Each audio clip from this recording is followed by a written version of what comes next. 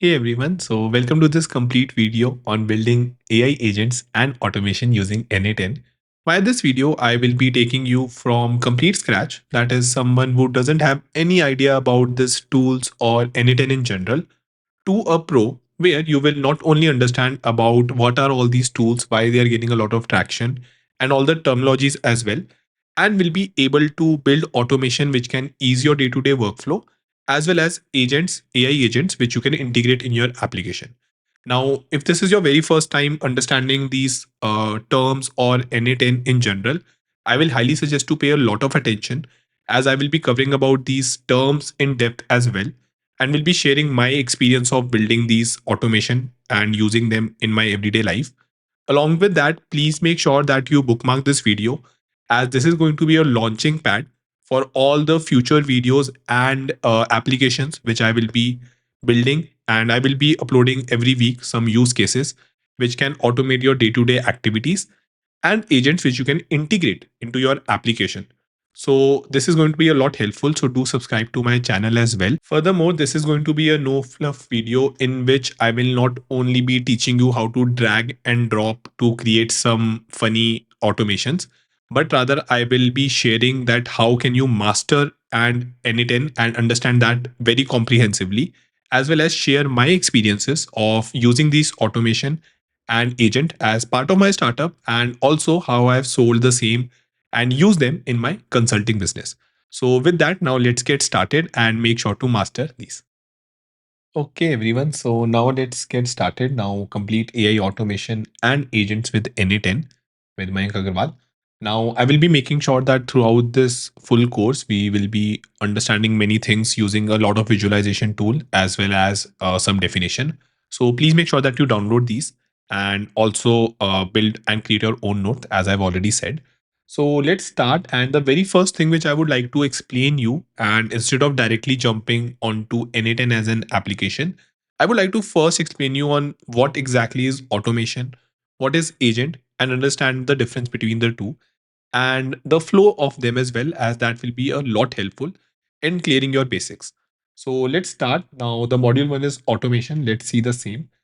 Automation is the process of using technology to perform tasks without human intervention. So, as the name suggests, we are automating something where human intervention is not needed, making repetitive or time consuming activities faster and more efficient. So, if there is anything which you can define in a flow where the steps are kind of predefined, those are the things which you can automate. It is not a new concept, like we have been automating stuff using the power of code or by defining them properly. So automation has been there and we have been automating since the dawn of computers, I believe, to make our life a lot easier.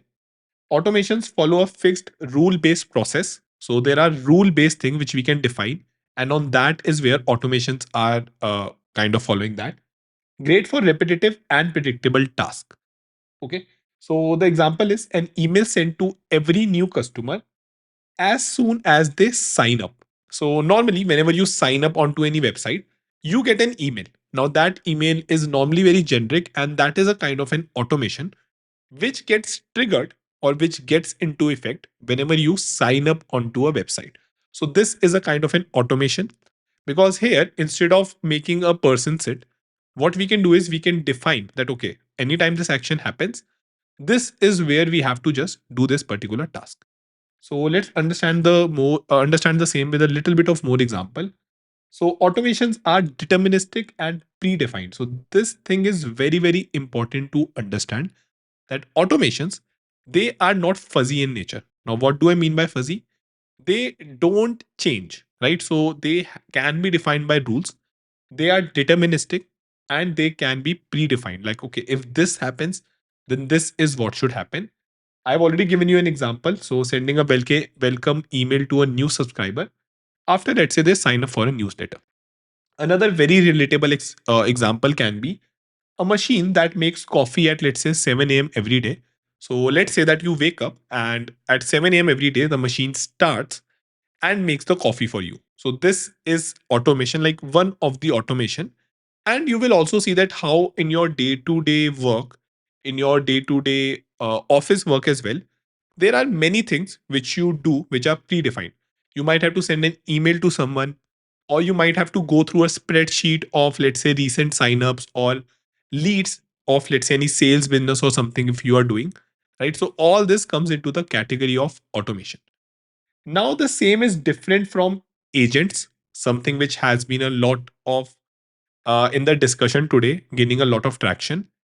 An AI agent is a node that uses artificial intelligence to perform smart tasks like analyzing text or making decisions. Now, this is very, very important and different from automation. The easiest way you can understand this is in the previous one, where I gave you an example that how this machine makes coffee at 7 a.m. every day. But let's say what will happen if you are not home, or let's say you wake up at 10. When the automations are defined, since they are deterministic, they don't change, they are not smart, the coffee will still be made at 7 a.m. Right? So I'm just taking a very relatable example as this is very important to understand. Whereas when we talk about agents, they are just like smart humans, digital smart humans. They will be waiting and they will be aware about your surroundings. And an AI agent is like a super smart assistant. This coffee machine now, if let's say this is an agent, it will be understanding and getting an idea about the environment, and it will be creating the coffee for you at 10 a.m. Right? So we have the smart vacuum cleaner as well now, or let's say robot cleaner who can understand the environment, maybe clean a little bit more hardly wherever there is, let's say, some liquid spillage.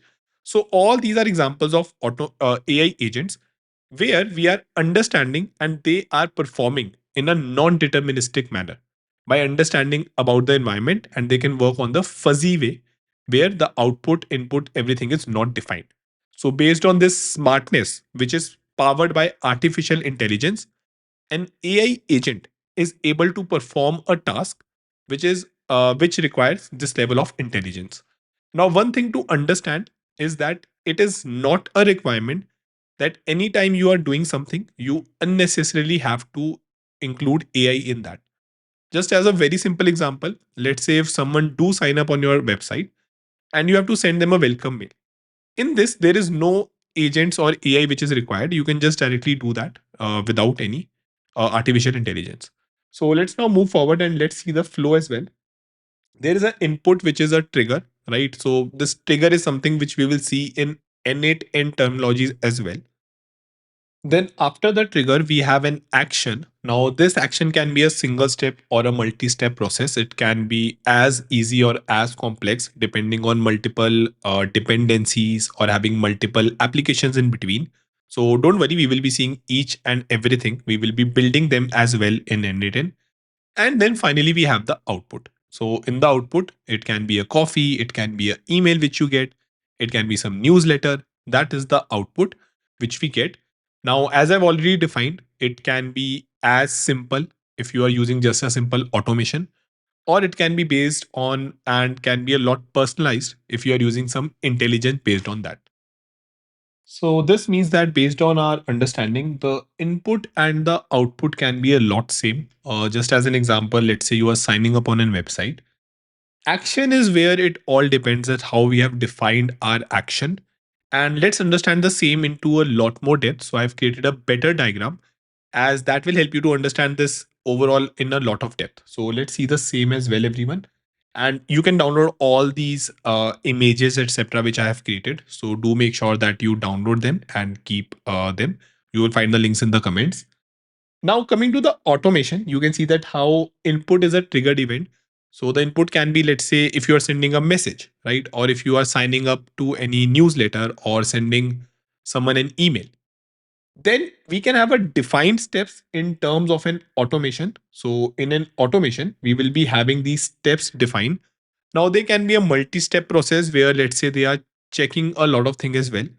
And after checking and making sure that okay, this is what the process you have defined, it will be having an output, which can be let's say the reply email, which can be a welcome email or anything which we have defined. So this is where the automations are defined, and this is just kind of the action box which is getting divided, right?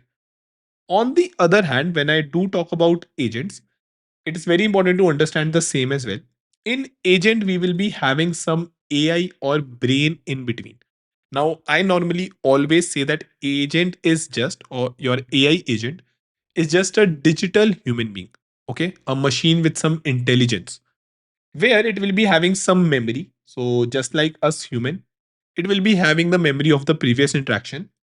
It will be having some tools. So, maybe let's say it can check about whether it can do some calculation or it can get some real world data, and it will be having an AI, artificial intelligence, which will be powered by some LLM. So they can be OpenAI, ChatGPT, Google Gemini, or Anthropic Claude, which can help us in processing, tool usage, RAG.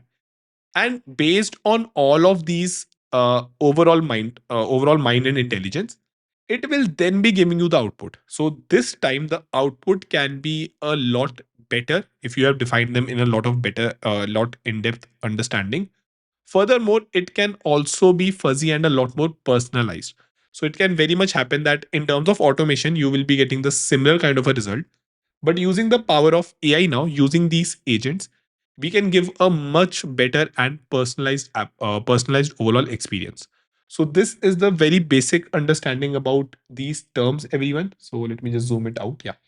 So automation and agents, though the flow is something like this, we can have multiple steps in automation which are predefined and deterministic, whereas in agents these steps can be dependent on how smart your agent is, what are the tools which you have provided it, and of course on all the dependencies and how you are managing that. So the very first thing which you need to understand before jumping and using any tool is that automation is something which we start off with first. So we automate and understand that how can we do that, and in them is where we now include more and more complex use cases and we make them a lot smart. And this is something which you must have also seen. As an example, you will be using a lots of chatbot, right? So 10 years back, our chatbot were not very smart. If you used to send a message, you used to get a reply which was very basic, right? And those were kind of automation. Since the advent of AI, specifically in the last 5 years, you will see that how the chatbots and the replies are getting a lot more smarter, because we are integrating AI, or we can integrate agents into that. Something which I will also show you towards the end, that how can you create a proper agent which can help you to answer based on all the smartness or everything which you give. And that is the reason that we need to now take and understand from complete automation towards the agent and how can we define them, even though the input and the output can be the same. So as an example, if you used to send a message onto any chat, that is the input or a trigger event, and output is just the reply. But the major part or everything is happening in middle, or in the middle of this process. So with that, everyone, we will be first focusing on automations in complete depth, and then once we have master automation, then is when we will be going to agents. Now, one thing to understand, don't unnecessarily involve or integrate AI or agents if that is not required. And I believe that that shall be a lot clear when I will be showing you how to create this automation using n8n. So now let's jump and let's go on to the next slide, where we will now see n8n as an automation tool. So for those of you who are not aware, let me go to the n8n official website. So as you can see, everyone, flexible AI workflow automation for technical teams. So this is the official website, n8n.io. Let me zoom it in a little bit. And yeah, with a good lightning sign, you can see that how it is having a very good UI, kind of a no code kind of a approach to building your automations, which can be used for IT operation, security operation, DevOps, sales, and of course you, so that you can build each and everything the way we like for our personal use case as well. It is gaining lots of traction and has been used in the industry by many of these good companies, and it is having so many integrations, so over 500 plus integration, which I believe is the best in the industry. Any application which you will be using, be it WhatsApp, be it Telegram, LinkedIn, Google Sheets, Gmail, all of these are present by default as your integration in n8n. So yeah, this is the overall n8n flow, where fast way to actually get AI working in your business. So the main idea is that if you do understand your use case a lot better, which I will be explaining that how you define that and everything, you can use n8n to then build and automate that and integrate in your application. So with that, everyone, now let's move forward and let me show you that how you have to create an account on this. Let me just open a new incognito window. Just a second. So I can go to a new window, write n8n.io and go to the home page again. Now, again, before I move forward, let's first see a little bit more. n8n is an open source no code tool that lets you connect apps and services to automate workflow and integrate AI driven tasks. So the best part about this is that how it is a no code tool. So if even if you are, let's say, a fresher, or even if you're in college, it will be very easy to understand. And in this whole video and course, I will be making sure that I explain you things in depth as well. So you don't have just a surface level idea, but you actually do understand that how can you make complex workflows as well in n8n. We can start from free and it can be hosted locally or on cloud. So I will explain you the same once we do the sign up process. It has more than 500 plus integration with common applications and AI. So common application, as I gave you the idea. Coming to AI, you can of course use either OpenAI or any other provider as well, very much easily without coding anything. So let's now see, since as I said, no code tool easily use and master it to build our automation and agents. We will solely be focused on automation first. Free to start, beginner friendly and packed with integrations, something which I have shown you. Now I will be covering in depth as well that how you can start with n8n, about different ways to run that as well.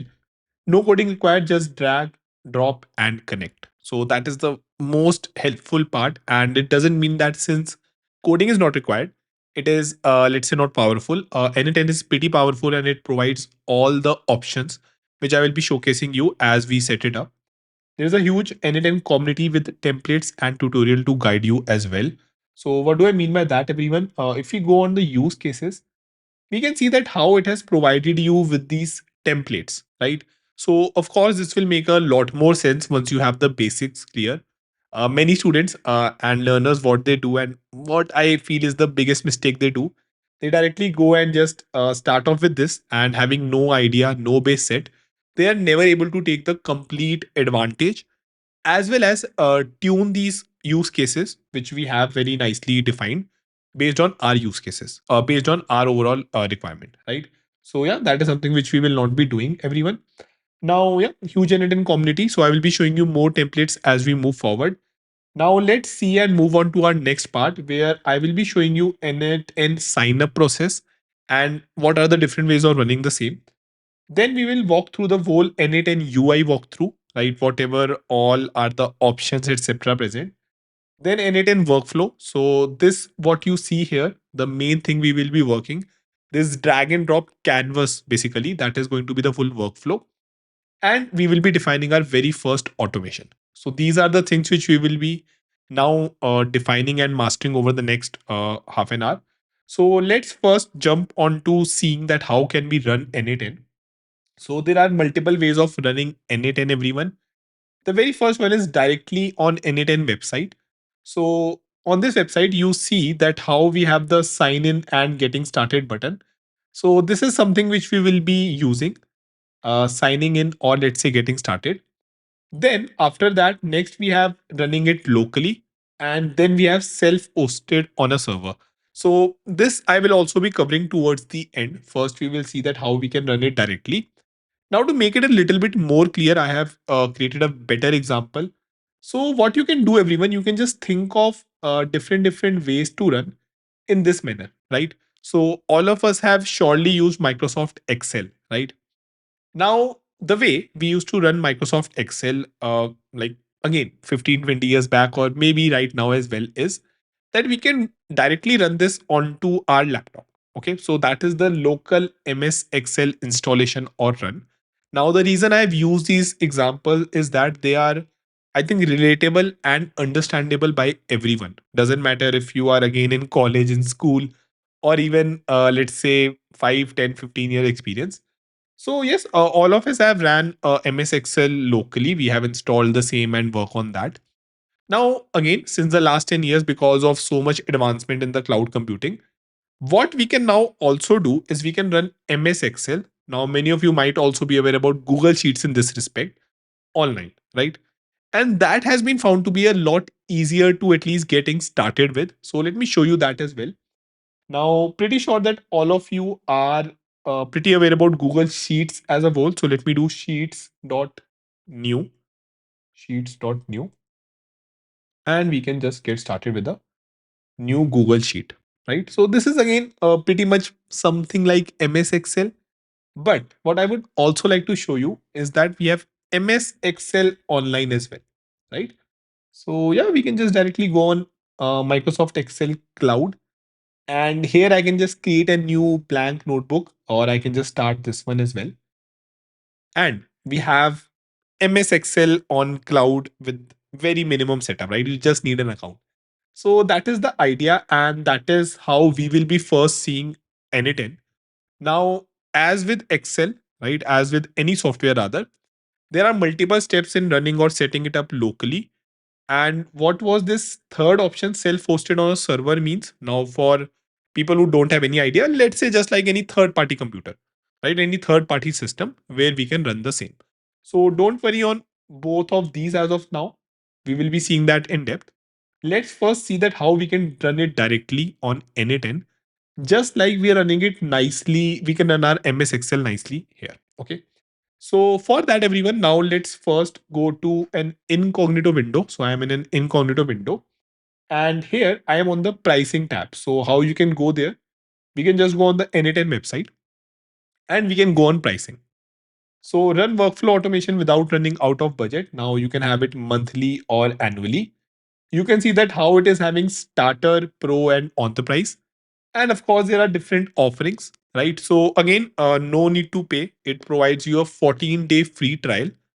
And if you wish to continue, once you do understand and have mastered the same, then is when I suggest that you can surely, if you want, you can just have it directly run on n8n only, much like Microsoft Excel online or Google Sheets. Or you, based on how I will cover that, you can run it on your local or onto some server as well, right? So with that, now let's move forward, everyone. You will see that how we have free trial as an option, and it is 14 days free trial and no credit card or anything is required.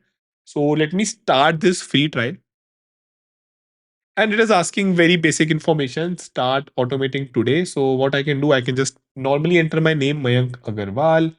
Then I can just enter my email ID, right? So let me just enter an email ID which I have not used here, though I guess I've used most of my email IDs, but I think I might have one. So I can do AI with Mayank at the rate gmail.com. So you can reach out to me on this email ID as well, everyone. Pretty easy to remember. Gmail.com. I can just send a simple password. So let's say, let's make it a lot easy. I'm going to tell you that. And then it asks you for an account email. So just 1 minute. Yeah. So here now what you have to do, everyone, you have to provide with the account name. Now it you can just think of this as your email address on n8n cloud, just like how we create our Excel sheets or Google Sheets, and we can give it a name, right? So let me just do it learn, maybe let's say learn n8n with Mayank. I believe this should be unique. So let us just try it out. And this is a little longer, should be fine. Let me do one thing. Let me just zoom it out and do start 14-day free trial. As you can see, start automating today. We can verify that, okay, I'm a human. Let me verify that. It has been verified. We can have a newsletter as well. Again, it will trigger an automation which will send you an email. So let's start a 14-day free trial. And seems like it is starting. Okay, so few questions which I have to answer. Let's see them. Size of your company, only me. Then team, let's say I'm in IT, shall be fine. I'm in education. Then, yeah, we can select anything, should be fine. Okay. And after, how did you hear about this? So, yeah, we can select anything other. Self. Have you contacted? No. We will be doing it ourselves, and we can submit everything, right? So here it is asking you to invite a team member. I think we can skip the save for the timing, and it's saying that our workspace is starting up. So yeah, just let's wait a minute, everyone. And seems like it has started. And what we can do is now we can click on this start automating. So now you will see that how it is not n8n.io. It is your personal n8n which you have provided. So learn n8n with mayank.app.n8n.cloud home workflows, right? Now it is showing that, okay, what is new and everything. We can start from scratch or test a simple AI agent example. Now I will highly suggest, or either I will show you that we will be starting from scratch only. Directly starting with AI agent is like not suggested because it will just skip a lot of steps. So here, what we can do, everyone, you can see that how in this overall UI, right? We have 14 days left in our n8n trial. It has 0 by thousands of execution. Now we can upgrade the same as well. If you remember, we saw the pricing. So if I click on upgrade now, it will ask me to choose the plan and pay for that. So let's go back for the timing. Let's not do that. And here we have everything related to us. We can create a workflow. So that is something which we will be doing. And it will just open a blank canvas. After that, we can go on personal, where everything will be there, which we are creating. So let's focus on this left bar, each and everything. On the overview, we have the details like if we have done any execution. So as and when we will define our workflow, the same can be executed. And in a free trial, we have 1,000 execution. Again, way more than enough for learning these things. And you can see that how it has a failure prod execution, failure rate, time saved, and runtime average. Okay. Then how we can create workflow credentials and how we have execution. So this overview in a way is giving us each and everything a kind of a summary about our overall this particular application, that is learn AI, learn n8n with Mayank. Then we can go on personal. Here again, I'm just being shown the workflow credential and execution. So all what I will be creating. And the next is shared with you. So here we can have anything which is shared with me.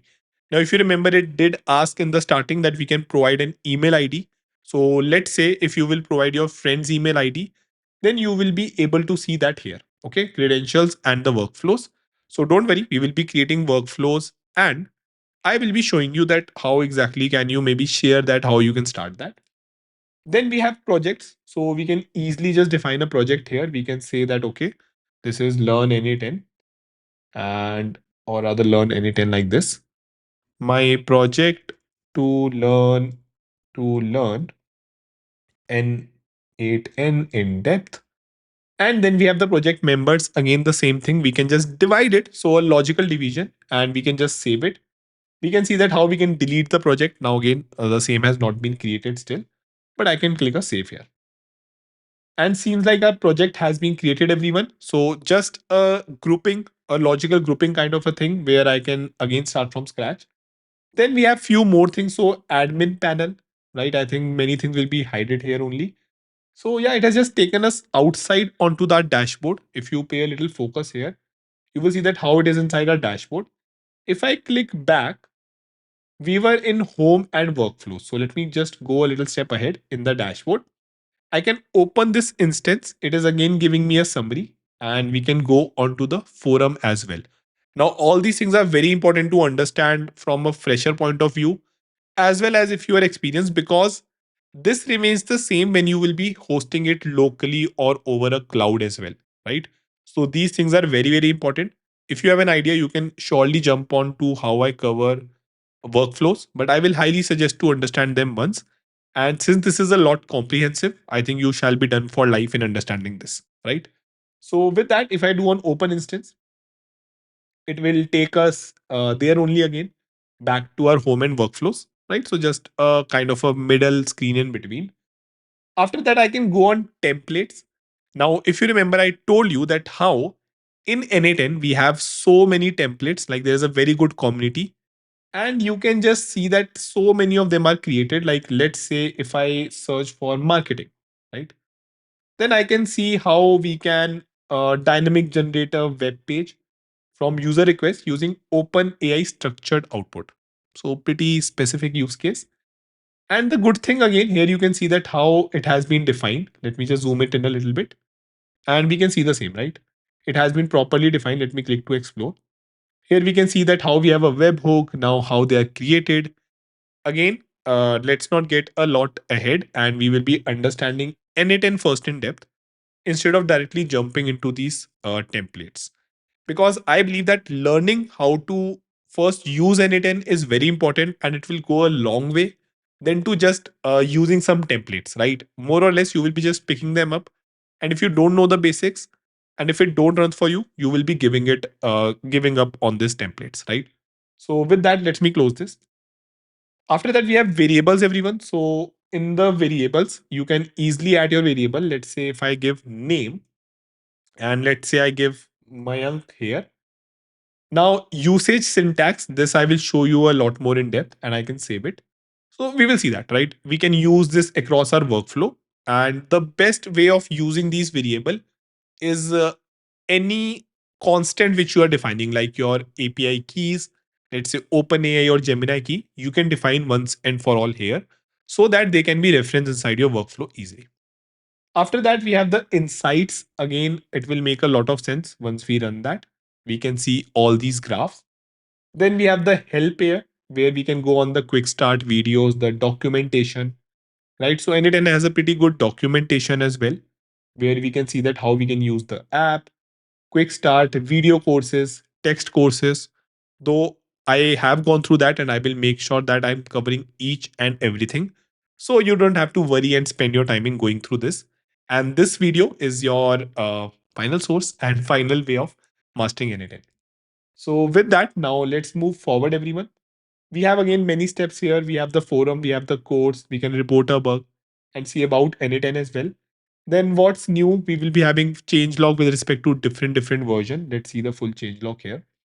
So again, in the release note, we can see what is the latest version and what is the next version going to be.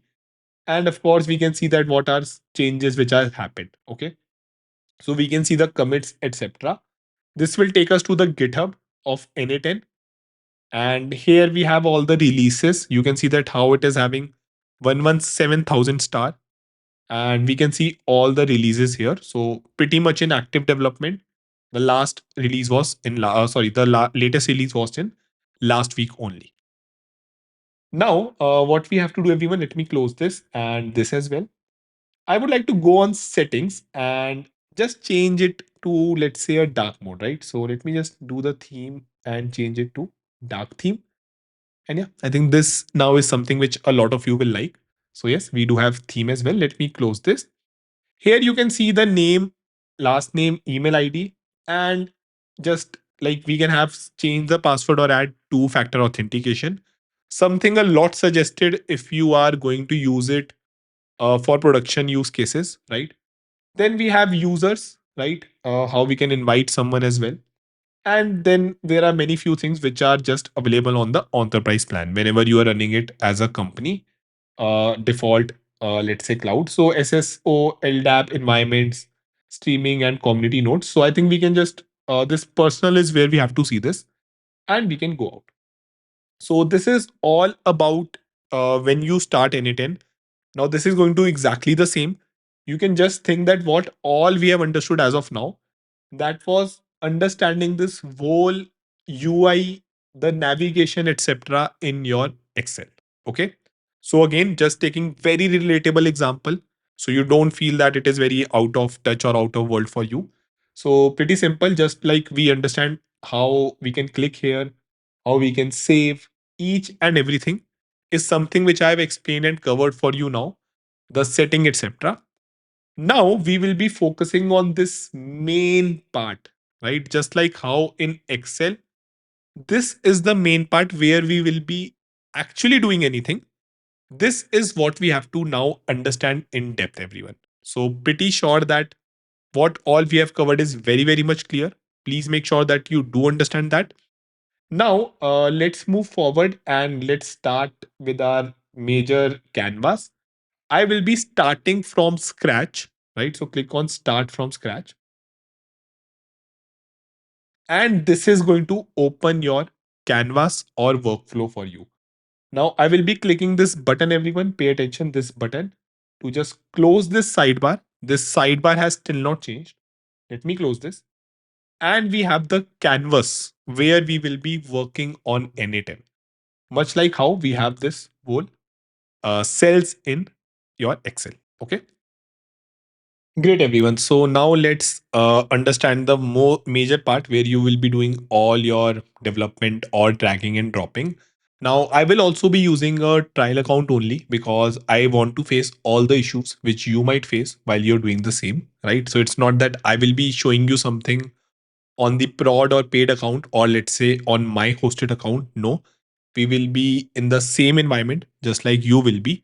So yeah, this is the overall UI as of now. Now, of course, with the major release this can change, but I believe if you understand this in depth, it will not be a problem, right?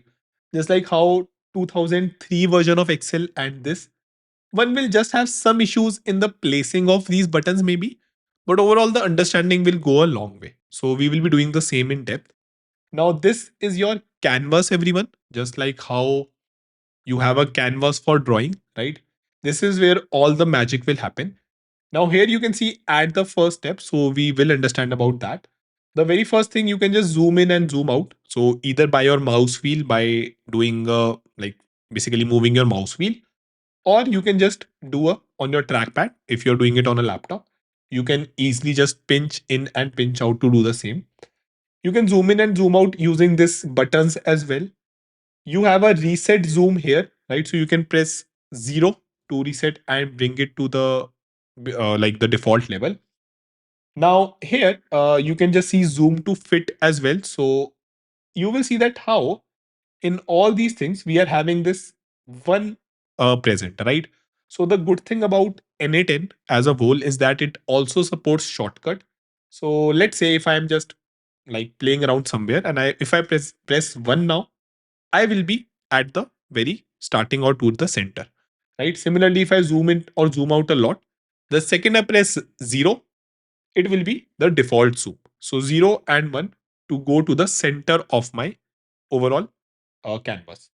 Now, you can also do n8n shortcuts, like to go and learn about more of these shortcuts. They are basically in the documentation only, and they are a lot easy to understand and get hold of because they are very much similar to your other shortcut, like Control S to save, Control O to open a workflow, then to undo, then to redo. Right. So these are all the shortcuts, everyone. We can see that how we can zoom in or zoom out by using plus or minus, 0 to reset zoom level, everything, then control plus mouse wheel to zoom in and zoom out. Right. So yeah, you can easily go through that. Now, before we jump on and create anything, what I would first like to show you is that how we have a open notes panel here, which has a tab as a shortcut. And this thing is very important, right? I will be making sure that all these which I create, I will be sharing them with you, right? So I will tell how we can see that. And the second you press this thing, you get a note, right? So it is just like sticky notes, right? So you can just create them inside your canvas for better understanding. Now I can just say for all the shortcuts, and I can just have this link, right? So just let me make it a little bit easier, everyone. Shortcuts, and let me just change it, right? So these are in Markdown. Now, for those who are not aware, again, since I'm covering this for everyone, Markdown is this. You can just go through this Markdown guide, right? It is having everything you need to know about this. Markdown is just like HTML, the way of basically defining and writing. So let me go back, and now you can see that how you can go double click to edit me, and we are having shortcuts here.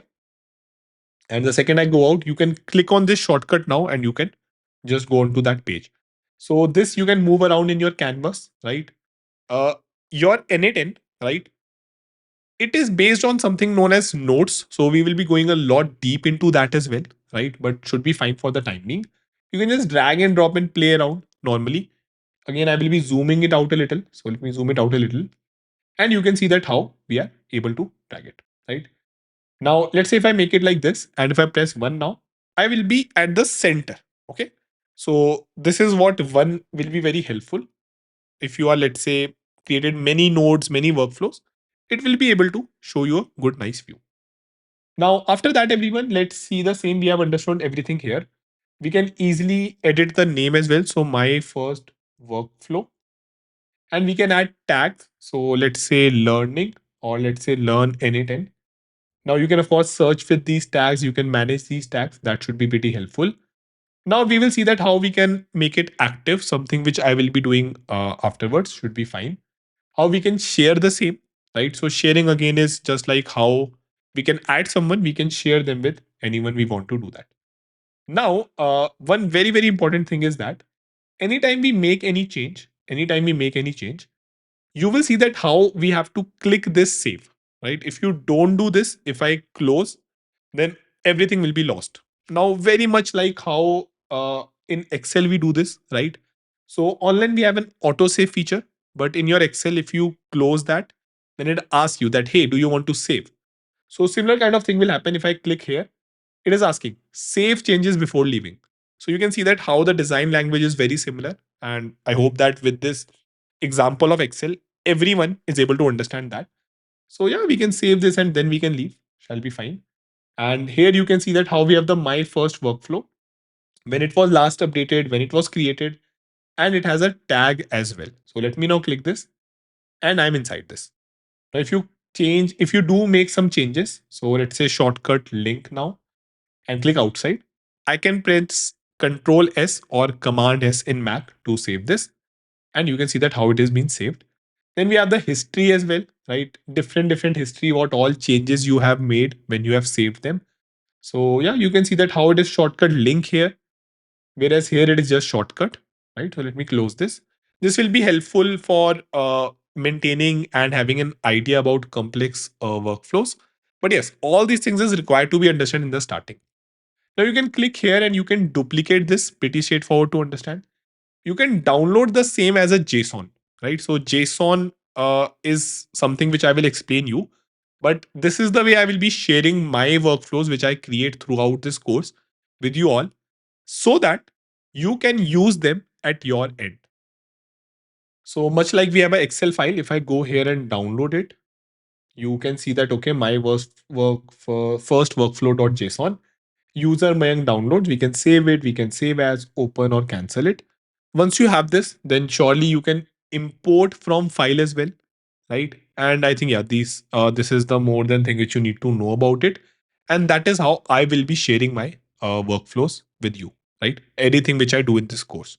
So with this, everyone, I'm pretty sure that each and everything is clear. Just one last thing, we can have this AI assistant here. So ask assistant, which is in beta, as you can see here. So I can just ask it any basic question. Now let me just have it, maybe zoom it in. Okay, no, that will not be clear. Let me say hi, and it will just help you to, like, with the power of AI, much like Chat GPT. It will be just searching through the docs and telling you the answer to your queries, right? So hi Mayank, how can I help you with anything today? How let's say how to create a first node.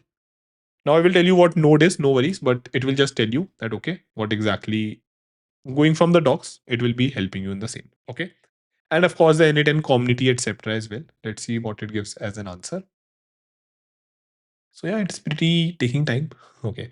To create your first node in n8n, you can follow the steps. In an empty workflow, click on the add first step. This will open the node panel. Search or browse through the available node. If you want your workflow to start automatically, choose a trigger node. So I think it's becoming a little complex. Let me make it a lot more easy for you. Let me close this. And this plus button is where you can click. So let me click plus. Now, again, there are many things.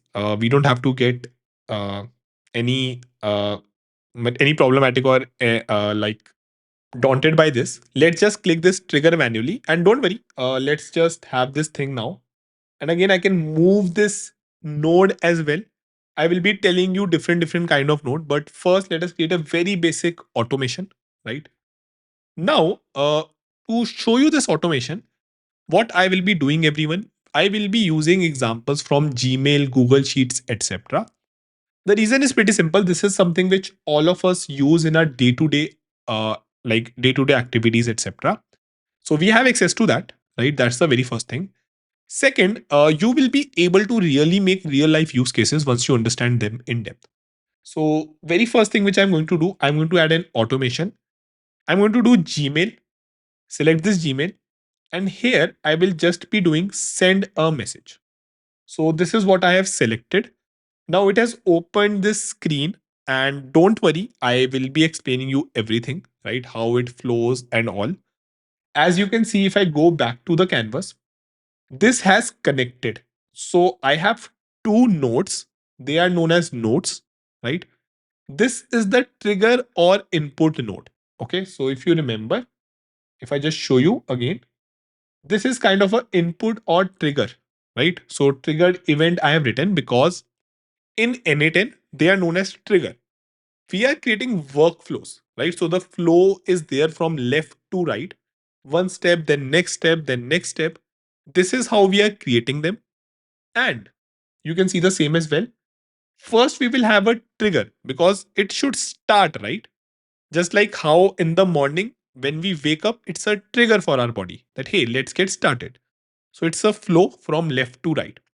And one of the very good thing which I like about n8n design, if you click on this, here as well, you will see that how everything is from left to right. It is having an input, which is from the left. So we can execute the previous node and then we can have an output. Okay. So pretty simple thing. Don't worry on anything here, right? Now I can select a credential. So let me do create new credential. And here it is again. So to make sure that my n8n, this particular canvas, it can use my Google mail, that is Gmail, it's need to get validated. Now the same is very similar to how you just enter a password on your phone to enter it and use that, right? Here we have different ways of authenticating. So we can have a service account or we can have a OAuth 2. This OAuth 2 is the easiest and the recommended way. Here you just have to click on sign in with Google, something which we have done on many websites, right? So let me do that, sign in with Google. And as you can see, since I said that I will be doing everything with you, I am here. And yeah, this is how I'm going to sign in. So let me do AI with uh, Mayank. Let me select this. And here I'm just logging it into this. So I want to allow everything. Now there will be multiple things which it will ask. For the time being, you can allow each and everything.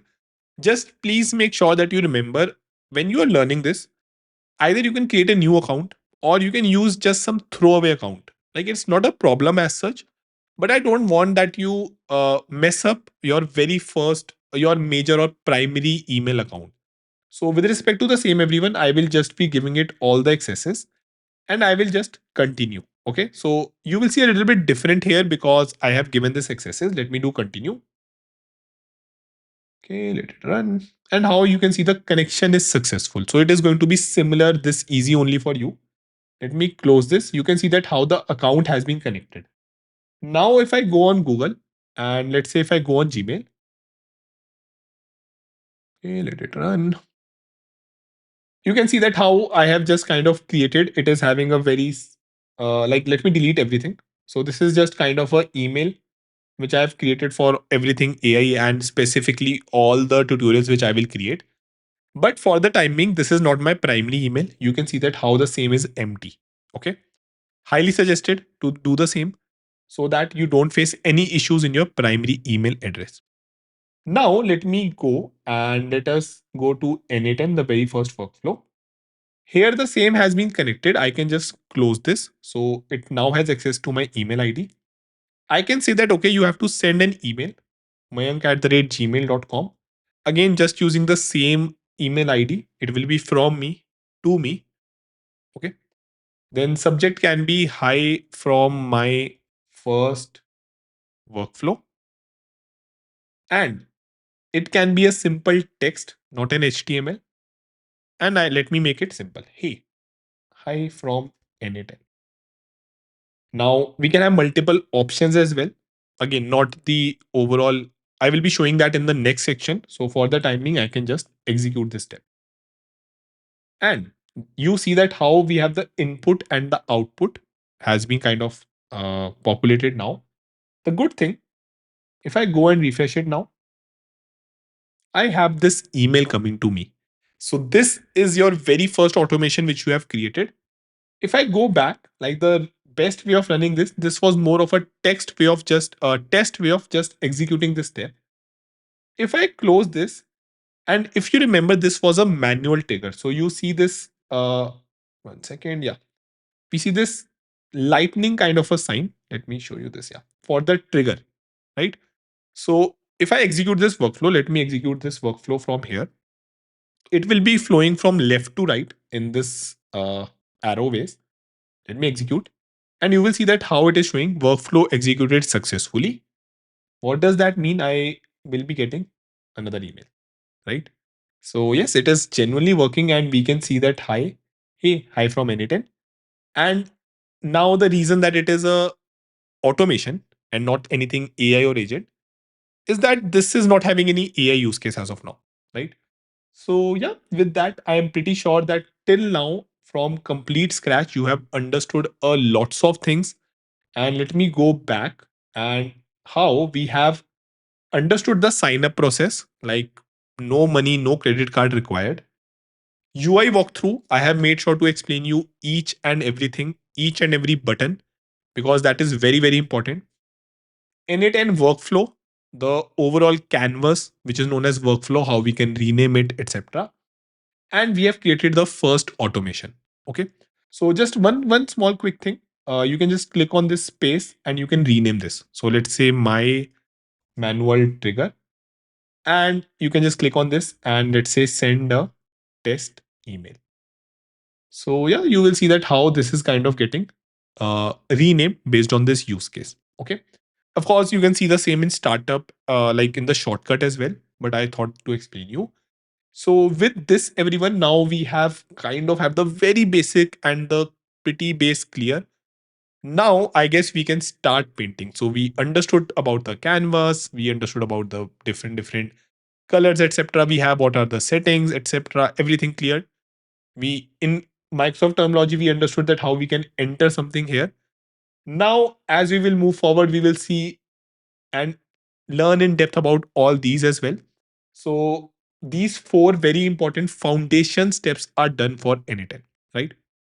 Now, in the next module, we will be focusing on nodes in n8n. So the nodes which I showed you, which we have first created, now we will be going a lot in depth about these so that each and everything is a lot clear to you. So now let us start with the next module, everyone. I think it should be module 3. I have missed that out. Yeah. So in this, we will now be taking things up a notch and we will be focusing on nodes, right? And along with that, creating automations with that. So first, let us see a little bit about nodes. What exactly are nodes? So node is a single building block in n8n workflow. So as we have seen here that how we can have or we can create a new node by clicking on this thing, which triggers this panel on the right where we can have the node selected. So let me now go back and we can go back here. Each performing a specific job like triggering an event or processing data or some action as well. So majorly you will see that how we have nodes like these where we have a trigger, like this should ideally be a lightning bolt. Then we can have an action AI agent, code or utility. So this will not make it a lot more clear. Now for that, what I have done is I have went an extra mile and made sure that I have created a workflow. So let me open that. Yeah. So I've created a workflow, everyone, which you can see right in front of your screen, where I have tried to group all the nodes so that it is very easy for you all to understand. Now let me just try to do one thing. Let me also showcase that how you can download and import this file, because that is what you will be doing to get all the workflows which I shared with you. So you can go here And in this, we can click download. So once you click this download, it is saving this JSON file. So let me do a quick save. And you see that how the same has been downloaded, right? So it's a small file in terms of overall configuration, etc. Now to open the same, now this is a separate window. I have a separate n8n instance open here with some saved workflows. But when you will be opening a new overall workflow, something like this, what you can now do is you can just import from file, right? And I can just select this recent one which I have downloaded. And you see that how the full workflow which I have created, you are able to easily, or rather, you would be easily able to download. Now, let's see the nodes in a little depth, everyone, because they are the building blocks, just like we have Legos in real life. So, they will be the one which runs in sequence and finally help us in our automation or our agentic flows. So, let's see them one by one. When you press tab or when you click this plus button, that is where we see all these different categories. So AI, action in an app, data transformation, flow, core. Like, let me zoom it in to make it a little bit easier to read.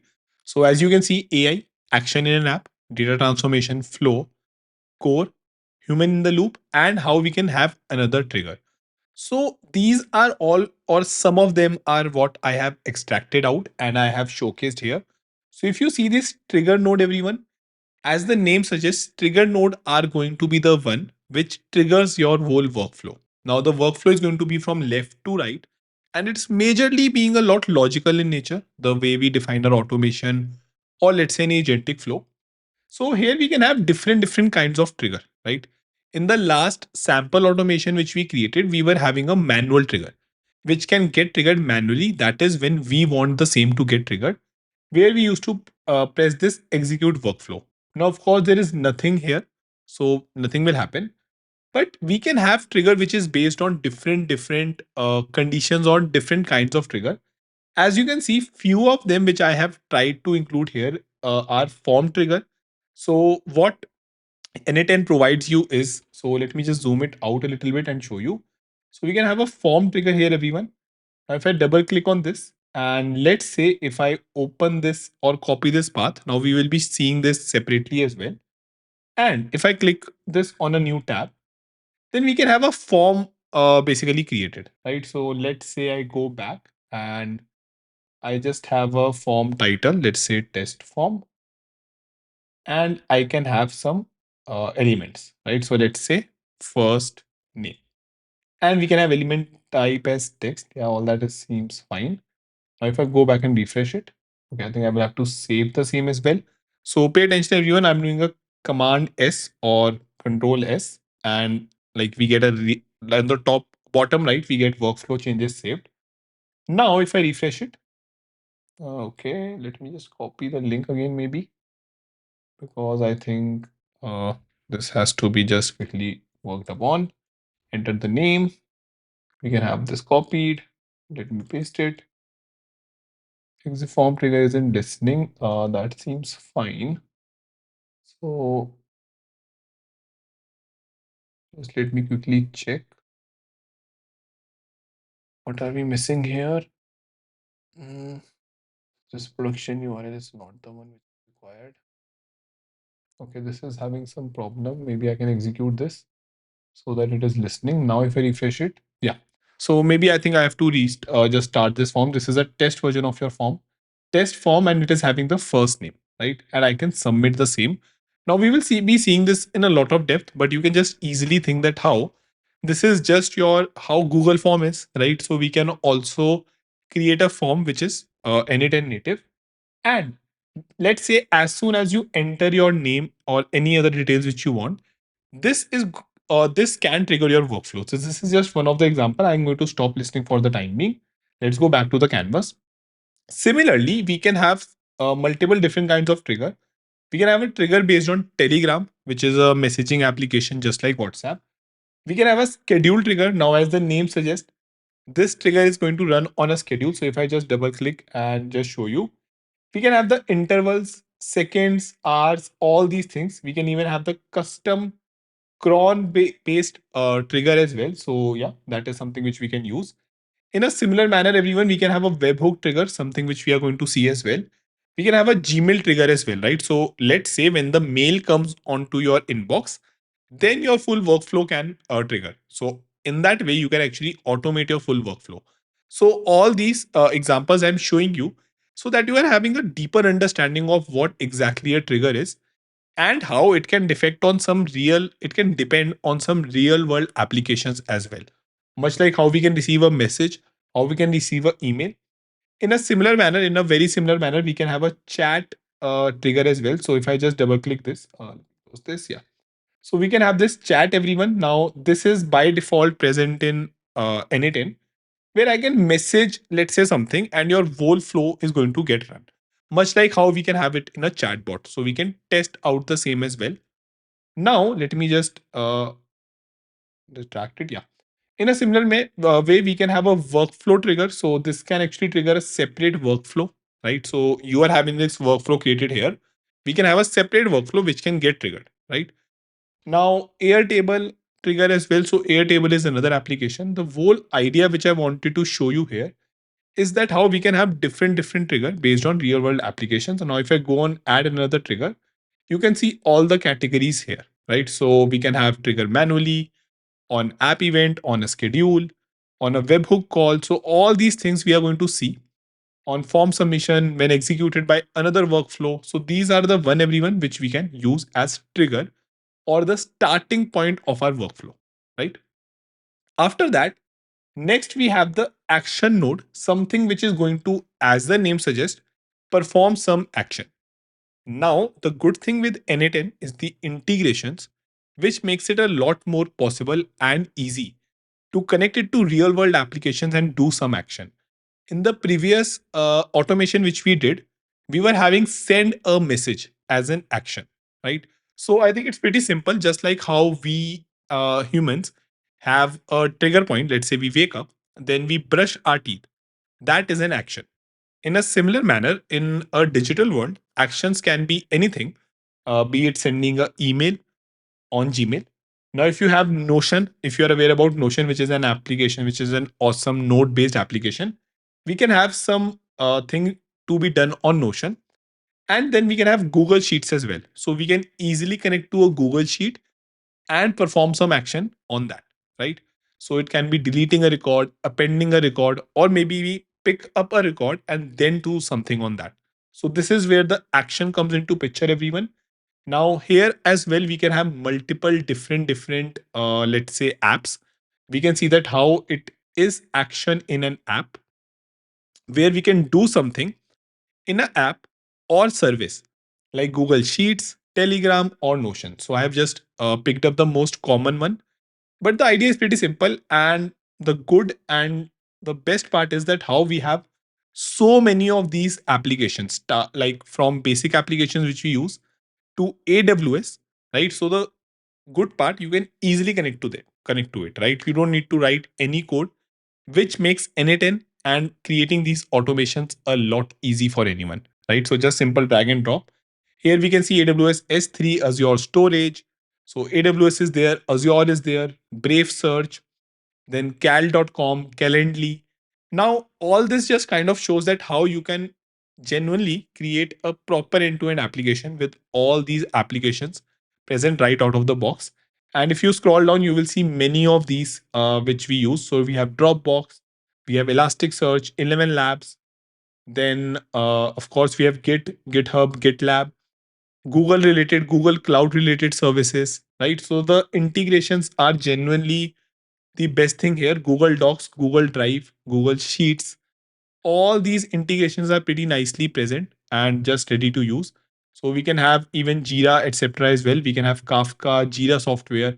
So all these I'm showing you so that you understand that how n8n can be used to create workflows which are not just helpful to us in our personal, let's say, day-to-day life. For example, with Google Sheets, Gmail, but rather it is having all the professional applications as well in terms of cloud services like AWS, Google Cloud, and Azure, as well as Jira, GitHub, all these things, right?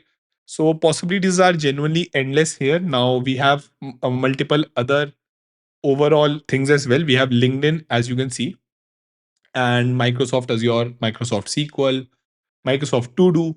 All these things are present here, starting from the very basic of the application. So yeah, the integrations are genuinely kind of endless. We can see that how many integration is there to the end, and YouTube is also present.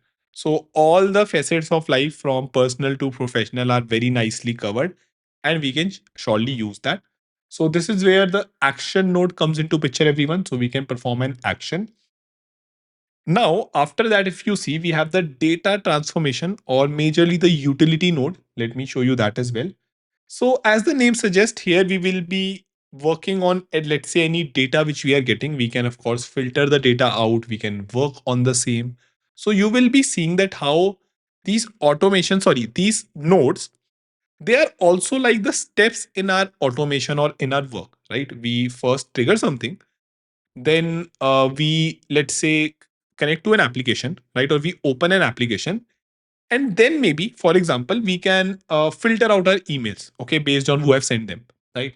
In a similar way, we can have some if condition that, okay, I have to first reply to my work emails. So maybe, let's say, if I'm connecting to Google or Gmail, I'm getting all my emails and I'm first connecting to the work emails. So that is the idea. Here we can again have date and types, which set fields. We can have different things, which I will be showing you in action. And then, yeah, pretty sure it will make a lot more sense. Just to show you again, we can have different types of these transformation node as well. We can have these filter, limit, remove duplicates, split out, right? Aggregate, merge, and then compression, crypto, extract from file. All these are present. We can rename keys, etc. as well. So yeah, these are the one which are present. After that, we have the core nodes, everyone. So if I show you here, then we have the core one here, where running code, HTTP request or webhook comes into picture. And we can have execute sub workflow, FTP, any n8n related form or let's say operation. And we can have a no operation, do nothing kind of a thing as well. So just to explain you a little bit more here, n8n also support your custom code. So you can just provide the code. Let's say if I just double click this. Here, if you see, we can provide the code in, let's say, JavaScript, and Python is also supported. Let me just check that, where exactly it is. Ask AI. So you can genuinely just directly use AI. Now, that doesn't mean that it is now a code tutorial. Well, for basic operation, you can genuinely just write your simple thing in English, and the code it is going to generate for you, right? So these are very nicely present, everyone. Now let's go back. We can go on settings, I guess. And yeah, like these are the few things which we will see a little bit more in depth. So JavaScript is basically supported. I think Python is still in beta. I was able to check that Python was also present. Maybe I will show you that in the practical as well. Let me close them for the time being. Next, we have the overall, okay, it is not action node, my bad. These are your basically AI nodes, right? So let me show you these as well, everyone. Here we have AI agents, something which I know that all of you will be looking forward to, and we will gradually be using this once we master automation. Then some basic LLM chain, how we can connect to your OpenAI or let's say any other LLM as well. Question answer chain, text classifier, sentiment analysis. So few of the very common use cases, they are directly present and provided as a block. Now, if I show you here as well, let's say once I click this tab, then in the AI, we can have some templates. So these are again some templates which we can extract from here, which I showed you earlier.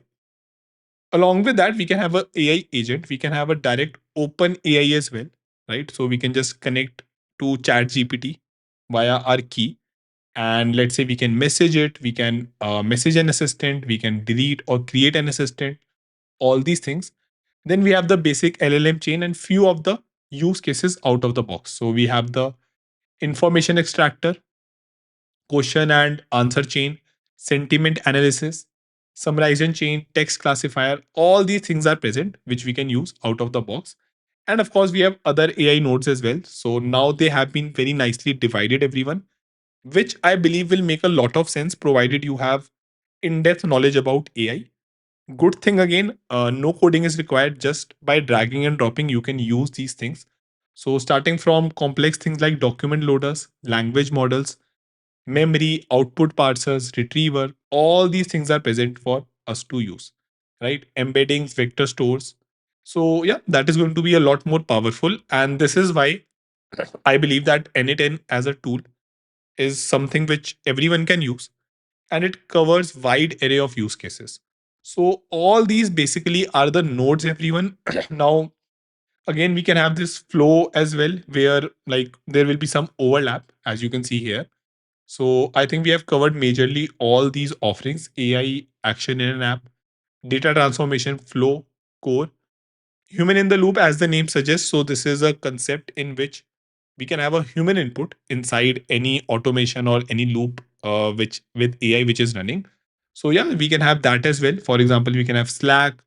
We can send something and let's say wait for the Slack approval or the Gmail approval. So this is what human in the loop means.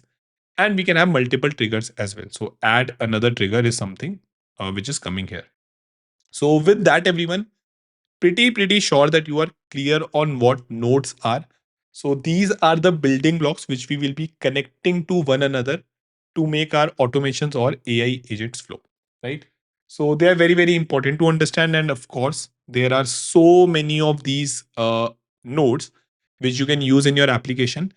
And the idea is going to be pretty simple. We have to keep our overall flow or overall n8n workflow a lot easy to understand by making sure that we can use the nodes which are required. Now, one thing to mention here, we have this HTTP request one as well, which makes it possible to connect to our own apps as well, right? So you must be aware that how we do use HTTP request. And if you are not aware, let's say if you're in college or even in school, don't worry. I will be covering that as well from complete scratch. But the idea which I wanted to clear here for maybe a little professional audience is that how your personal applications, right, with the help of HTTP request, can be integrated inside an n8n workflow. This is something which I am also using in my overall use case for my startup as well as for consulting, which I do. This is where we have the client application basically triggered or plugged in into our workflow. Okay. So with that, I'm pretty sure that this thing is clear. Now let us go back, and pretty sure that now the nodes and everything is clear. Now, with the understanding and everything intact, we will be creating some practical automations which are going to make our concept a lot clear. And via that only, I will show you the overall internal working of our nodes, how we can configure information, how we can set them dynamically, how we can have different options which we can set or configure. Okay. So now let's start with the practical of our automation, everyone. And so I've collected this module number as well to avoid any future basically confusion. Now, via these automation practical, we will be integrating our real world applications, and you will be getting a lots of idea that how can we work on these, and yeah, unlocking the true power of our n8n. So in this next module now, we will be starting with the automation practicals. So now let us move forward and master automation, everyone. Now I will be making sure again that everything is covered where you are able to understand each and every building block, the input, the output, overall flow, as the same shall be very much helpful in building these automation from scratch, just like we will do. And once you do that, then you will be even able to use the pre-built templates, or let's say automation which anyone else provide, and tailor it based on your use case. Now, I have seen many tutorials and the same is not covered in this much depth. So I made sure that it is very much comprehensive in nature. And I will also be in future making sure that I do many projects where we will be building the same from scratch. So this understanding is going to be a lot helpful. So it might seem a little bit easier in the starting, but it is going to quickly pace up to a little complex use case. So I want that each and every one of you now are focusing and creating notes and understanding where exactly we are making the changes. If you face any error or any issues, please make sure that you mention the timestamp and ask your doubts, and I will be more than happy to clear the same. because now we are genuinely going inside and building inside our canvas. So with that, now let's see the very first automation, everyone. The very first automation is going to be a simple form automation, which we will be understanding that how the things are working. We will be having a form which will basically be filling, or which we can provide to someone. Once the same is filled, then we will be appending the appending the inputs into our sheet, right, into the Google sheet which we create, and then we will be sending the mail on top of that. So this first two kind of a thing are possible in Google sheet as well, Google form as well, but we are adding an extra step to just have a mail sent as well, right? So the same is going to be, of course, very much helpful, everyone. 1 minute, yeah. So let's now move forward with that. And what we have to do, let's go to our canvas. Let's go to the empty canvas. Now, a couple of things here. Let's save this overall nodes workflow, as I believe the same shall be helpful to you as well. Let's go to our home here. And what you can see is that here we have the project, everyone. So we have this project, right? Now, what I can do is I can easily just uh, take my this particular, let's say if I go on personal, so I can take my this workflow, and this is just draggable from personal, right, and have it inside this project. So highly suggested, like, you always make sure that you are having these divided. What you can also do, if you are interested, you can see this particular create folder button here. As the name suggests, you can create a folder. So let's say basics, or I would say n8n foundation. And you can have something present here. So let's say I can move it here as well. Now inside this, learn n8n is the project. Oh, sorry, I think this is the tag. And inside my project as well, I can see that how I am having my workflow, right? So I can have the overview. In there we have, I think, this as well, which I need to rename. Yeah. So let us rename this, shall be very helpful. Notes, and we can have here. So these are tags. Tags are different from your projects, and folder is just to basically organize all your workflows, right? So let me do anything. Notes. So this shall be helpful as well, everyone. Now let's go back. And in the overview, now you can see that how this notes, it is inside learn hyphen n8n project. This is basically personal, and it's inside the folder. If I click this, it is going to take me inside the folder. Since in future you hopefully and learning with me will be spending a lots of time creating lots of automation, I want to make sure that you know how to organize them as well, so it don't become a mess. And I believe the same, these small things are also very, very important. Now, what I will be doing, everyone, let's go back to learn anything. Inside this, let's now create this workflow. Now, as you can see, we have created the workflow. Let me remove this and let's say automation one, right? I will be doing everything with the best practices. So the very first thing which I will be creating is a note here. As you can see, this is a button. Shift S is the shortcut. Now the reason for this is, as you create workflows, right? Much like your code, and for anyone who doesn't know code, that should also be fine. It's normally very helpful if you are during the creation only, and rather at every step you are documenting or writing what your workflow is doing. So yeah, following the best practices is very important, because even if it's a no code tool, in future when there will be so many of these automations, you surely will not remember the smallest of the details, right?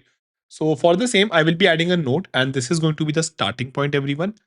Now, as you can see, I can go inside. Let me make it a little bit bigger and edit this note, right? So I can say something like automation one, and then I can have, let's say, first automation to understand the mm, working of nodes and inside settings or configuration. And I can just have this outside. Now you will see that how this is a lot having a heading kind of a thing, right? So how this is bigger in size and this is smaller. Now I already shown you that how we have this, we can just configure this or style it with Markdown. So the good thing for you, I have found a website. So this is one website which we have found, mdxeditor.dev. Here, what you can do, you can just type in your things as you want. So I can just have, let's say, automation one. Let me rather select automation one. Now I can have it heading, right? So you can see that how it is visible. Then your rich text, right? So majorly many of you will be having a habit of writing things down in Word document, etc. Right? So what you can do is you can just write it the way you will. Okay. And from rich text, you can just select this particular markdown option, right? So once you select this source mode, you can just copy this, right? So this is what you can copy and it will be formatted.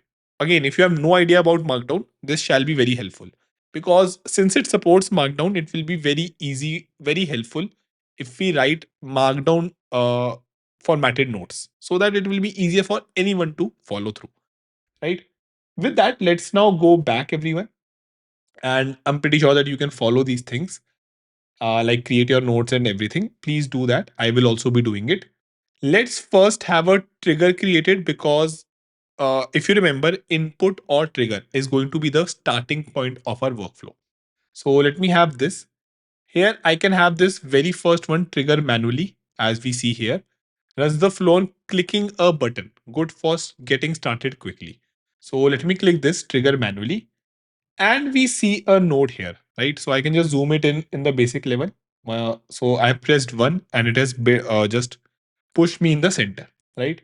I will zoom a little bit out. One thing more which will be helpful, so something which I want to show you is this mini map, everyone. Now, pretty sure that all of you must have played this game, Age of Empires 2 mini map. So here as well, we used to have this mini map kind of, right? See, we used to have this mini map. I cannot find a better relatable example. So this again is a similar thing. Now, again, it is present in many games as well. So in a similar manner, we have this mini map anytime we scroll or we try to move. And via this, we can understand that, okay, where exactly we are. This is the node and this is your overall sticky note. So this is the node which we have created and this is the sticky note. So again, this mini map is very helpful in overall moving through your workflow, right? Now, since I have this particular trigger, right, I can easily trigger my workflow. Let me press this click. Now you can see a few options here. Let me have this renamed manual trigger. Once we go on top of that, you can see that how I can click this play button to execute this step. Then I can deactivate it as well, as the name suggests, deactivate so that it will not be run. Then we have the delete here. And if I click on these three dots, we have few more things up. Tidy up workflow, convert node to sub workflow, select all, rename, deactivate. So again, you can see the shortcut in the right as well, right? So small things so that you are a pro in n8n once you learn these things with me. Now, what I will be doing, everyone, I will be clicking a plus button and I will be having form here. So I will just search for form and I will use n8n form. You can see that how form.io or form stack is also supported in terms of trigger, but we will be using the default n8n form. So let me have, okay, I think we have a form trigger only, which we have to import. So let me close this, everyone. Let me delete this one, right? So it's not going to be a manual trigger. We have the trigger, which is attached to a form, right? So this is something which we are using. Now, if I go back and show you, we just have to do add another trigger. And here we have this on form submission. Okay. So just closing this, we have this on form submission trigger, which is connected to my form.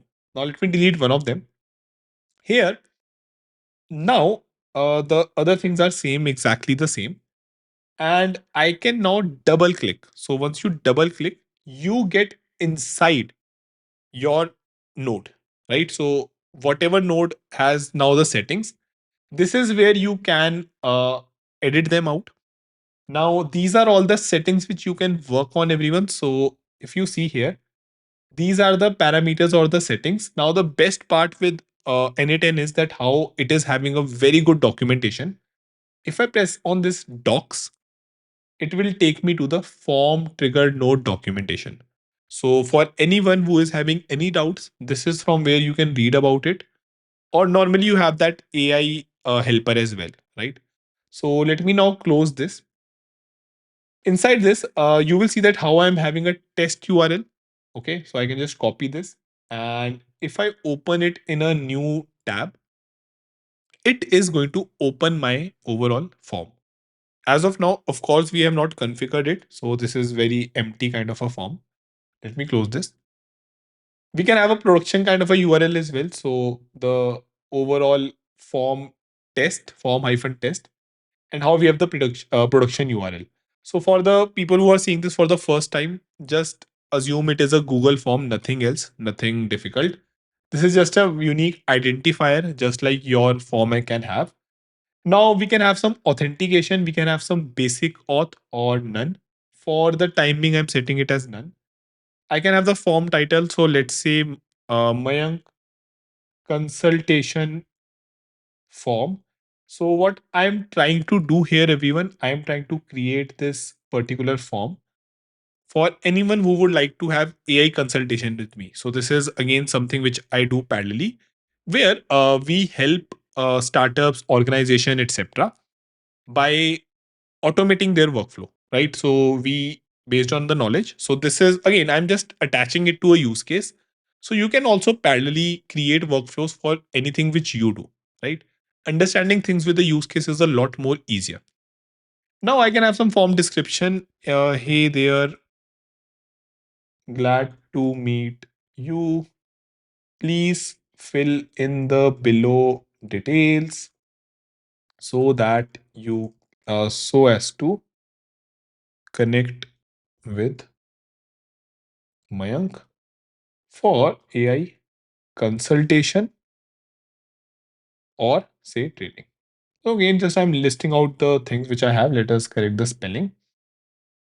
So now it is saying that okay, form elements, right? Elements, as the name suggests, what else we want in the form. So surely we will be having something as easy as name, so that I have your name here. Now it is a type, as you can see here. Let me just zoom it in a little. We have the field name, which is your name. Element type. So there are different element types here, which we can see. We have the custom HTML, date, drop down list, email, file, hidden field, number, password, text, or text area. So I will have it as text for the time being. And of course, I can have your name and I can make it a required field. So I'm pretty sure that till now, each and everything should be a lot easy and clear. I can have another form element. So let's say this time I can have domain. So I'm making it a easy to understand, or let's say rather service. Now this time, since this is a service, I want it to be limited. I can have this as let's say a drop down list, right? Or let me have it not as a drop down list. Let me have it as yeah, I think drop down list work because here I don't want the person to have more choices. Sorry, here I want the person to have choices. It can be for consultation or let me have the option field options, right? I can have the training. So I have these two overall options, everyone. Now I don't want it to be multiple choice. I want it to be only for one service and I can make it a required field as well, right? So if I go back, sorry, I think if I click this and if I have it, okay, I think we click the execute step button in your form trigger. So it is showing you form trigger isn't listing yet. Click execute step button in your trigger, right? So I have to just go here and click on this execute step button. So execute step. And now this is a test version of our form, which we can see. My consultation form. Hey there, glad to meet you. Please fill in the details so as to connect with Mayank for AI consultation or training. Now I can have my name here. I can have the service which I want to select. So this is a very straightforward way of creating your or starting your workflow. Anytime anyone fills in the form, you will be starting with the same. So let's go back to the n8n now and let's stop listening for the time being. So listening, as the name suggests, like anytime someone fills it in, you are constantly listening, right? It will trigger your workflow once you click the submit button. So now let me also show you few more things.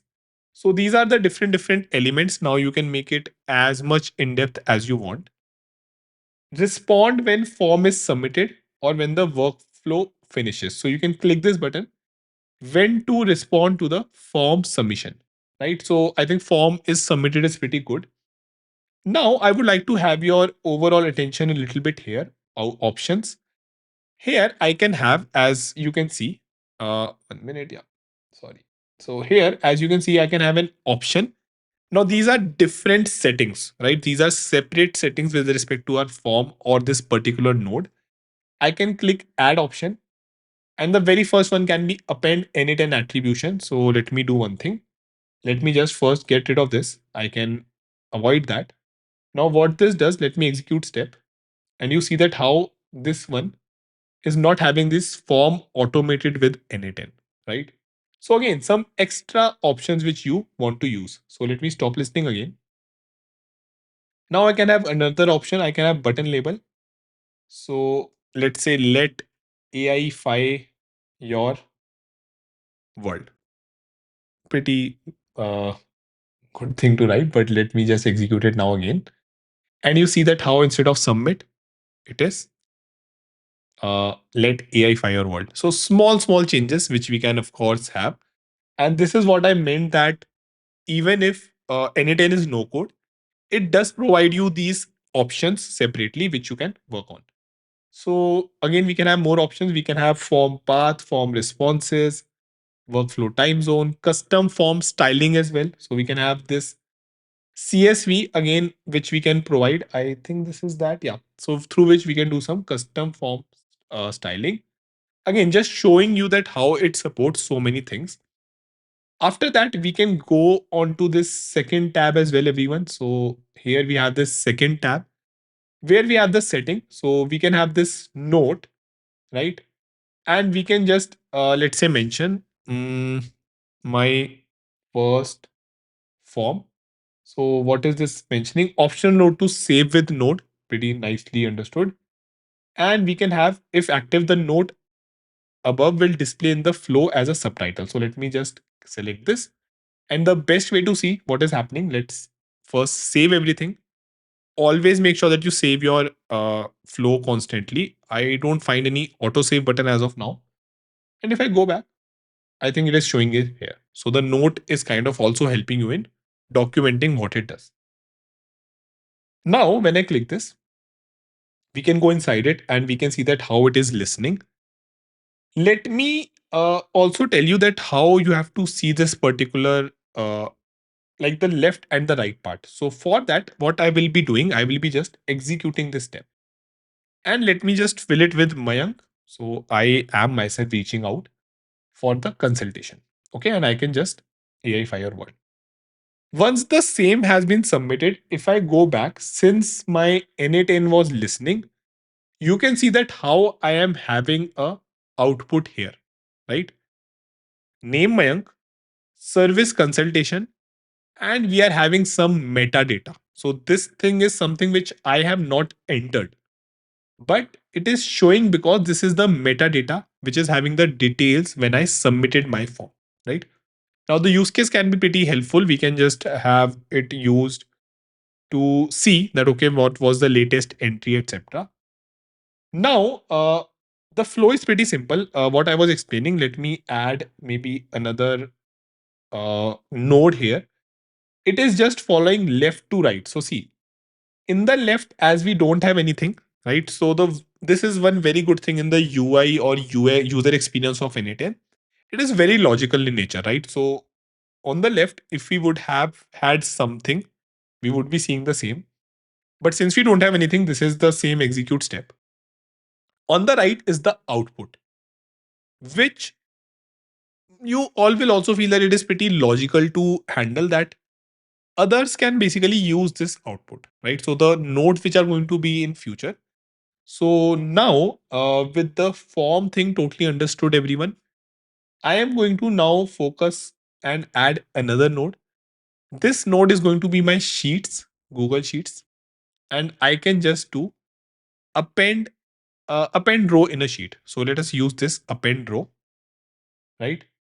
Now you can see this thing is what I was mentioning about, everyone, that how on the left we have the input where we are having this particular details from the form which I filled. So pretty easy to follow how we have on the left everything present, and on the right is going to be the output once this particular node gets triggered. So I hope you are able to appreciate how logical this is, how it is flowing from left to right.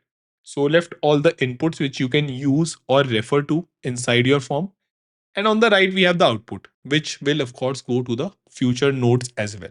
Okay, so here we have variable and context as well. These are the different variables which are present in my workflow altogether, which is your now variable. Then today, if you remember, we created a variable name where I just had Mayank.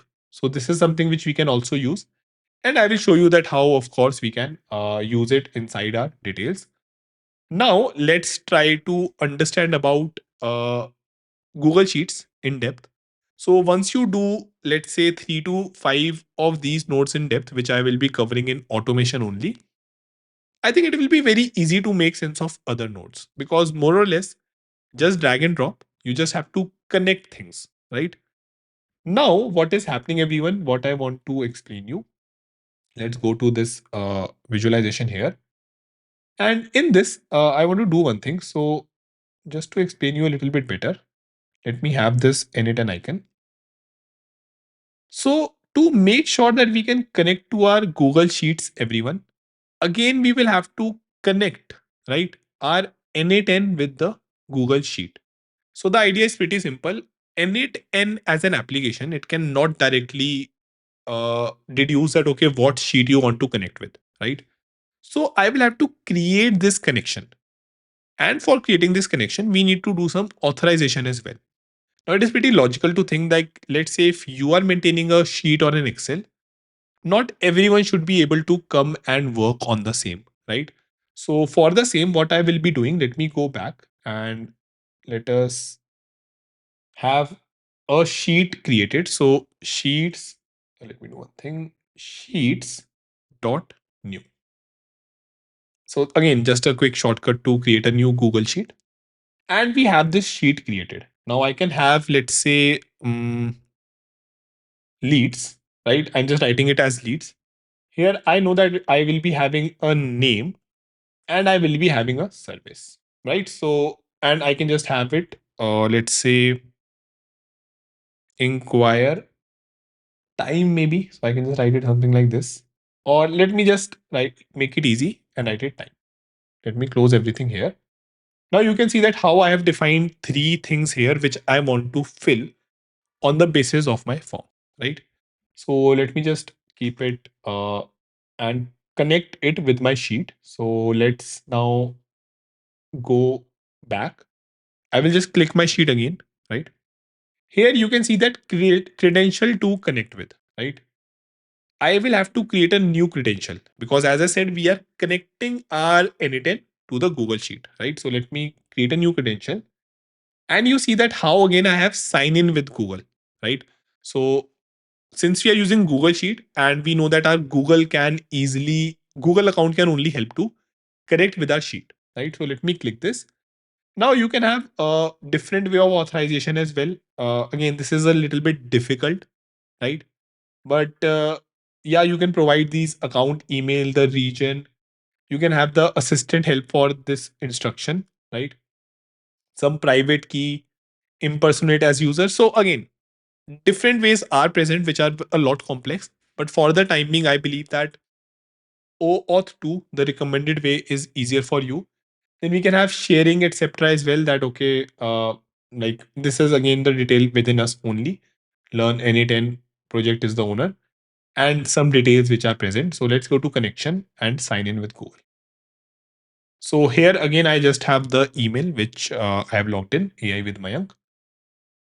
So it is just now having some three services, which is view and manage metadata of files in your Google Drive. So your Google Sheet gets saved to your Google Drive, right? And see, edit, create, and delete your Google Sheets spreadsheets, right? So for the timing, you can provide that, should be fine. And the connection is successful. So pretty easy to connect this, right? And it has made it a lot easier to connect, which is very difficult if you try to write it in code. Okay. So I can just close this. Now, the good thing is that if I now talk about resource, okay, so I can either have a full document or I can have a sheet with document. Operation is append row, which we have already seen. So we will be appending a new row into this particular operation. Now let's talk about this document. So in terms of n8n language, this is a document and this is a sheet, right? So if you see a little bit bottom, this is a sheet, everyone. And we have this as the document name. So leads is the document name. Now let me go back here and I can have the sheet within document. Operation is append row and I will be selecting my document from this. So it has searched and got this pretty nicely. So I can have leads here. And again, it is just doing the hard work for us and we can have sheet one. So in the backend only, once you connect this, it tries to make a call and get all the spreadsheets or document which you have created. And then within that, it is having the sheet one. Now you will see that how it is having name, service, and time. The columns which I have created extracted here. So I'm showing you that how it has been created very, very nicely with the flow in mind, which majority uses. And of course, we have different options which we can change. So I can now do map each column manually and map automatically. I would like to do and show you by doing this manually. So it is fetching the column again. Now we have this name, everyone. And let me just, let's say if you see here, it is saying drag an input field from the left to use it here, right? Now I hope you understand that how I will not be adding Mayank here. Because if I make it Mayank like this, it is filled. It is, sorry, it is basically fixed, right? You can see the fixed here as well. So this is for the use case when you want to always send some fixed information. But that is not going to be the case. If you genuinely understand the use case, our sheet will get appended or we will have the input based on what we are entering inside the form, right? So with that in mind, everyone, what we will have to do is we can drag and drop from the previous nodes. So this is the beauty of n8n, that how the things are in flow, right? So just I will have to drag and drop my flows. And in this, what we will be now doing, everyone, I just have to drag it like this and drop it here. So let me just remove this Mayank. Now, as soon as I have dragged and dropped this, you see that how it has changed to expression, because now this is not fixed. This will be changing based on what I input. It is showing me the result. It is showing me the result, which is Mayank. And I will be covering that what exactly this is after we kind of complete this form. So don't worry, I will be explaining you this notation as well in a lot of depth. Now, similarly, you can just drag and drop a service. So very, very easy to do. It will change to expression and it is showing you the current value. So let's say if I would have selected, let's say training, it would have shown you training here. Similarly, submitted ad, I can have it here. And you see that how the same has also been done. Okay. Now just to check it quickly. And again, we have options here as well. We have the cell format, data location on sheet, and minimize API calls. So few things which we can configure. And similarly, we have the settings. So always output data, execute once, right? So if active, the node execute only once with the data from the first item it receives. retry on fail. So this execute one can be pretty good if you have multiple, let's say, things and you just want to test it out. So let's say you have 100 values, but we want to just check it for first value to make sure that it works. Due to whatever reason, if it fails, do we want it to retry? Let's say if I go and I delete that sheet, so it will fail on the first try. So do we want to retry that? Maybe I change the name. Okay. And this on error, what we want to do, we want to stop the workflow because we can have future nodes here as well, right? So we can have the nodes after that. What do you want to do? So these workflow relating settings are present here. Okay. You will see that these are kind of common in many of the nodes which we create because they are not related to a node, but rather the full workflow. So I can either stop the workflow or I can continue using the error as the input, right? So pretty straightforward and easy to understand. And then we can have some notes as well. My first sheet.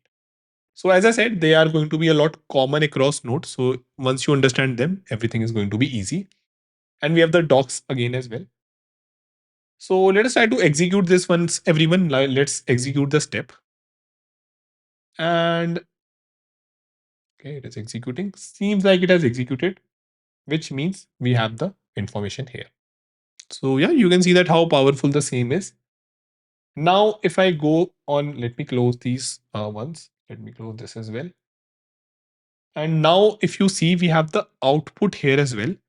So we can see that output is Mayank, service consultation and the time. Let me close this. And now let me have Gmail. Okay, so let me have Gmail. In Gmail, I want to now send a message. Let me, where exactly is this? Send a message. And now what I want to show you, we have these two nodes which are precursor to our Gmail node, right?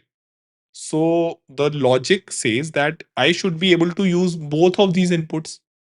This is what you will see here. So if you show on input, we have the sheet here, we have the on form submission, and of course we have the variable and context, everything present as it would. So I'm pretty sure that this shall be a lot easy for you to understand. Now I will have to create a credential because this is a new workflow which I have created. So the previous credential, they are not being carried upon. Okay. So I hope you're able to easily understand and join the workflow here, everyone, that how we have created a form and it's a n8 form, n8n form. We have appended the value inside the sheet so that we can use it further anywhere inside our workflow. And now we can just send the mail. So let me just quickly set these settings up. Now in the setting, you will see that how these are the common ones. So I will not be explaining them again. You can just quickly play around with them. If you want for your particular node, if there is a lot of information, you make sure that you fill in these notes. They are very helpful. Something which I always make sure to fill along with the sticky notes outside. Then again, let's go to the create new credential. I will be doing a authorization again. So let's do this. More or less, it has the things. Just it wants to reaffirm that overall. So good practice. Connection is successful. We can close this. Let's go back. Now resource is message. We have the label, draft or thread as well. Let's first work on message only. Operation is sent. So you can change these things here as well. It's not that since you have selected Gmail and you have selected send a message, it's not that you will have to go back. And it is a little smart at the end, right? Because majorly, if we think about this, we see this Gmail here, right? So we can have the operation change at least. So I can just have send here. You can see that how you have different operations here. So send. Now to AI with Mayank at the rate gmail.com. Gmail.com. Subject is, let's say, form lead update. And now I can have the email type. So let me make it text only as well for the time being. You can easily go to chat gpt or any other llm and maybe just ask for a html kind of a thing. Again, it will be a little better formatted. Now I can just present the message here, everyone. So in the message I can say, hey Mayank. So now see, there's a problem. if I press enter or something, I will not be able to see this. For that, I hope you see this small button here which pops up. So let me show you that now easily. Let's say if I just go towards this thing, I see this button, which is for open edit window, right? So I will click this button and now I can say, hey Mayank, how are you? Again, I'm just showing you that this is the default message which we have already seen in our simple first automation. And it is going to send the message. But this time, I don't want to send the message like this. Rather, what I want is, I want that now you see that how it has been divided. Hey Mayank, how are you? There is a new lead on the form, and I can just say name. Now, for this name, what I can do, I can again drag and drop.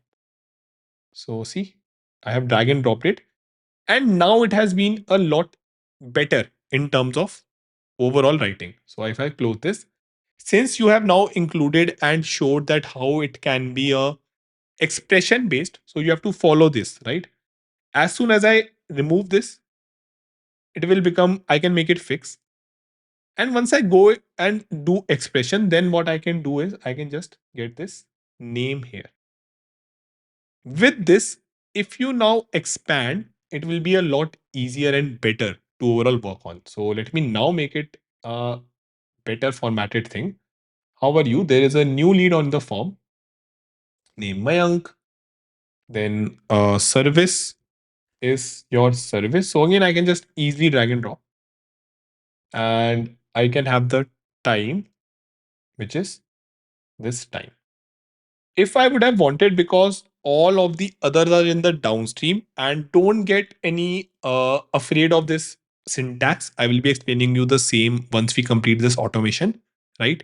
First, I want that you get the taste of the automation. Okay, like, okay, yeah, this is working. This is pretty powerful. Then I will show you and make you master in these small things as well. After that, you can just say thanks. And what I also would like to do, everyone, is I would like to have a source here. And in this source, I can go on variable and context. And let's say I have the workflow ID. So now understand, I can have multiple workflows which are running. I should be aware that, okay, from which it is coming. So this workflow ID might seem a little technical, but it is just a unique identifier. Okay. So I can just say, thanks, your awesome workflow. So I can have other information as well, name, if it is active or not, then execution, uh, how many executions have been there, the variables which I have here, and some now and today things which I can use. So let me just now close this. And yeah, you can see that how this is pretty nicely formatted now. We can easily read the same as well. If I want, I can have some other things. I can just remove this append n8n attribution. Pretty good from n8n that it is not a paid feature, right? In most of the application, this is a paid feature. Now, if I execute this, and if I go on my email, let me go on the outside. Okay, so this I can delete this. Should be fine. Okay, my bad. Let me undo it. So yeah, we got this form lead update. Hey Mayank, how are you? There is a new lead on the form. Name Mayank. Service consultation. Time. Source. Again, this can help me to understand from which it came. Ideally, this source might not make a lot of sense. The name of the workflow will. But yes, tomorrow name can same, but this unique identifier will always be the same, right? So thanks, your awesome workflow. And you see that how things are working as we would like them to work, right? So in a way, we did understood that yes, this is working. And yeah, this is a complete workflow, everyone, right? So we genuinely have completed this workflow. The first two things are something which you can do with Google Form as well, like it did in the backend can maintain a sheet. But sending or connecting it with email, and if we can do it with email, you can surely do it with other services as well. So there are, of course, so many apps and integration which I can connect and work on, which I also ran you through, which you can easily understand that how this is a lot more powerful, right? So with that, everyone, we have completed our first automation. Now, before we move on to the second automation, which is a little bit, a little up the notch, right? what I would like to do is I would like to explain you a little bit more in depth about this input and output, how we can have this different overall ways or the types, right? Here and here as well. Along with that, how you have to not be afraid and understand about these things, right? How you can, without dragging and dropping, just by simple reference, also make sense of this. So, what is this JSON? All these things I will be covering so that, again, if you are a fresher and normally as well, since in coding we don't go in depth about these JSON, etc. Here, this is the language which we will be using, right? So, this is the language of communication with your n8n workflow. That is your JSON and how you will be referring to these variable. So it's still no code, sorry, but you have to understand this in a lot of depth. So this is what I would like to first explain you because this will be useful for everything, each and like any workflow which you create, no matter the use case. And if you pick up any template, this is what will be helpful in understanding that template in depth, right? So save your workflow. And now let's jump on to understanding about this particular input, output, and JSON in a lot of depth. So I've created a, like I have, sorry, had an awesome workflow, which you can, so via which I will be explaining you the same. Cool, everyone. So now let's move forward. Pretty sure that this automation shall be a lot clear. Highly suggest you to also try out other different integrations, right? So I have shown you with the most common one, and we will be using Gmail and Google Sheets wherever possible. The reason is that for the majority, right, I guess for 95% of the people and learners, this is something which we use every day. So automating this or able to understand this is something which will be very helpful, right? Though, of course, you can use other apps and integration as well. Now, let's move on to understanding the basics, as I said, of JSON in particular. Now, the same will be very helpful for anyone who have no idea about coding or any structure in general. And for the same, I have used one of the templates which has been given. Let me show you that. So if I go, yeah, learn JSON basics. So this is the template, everyone, which via which we will be understanding about this JSON in depth. Now, if you have an idea about JSON, I will suggest you to watch this on 2x maybe. The reason is pretty simple that it will at least help you to remember all these things, right? And one more thing. So, understanding this, since this might be not code exactly, but this might be the closest you will come to coding in terms of n8n. So, I believe that the same is very important. Now, let me do one thing again so that you can also get these. Let me download this. So, let me download this. So I've saved the same. We can go here and we can click download. It will be downloaded as a JSON. Let me just maybe download it again. And we see that how we have two downloads of this. Now to load it again to my other space, right? So this is the one which I have created as a reference so that I have these things saved. In this, what I can do, let me first save this. So very important.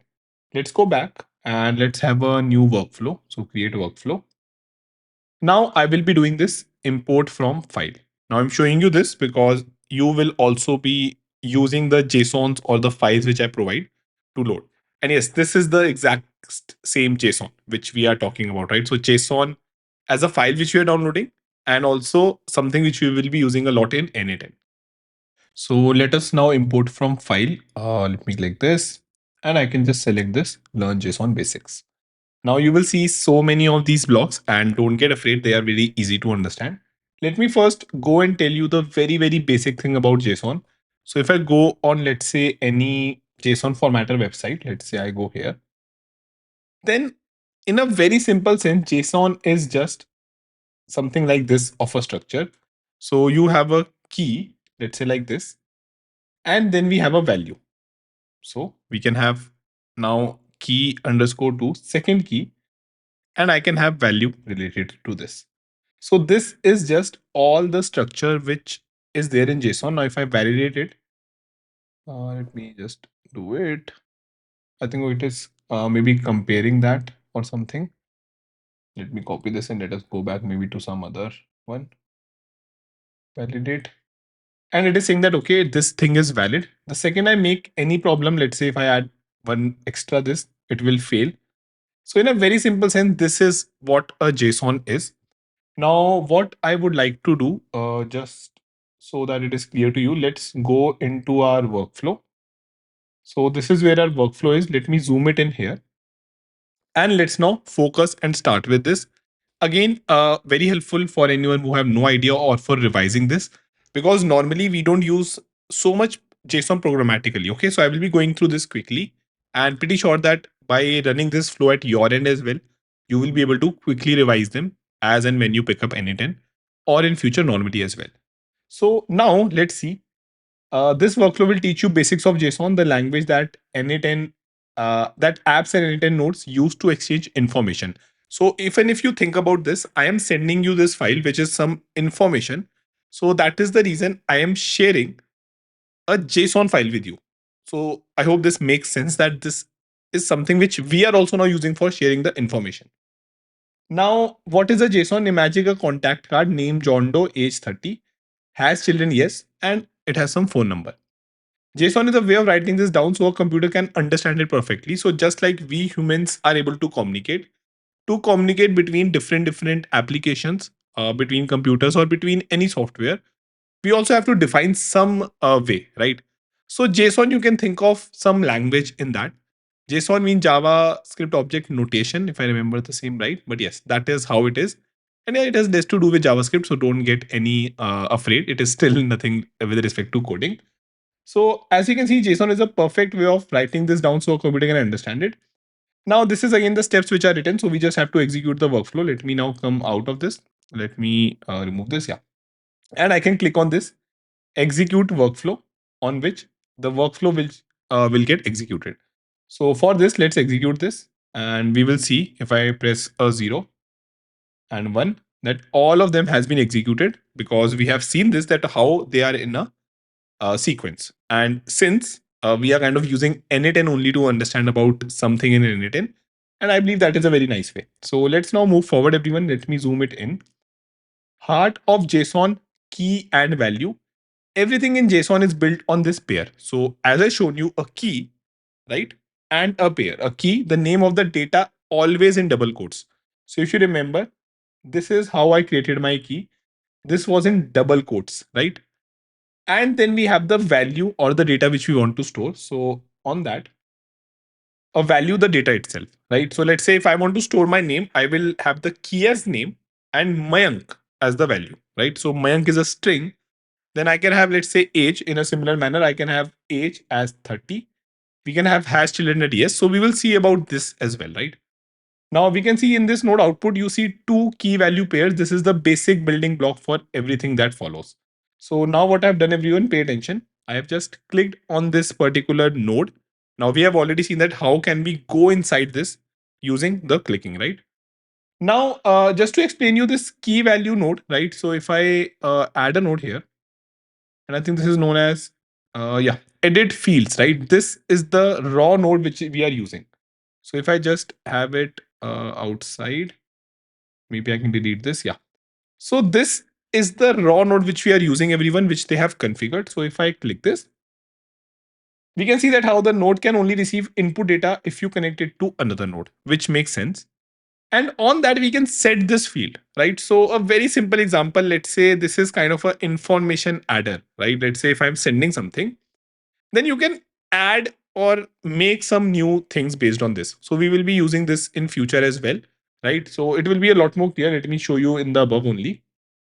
When I click this, you will see that how if I do on this schema, right, we have nothing in the back, right? So if you remember, this is just a simple manual trigger, no information, nothing. Once I go back into inside this, we are having this normal variables. Those are something which we already anyway knows that they are present. So now today variables execution, these are at a workflow level, so we can use them, right? Now you will see that how in a very similar manner, if I just zoom it in a little bit in the input section, we are able to see the same in a schema manner, right? So this is different ways in which we can see what all is present. We can choose a table as well, right? So I think execute to start. I have executed this 1 minute. Execute workflow. So we can see the same in schema or in the JSON. Now, as of now, again, no data is present. So that is why it is empty. In future, we will be able to see the same, right? Now, you will see that how by doing a manual mapping. And since this is the first node where we have to do something, the initial one I would like to say a zeroth node because it was manual trigger, we have the key and value being set. So we are setting key and value, right? Now, this is very similar to how if I go here, I just say that this is the key and this is the value. I'm specifying what is the type of my value, right? So my value is of type string. In a similar manner, I'm just setting this. So another key, and another value. So instead of value 2 or key 2, we are using another key and another value. Let me go back. Now, of course, once we set this, we can, of course, have other fields as well, which we can use. And if I execute this, then this is going to provide me with this particular output. So that is what I said, that it is kind of a data adder or enricher, where let's say you have the name. Now you are using this node to maybe add my age as well. So the output of this node is key and value and another key and another value. Similarly, just like we had in inputs, just like we had these three schema, table, and JSON, in output, we can see the same as well, right? So let me just zoom it in and show you a little bit. Now, if I go on table, we see the same things as table. So it is just taking the very first one as maybe the names of columns. So key, another key, value, another value. Okay. Oh, sorry, my bad. This is actually vertically key and value, then another key, another value, right? And in a JSON as well. So, of course, like ideally they're in JSON only. Okay. But we are using them, we are able to see them in a schema manner because it is easier to understand like this, right? So, this is one thing, everyone. Now, here you will see that how you can edit the output. So, if I want, I can change anything here as well, right? So, kind of like a quick hack through which we can edit this and maybe set it to what I want. And next we have the pin. So pin data means that this node will always output current data instead of executing. Okay. So I will explain you for what this might be required. This basically will be required whenever we are trying to test something out. So that is the reason it says that doesn't apply to production execution. So instead of running everything again and again, let's say if I'm trying to get some email and then work on that, I can just pin this data. Now, once this is pinned, in a way, this is the data which will already gets just passed up. So for example, just to show you, if I let's say have this value 2 as well, it will not change here, right? So if I execute this, maybe it will ask you testing a node override pin data, cancel or unpin and test. So this is what it is saying, that hey, this is kind of in a testing mode, you cannot change anything, and this is the data which I will pass on to in future. So if let's say for example, if you got a mail, now, it is not that you will always be running and getting the latest email while you are testing or developing something, right? So, this is n8n ways of dumbing the data, why you can pin this. So, this is going to be very helpful because when we create complex workflows, you will be pinning the data like this. So, with that, for the timing, I'm leaving it unpinned, right? I'll be fine. Now, let me go out and let's go on to the next one. So, data type string, a string is simply text. The text is always enclosed in double quotes. Look at the example. So if I click this, we know that how now first you if you will see here, we are able to see the key and value from the last node as well, because now the whole thing is in sequence. And how I told you that the UI of n8n is pretty intuitive, right? So just like how it moves from left to right on our canvas, inside this as well, it is moving from left to right. So in the left, we have the inputs, and on the right, we will have the outputs. So we are getting this key and another key. And here again, we are setting the same via a JSON. So either you can use a manual mapping here, right? So I can have something like this. If I keep on clicking this. So this is more like, yeah, the things are kind of defined, or you can directly just set it via a JSON. So you can just directly set via a JSON. Okay. So pretty simple thing. Again, if I have to just show you, let's say I create this. This is very much like how I'm saying, hey, either you write key and value like this. Okay, so provide me in a kind of field way, or you just provide me the JSON and I will make sense of that. Okay. So this is was manual mapping in JSON is. Now again here as well, if you see this is fixed and expression. So I hope you remember from the last automation, we can easily drag it. If I make it an expression, so let me make expression. And now I think I can just use it like this. Okay. So we will see that afterwards. But the idea is that we are able to set the type. Okay. We are able to set the type of our value. Now, why it makes sense, Mayank? Because the values is the genuine data which we are sharing, and it can be in different types. So I would just like to show you one thing. If I go on JSON types, we can see that how JSON data types, it supports a string, it supports a number, then it supports an object. So in a way, a full JSON object can also be a value. So don't get confused. We will understand this in future as well. But the idea is that yes, the value can be itself a JSON as well. It can be an array.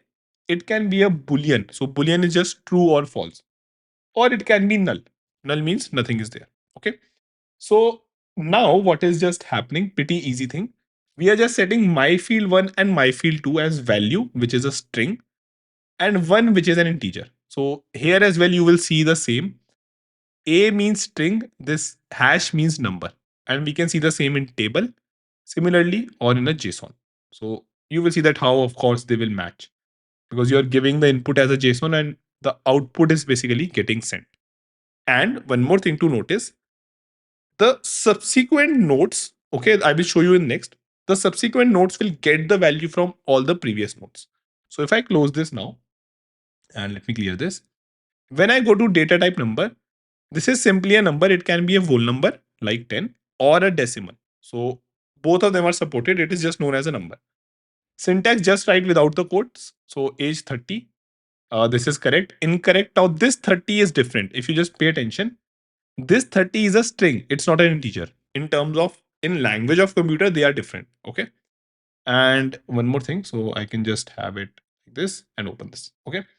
So yeah, now I think it is using manual mapping instead of JSON.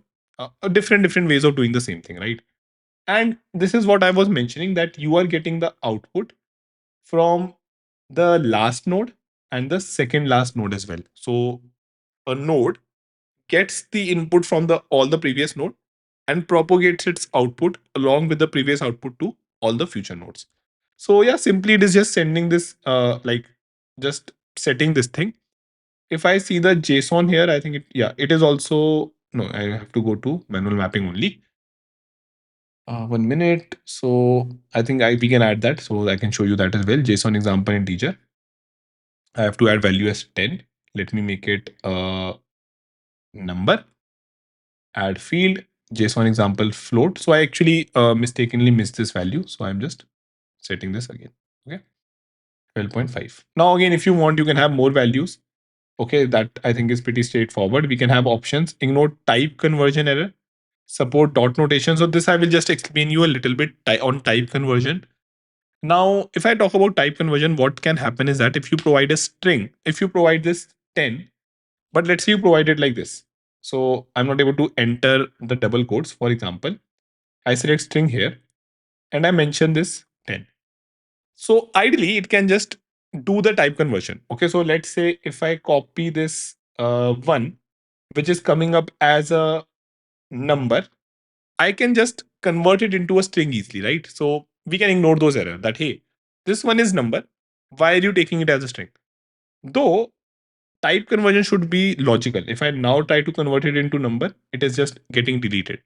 Okay, so it is not that you can convert. So what I meant, the whole idea of what I meant was that it is not that you have the value which you now want to convert into a integer.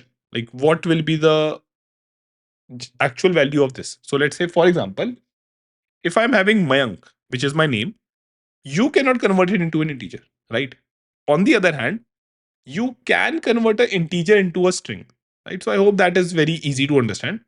With the same understanding now, let's move forward. They are just kind of adding everything in line, right? So let me, like, this is becoming like this because node configuration has changed and it is saying that, hey, your data might get affected. Something has changed here.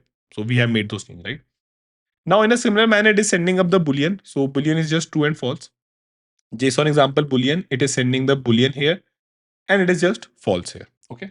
So you will see that how again everything is there. We can see the same as table from previous nodes, one node back, two node back, three node back, and four node back. Or you can see all as JSON. So again, JSON same number string from which node it is coming. All of these things are kind of set, like specified. And I think this is very good from your n8n end because it makes it very logical and easy for everyone. Now, if I move forward, similarly, we have the data type null. So the one which I explained you, we can have JSON example null. We can easily set it as null just. Okay. And again, similar manner in schema, it is most easier to see because everything is available. And yes, it is based on the order as well. First we had the string, then number, then boolean. Here now it is just using this JSON. So it is giving you example of different type of value. Okay. Then next we have the array. So again, sorry, my bad. Yeah. Again, in arrays, we can have multiple values. So if you remember array, it is just a list of different values.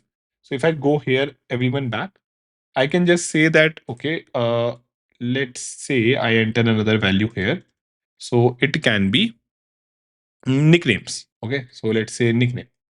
Now I can just specify my different nicknames here, right? So let's say I have professor. So somehow people call me that from Money Heist. Like maybe when I have the specs, everything. Or teacher. Or I can have 1, 2, 3. Okay, again, I know that 1, 2, 3 doesn't make sense, but yes, this is an array, multiple values. Okay, so this is what an array is, and it has set these values. First element, true, false, and null. And you will see that how it has used different data types in an array. So it is not that it is homogeneous in nature. This is what we use as a word in programming. We can have different types of values in an array. Okay. Similarly, the last data type, as I've already shown you, it is a JSON object. So if I open this, now don't get confused. Let me make it a little bigger and let me explain you. Let me copy this and maybe we can just have the formatter. So it will make a lot of sense. Let me just show you in the validator. Let me copy paste this and let me process. See, uh, again, this is very easy to understand. Like just they have made it kind of a little flat. The second I validate, and you can easily get or use this JSON validator and formatter. It became a lot easy. It is having a key which is a value, so it is having a string kind of an value. Then we have an array 1, 2, 3, then boolean, then integer, and then it is saying that hey, I have a key named sub object which is a JSON itself. So if I show you this, don't you think that this is also a JSON in itself? If I just process this is also a JSON, right? So that is all what it was. If I process it again, it is all where now the value will be stored. So pretty simple thing. It is showing you this. I think this is the history. Yeah, right. So sub key find me. It is just a JSON as the value of some key. So that thing, just nothing else. And you can of course keep it like make it more in depth. So if I want, I can set this value key as a object again. Okay, so just we are using on the basics. So once we have understood JSON in depth, we can have the value as a JSON. Okay, so if I go back now, this is what it is setting everyone. We can see the schema. It will be easier to understand, right? So this is the object here where we have the key first, then we have an array, something like this, then boolean, then integer, and then sub object, which is in itself a JSON. Okay. So yeah, with that, I think this shall be clear. In the setting, it is almost the same the way we saw it in the last automation. Let me close this. And now you see that how we are having so many inputs which we are taking. Let me close this and let's go to the last one. Using JSON in n8n. Now for the magic. How do you use data from a previous node? So if you will see, we have so many of these nodes where we have set up these values. Syntax, sorry, this. Then this node creates a custom message. Look at the value of the message field. Hello, the number from the tutorial is this.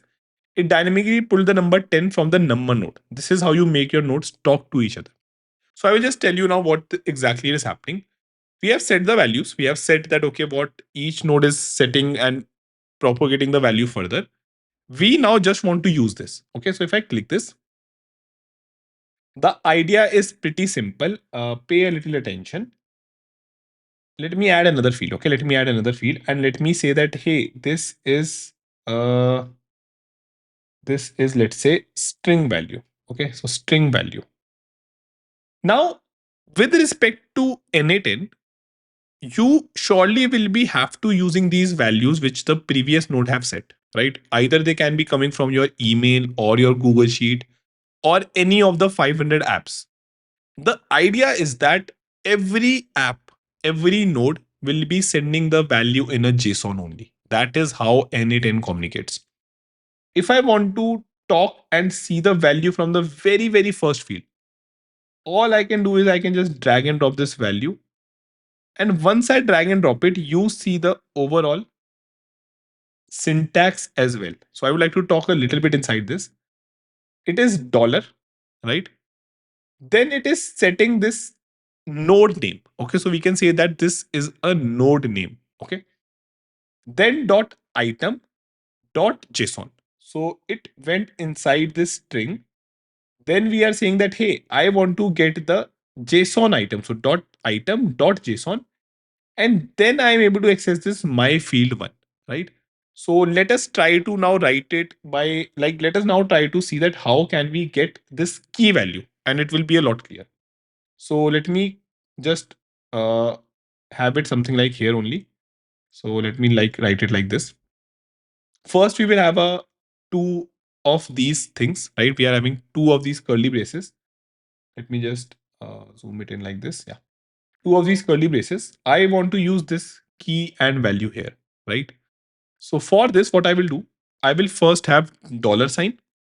Then I will have this brackets. Okay. Now I would say key and value, the name of my node, and it is inside this particular single quotes. Now you can see that how it is also suggesting the same. So I can just select this, then dot item dot JSON. Once I do this dot item dot JSON, I am saying that, hey, this is the node. In this node, I want to just use this JSON. So the syntax is dot item dot JSON. Then dot, I can just get this key now. And you can see that how we are getting this as a value here. If I want, I could have the next key, which is another key, and I got another value. So this language is very, very important. Either you can easily drag and drop because in n8n you see everything on your left, right? But you should know that, okay, how you have to frame this as well from scratch. So this is what we have understood, everyone. Now let me close this. And of course, it was string. So it will be showing, if I execute this step just for you, it is showing this string value as value and another value. In JSON, it is inside this. Okay. I could have made this an array as well. And now if I execute this, see what the change will be. It is saying that, okay, there is an error because for array, we need to have this square brackets as well, I guess. Right. Now, if I execute this, again, an error using JSON expressions, but we got a value. Okay, my bad. So we will have to set up these array values. Like, let's see that. I have to use this thing, right? So if I go here, I can have it something like this value. And maybe like what I'm doing is I'm just setting this and let us, I guess it will still show error, no worries. Okay, so it has been node executed successfully. And it says that, yeah, now we have the values. Okay, so just it was missing that double quotes. And yeah, we are able to get this the way we want, right? Pretty straightforward. They are string. We are able to see this as well. And I hope now you understand about this fixed and expression. Now, let's say if I have another field and I have to add name of user, I could just have it as Mayank, right? It is a string here. If I execute it, it is all good, right? So pretty simple thing, nothing out. I'm not using any logic or any dynamic value here from schema. Let's always, I think the schema is a little bit helpful based on my experience as well. So you can use this and just have it here. Simple thing, right? And yeah, if I just close this now, the last thing is the last to create the final object by using expression to pull data from all previous node. I think you can do this, right? You don't need to see the result as well. Click on this node and use look at the expression. If I do this, then you see that how from all the previous node it is able to pick up the data. Now I think it is using some value which we have changed. So it is from string. If I go here in the string, item JSON example string. So yeah, we change this thing, right? We change this to my field and my field too. So to correct this, we can just say my field one. And once we execute this, we can see the answer as well. So in a hindsight, this is just kind of getting these values, dragging and dropping this, nothing else, right? So this completes your understanding that how the data will be kind of communicated and exchanged. You understand about JSON in depth, like how it's just a key value pair. How what are the different data types of JSON? Okay, so they are also very important. We have seen them. They are string, number, boolean, null, array, and then object. Okay, so these are the one which you will be dealing with. Every node will be communicating with the next node in terms of JSON value. Even if you have to make it dynamic, doesn't matter what you have to do, you will be using this understanding and information. So that's why it is very important. You can surely click schema to see it in a better, easy to understand way. But yes, I think the way I've explained you, it should not be a problem. Either you use JSON, table, or schema. It is just one or the other way of telling or getting the information, right? So you can pin this as well and you can edit the same if required. So I can easily just edit it and then maybe I can save and pin it for my testing purposes. Something which we will see in future, right? When we will be building complex workflows. Having this understanding is very important, not just for building these workflows, but if you do pick up a template in future, how exactly will you be making the changes? That is why this information is required. Because in very complex templates, there will be like uh, 30 40 of these nodes. So if you know that okay how you can yourself do this, you will never face this problem.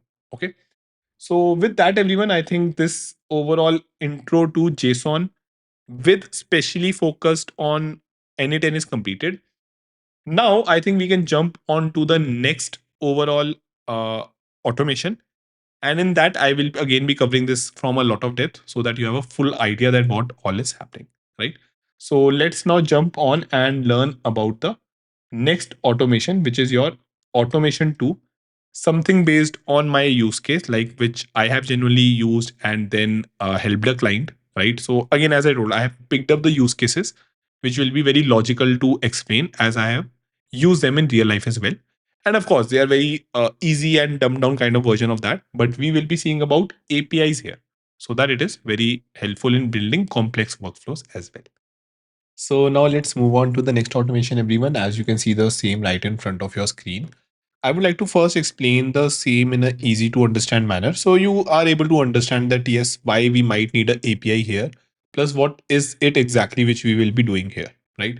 So for that, let's just go and create a new sheet first. So I would like to have this as JSON learn, or let me say learn JSON.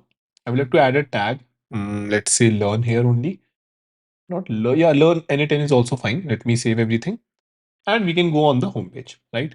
I can just create a new workflow. I think, yes, so this has already been created. Automation 2. So we are just creating a new workflow with automation 2.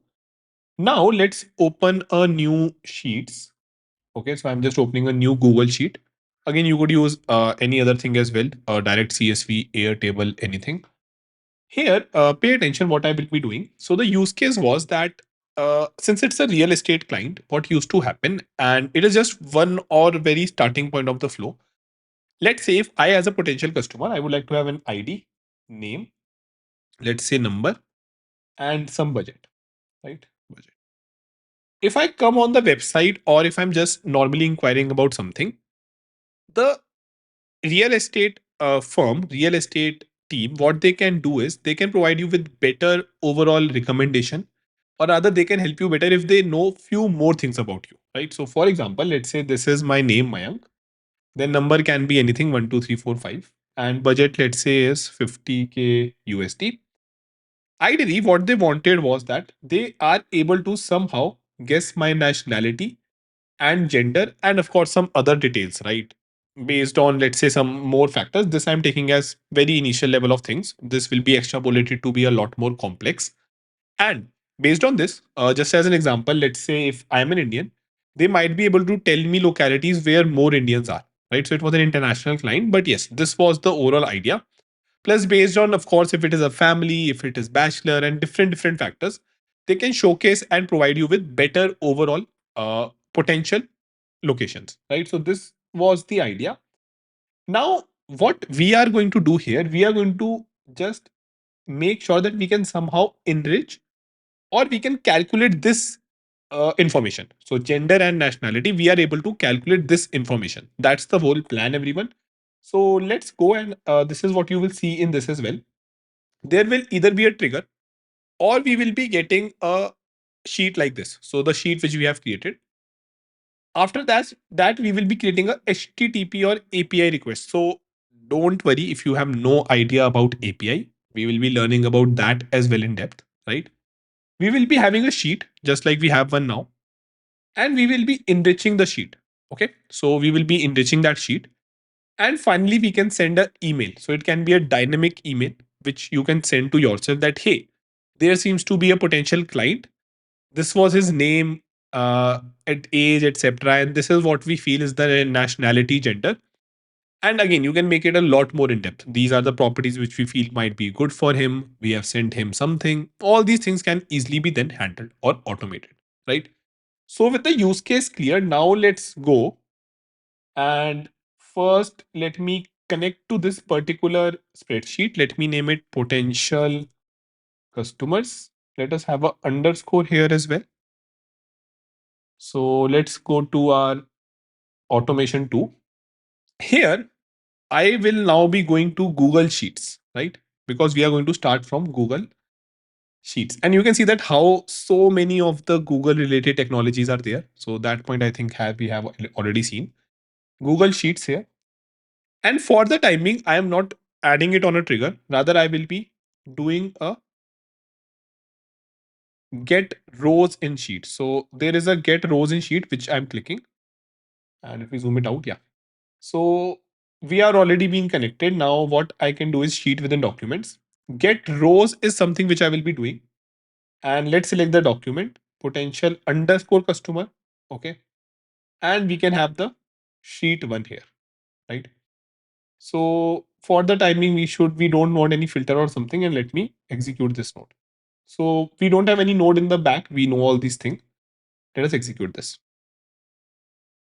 And seems like we got some information. So row number 2, ID, name, number, budget, and gender and neutrality nationality is for the timing left, which we will be calculating. Okay. And for that, we ideally need some service. So I will be using an open API, like the one which you can hit use easily. But yeah, you could easily have an API which is present in your let's say with your logic in your application. Okay. So that is the whole idea, everyone. Now, for the time being, what we have to do, pay attention. We have to, of course, first understand that, man, what is this API, what you are saying, right? I have very less idea. What is this API? So even if you have an idea, which I believe many of you might be having, pretty good, still see the video maybe on 2x because I will be covering a lot more things, specifically focused on n8n. And if you don't have an idea, then you are going to enjoy understanding about API in so much depth. Okay. So let's first see that what all we are going to understand API with. I have similarly created and got another 1 minute. Learn API. So yeah, we have a similar kind of a in-depth workflow via which we will be understanding about APIs in depth, right? Because I want that, since this is the at max level of coding or little technical thing which you might have to do. Again, it's not coding as such. You understand these things from the very start for all the future automations which we are going to create, automation or agentic workflows. So first, let us read a little bit about from here that what is this API. Then I will give you an example.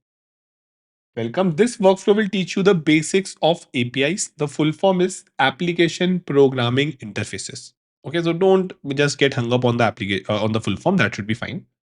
What is an API? Think of it like ordering food at a restaurant. You are the client, so we customer are the client. The HTTP request node, which is going to make the request, right? You want something. The kitchen is the server. So kitchen is going to be the application or the webhook node. Like just avoid the webhook for now. I will explain you what that is. You can just think of this as kitchen, which is having some data which you want. It has the data or service you want. Okay. The API is the waiter and the menu. It's a set of rules and options you have for making a request and getting a response. So this is all what is the easiest method to understand about API. Same thing you will see that I have kind of explained and used here. So we are the user here. We are the one who are the user. Then this waiter is going to be our API. Of course, it will understand some language. It will make sure that you are the right or potential customer, like you have not already eaten. You are in the restaurant. So few things it will also be checking, right? And then based on what you requested, it is going to transform that request to the application or the kitchen and then get you the response, right? So that is the easiest way to understand about API. And this is something which is used across all the application, right? This is how like the how we are able to communicate between application using these APIs. In reality, when you are connecting with these sheets or any application, some API is there in the backend only, which n8n has standardized that it is you are not seeing that thing. Okay. But of course, it cannot have all the applications. Just as an example, if say you have an application which you have created for your use case, n8n will not be aware, right? So you will have to expose an API, right? So for that, now let's go everyone and let me do one thing. Let me yeah explain you here only. We will download this and I will share the same with you so that we can easily just switch between them. How to use this tutorial? Click on execute workflow. The workflow will run from top to bottom.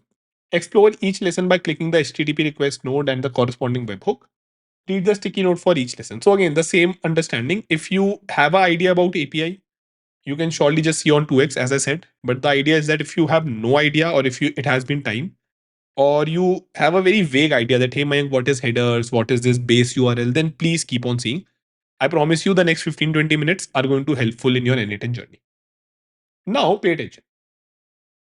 So yeah, action required for n8n cloud users. So there is a little caveat.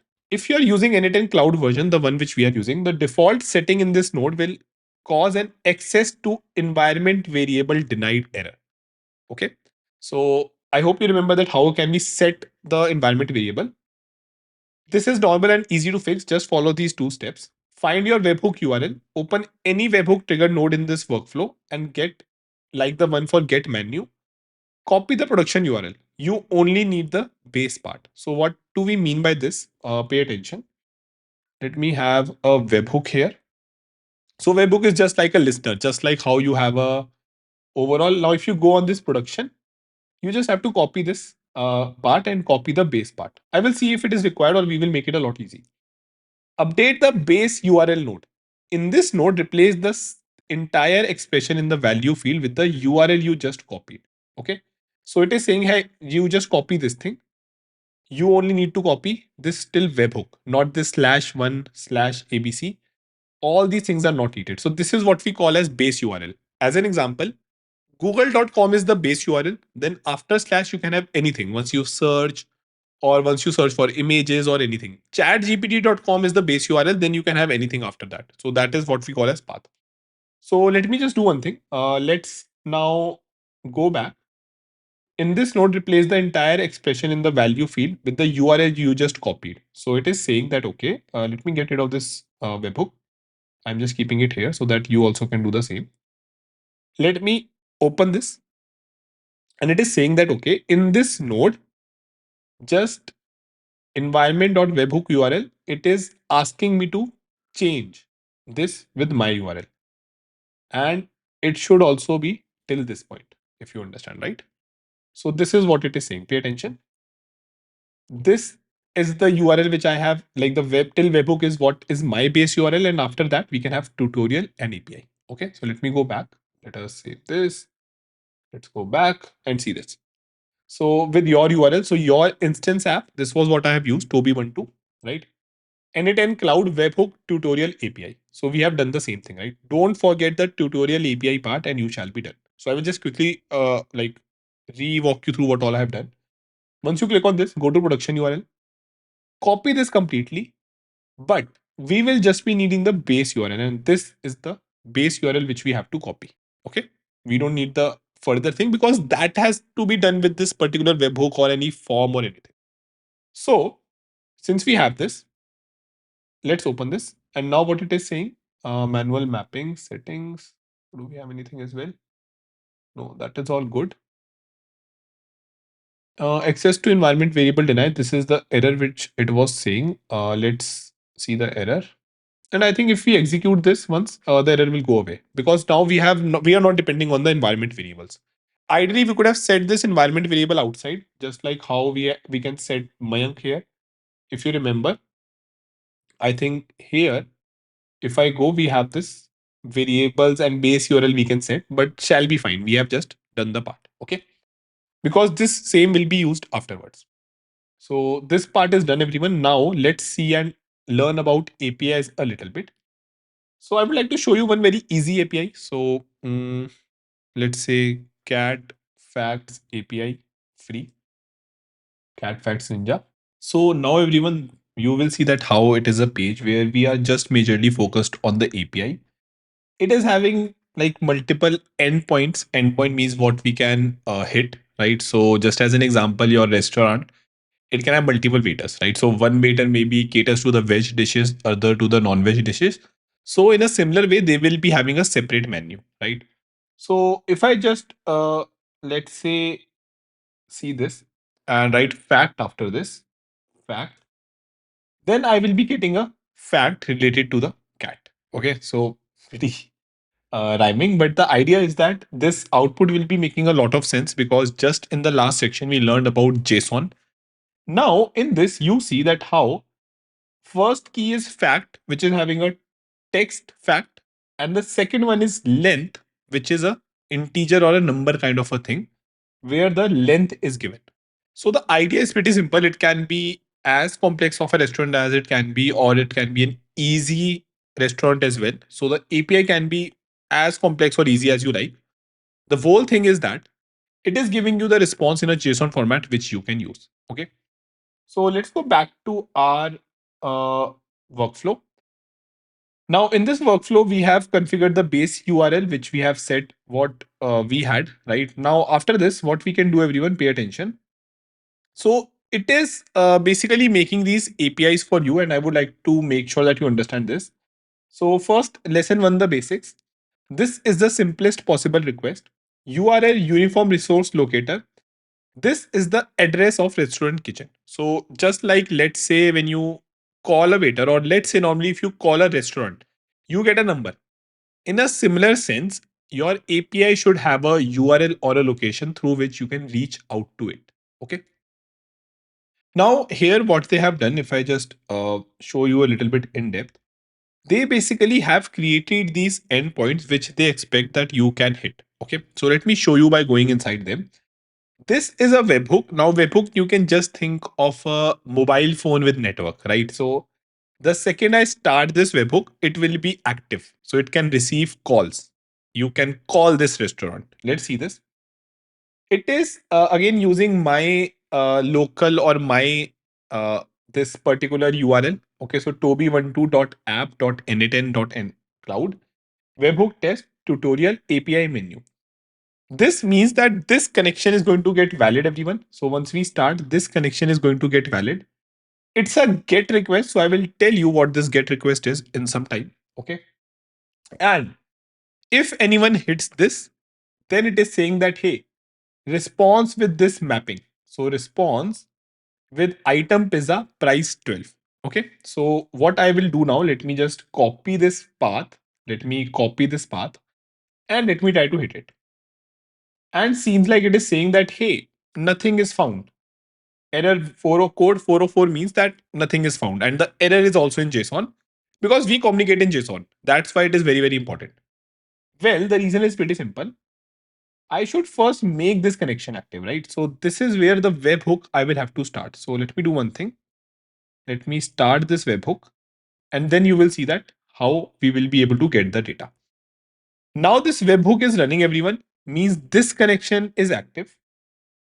If I go back and if I just refresh it, see, I'm able to get item pizza and price 12. Okay.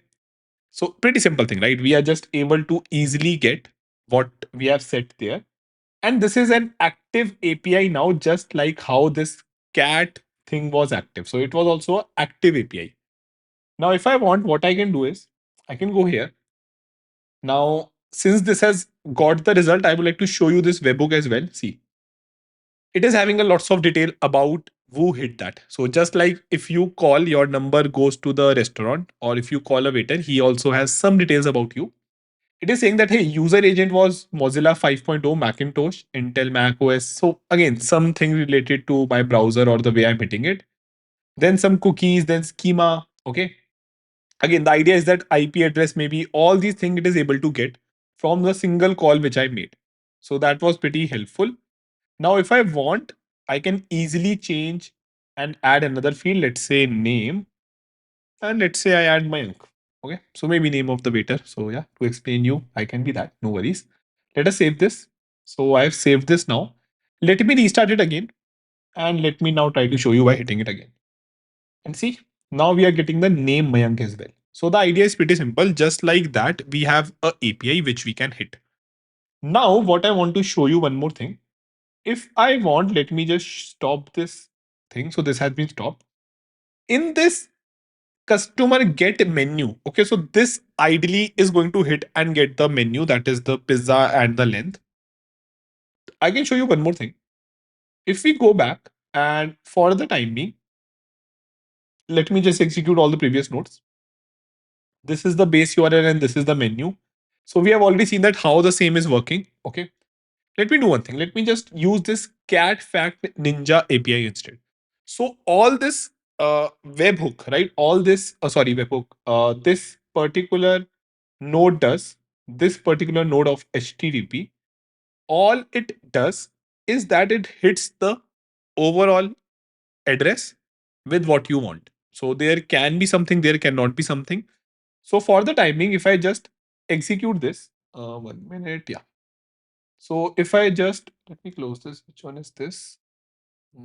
Okay, my bad. Yeah, we were inside this, sorry. So just got confused. Yeah, we were inside the one which I've created separately. So now when I execute it, I am able to get the cat thing here. So pretty simple thing, right? This is all what APIs are. You just make a call and you get what you want in some JSON format, right?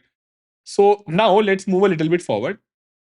Customizing a request, query parameters. What if you want to customize your order? That's what query parameters are for. Now, what does that mean in a simple language is that what if you want to send that, hey, bring me the veg menu, bring me the non veg menu, bring me the drinks menu, just like how you say to a waiter, and he gets you that menu, right? So, this is just where customizing thing happens. Now, pay attention what is happening. It is just having this particular path, right? So it is this tutorial API and order. This is the path. After that, as of now, no authentication is there. So Vita is not checking if you have the money or not. That may be one level of authentication. Okay. And what it is saying, let's pay attention. So first entry JSON, that is all good. It is responding. Now it is having an if condition. It is saying JSON query extra cheese. So based on this path, it is going to now return. It can be, let's say, respond with cheese or respond with plain. So we can just set this thing. These are simple option added to the end of your URL after a question mark. So this thing is very, very important. They are the parameters. They are key value pair used to filter, sort, or specify what you want. Okay, so in an API, you after question mark can set that, hey, this is the cuisine I want. Simple thing, just a communication protocol is different. It's like telling the waiter, I will have the pizza, can you add extra cheese? Extra cheese is the query parameter. Okay, so what we have to do, pay attention. Here, this is the thing. I can just go to maybe 1 minute. Yeah. In the option, do we have something? No, we don't have any parameter here. Property name, data. No, I can just get rid of this. This is the URL. This is the path. Let me just do one thing here. Where exactly is this being taken? Okay, yeah, let me just run this. Let me run this and I can show you this thing after that. So let me copy this thing. Let me copy this thing and let me try to show what will be the result. So I want it with what was the path here if I go back? Extra cheese. Okay, so if I specify extra underscore cheese equals true, let's run this. Seems like it is saying pizza with extra cheese. So it is able to read it on the go when I'm passing it. And if I now go back, if I show you the one with cheese, it is going to return pizza with extra cheese. And in the 1 minute, yeah, in the parameters, so where exactly it is getting that, let's see that as well. Minute. Yeah, so just let me show you on the previous one, this if extra cheese, where the condition is applied. If we see here, JSON query, this query is having extra cheese or what I passed. Okay, so let us try one very quick thing. Okay, let me start it again. Let me start it again. And let's not pass extra cheese or something. Let's say order type veg. So let's see if it will fail or what will happen. It is giving me plain pizza, which is kind of understood. I will tell you why. And these are very important to understand. This was false. Okay, because this was false, it responded with plain. In the plain, order is plain pizza. So this is what is getting returned. Now we have already seen JSON and thing. But what I wanted to show you here is that now in the query, we have the order type and veg going. So this is veg, right? That's why it is basically working like this. I can just easily maybe show you like this. This is what we want to use. So veg. Now it was looking for extra cheese. That's why it was failing. But we have not sent extra cheese this time, right? Which means this failed. And because it failed, it went to respond with plain. So the idea is that yes, you can send any of these query parameters, just like how you have options to like ask for menu, etc. And based on that, you can have some conditions. So this is all what I guess you want to know, everyone. Now let's move on to the next one. Sending data, post and body. Now there are multiple types of API or HTTP request. HTTP request types. So you will see that how it is having multiple get, post, put, patch, delete, different types. Now this is very straightforward. Let's say if you are just asking for the menu, you don't need to send anything. The waiter will get the menu. If let's say your dish is bad, right? If let's say I don't like the coffee which I'm drinking, I will this time send the coffee and maybe I will call a API or a request exchange coffee. Okay. So I think this is pretty much straightforward. If you want to pay the bill, maybe you will send the credentials of your credit card. So, or if you want to, let's say, delete something, maybe you will send a delete kind of a request. Okay. So for easy categorization, your HTTP request is also divided into multiple types. Okay. Or multiple, this basically HTTP request methods. Now, this is one method. Sometimes you don't want to get data, you want to send it. Method post. This method is used to send new data to the server. It's like handling the water to a completed customer feedback card. Handling the waiter, sorry. Body. This is the actual data you are sending. Since you are sending more complex information than simple query param, it goes in a separate package called the body. So the whole idea is that in this particular thing, we are sending body as comment, I am so happy. Now, since we are sending something, this is not a get request. This is a post request. As you can see here, like there are multiple different ways of making this call. So these are a little bit basics. They are not code as such, but yes, if you will like to have any non-available integration with any app, surely you will be using APIs. And I can show you this thing as well, just to quickly show you. Let's say Gmail APIs, API documentation, Gmail API overview. The Gmail API is a RESTful API that can be used to access Gmail inboxes and send mail. So don't you think that this is something which n8n might be using after getting authentication? which it has provided inbuilt. But yes, this is something which you can use in any of your application. So that's the whole idea. You will find that how configure OAuth consent, then it is having all the things which you would need. So the idea is that you could do all these things via code. And it just is making it a lot more easy for you to do it naturally by drag and drop. So with that, everyone, I'm pretty sure that you shall be a little clear with this. Now, after this, this is identification where we can pass some authentication. Just like, let's say, if we are sending a bill, then we should be having a authentication that yes, we ate, then we are sending the real money.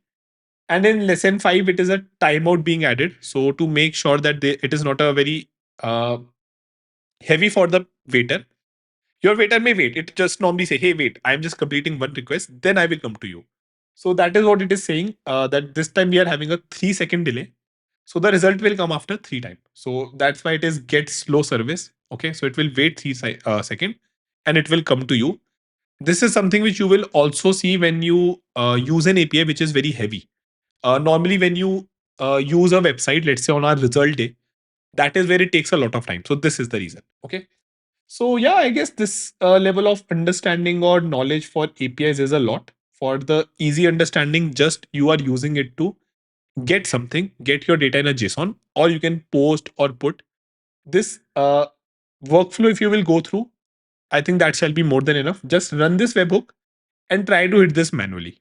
Okay, because that is the easiest way. Or else, what you will have to do, you will have to create a separate workflow, make this webhook active, and then run this particular path. Because only a single workflow can be ran via a simple single in this workflow.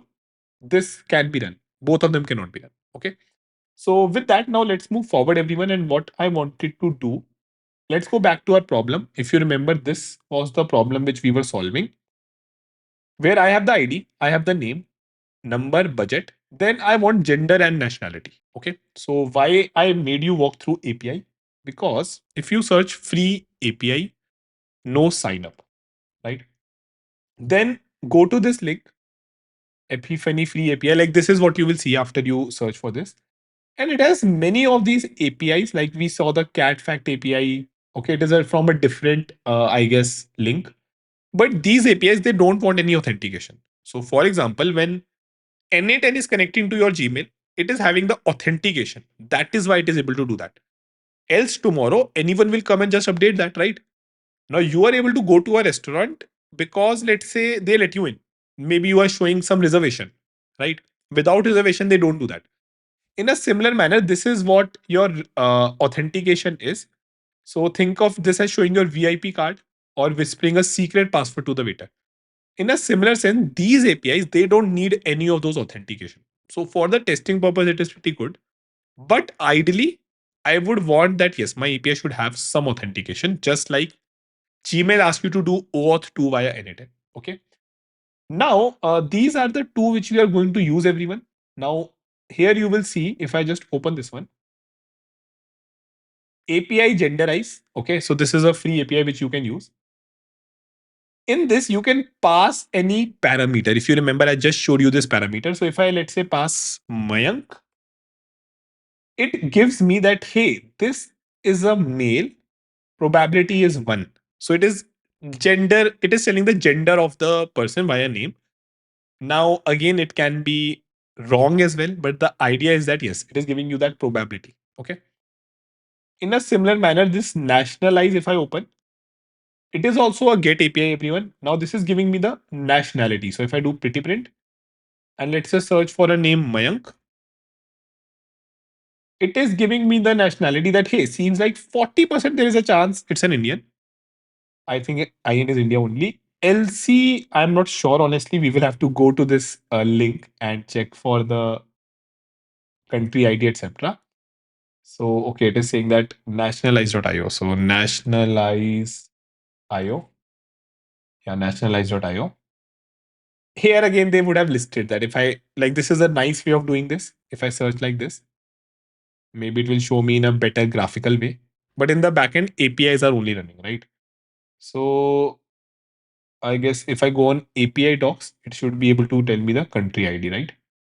So yeah, I think there's ag5.o as well, estimate age from names, and nationalize.io. So these are the few things which we can use.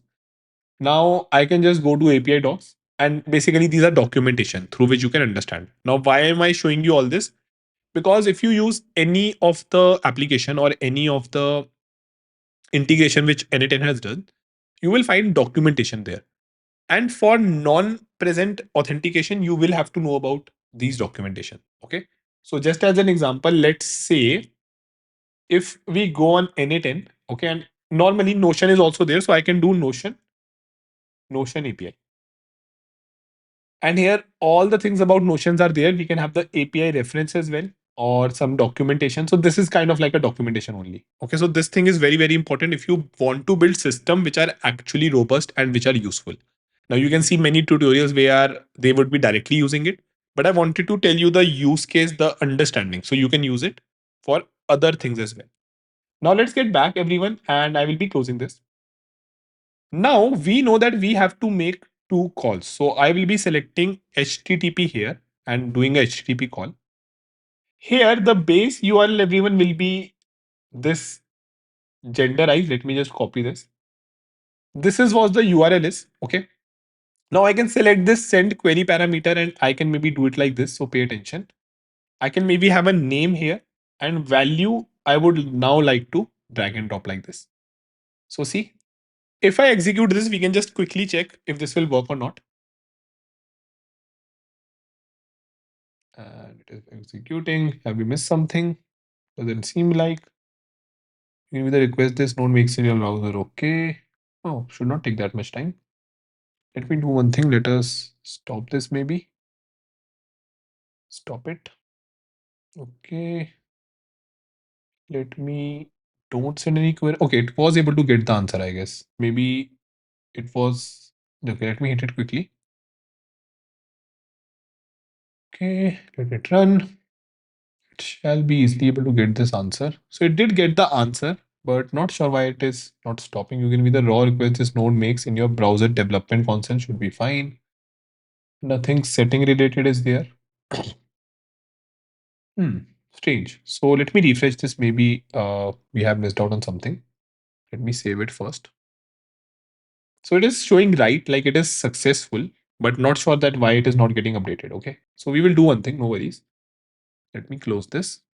And again, you can also face these kind of errors. I'm not cutting anything. Now, if I execute workflow, it is running, it is getting the data, and yes, everything is fine now. Okay. So we are able to see that how I got the message. Now, in a similar manner, I will be having another request, HTTP request, and I will be making a nationalize call, right? This is the one which I will be making. Here, I would like to send it as a query parameter. So let me do name and let me send the value as Mayank. Because see, the idea is that I cannot send this name. I cannot just hard write or overwrite this name. This should be not fixed, right? So let me get rid of this. Now, if I execute this step, see, easily we are able to get it. I would like to have one more thing here. So I would like to have another call here. Uh, Ideally, if you want, you can also parallelize the flow. So something like, let's say, if I have just a second to show you, I can have HTTP request here and I can maybe connect them and make them parallel, right? So we can have them in parallel as well, right? But I am just showing you this in sequence, shall be great. So I would like to have another one, the AG5 one, which we saw. So HTTP request. Now, if I go back, I think it was AG5. Let me check it. AG5.io. Name. I hope it gives my age fine. Okay, 40. Way off, but should be fine. So yeah, this is some more thing which we can use everyone.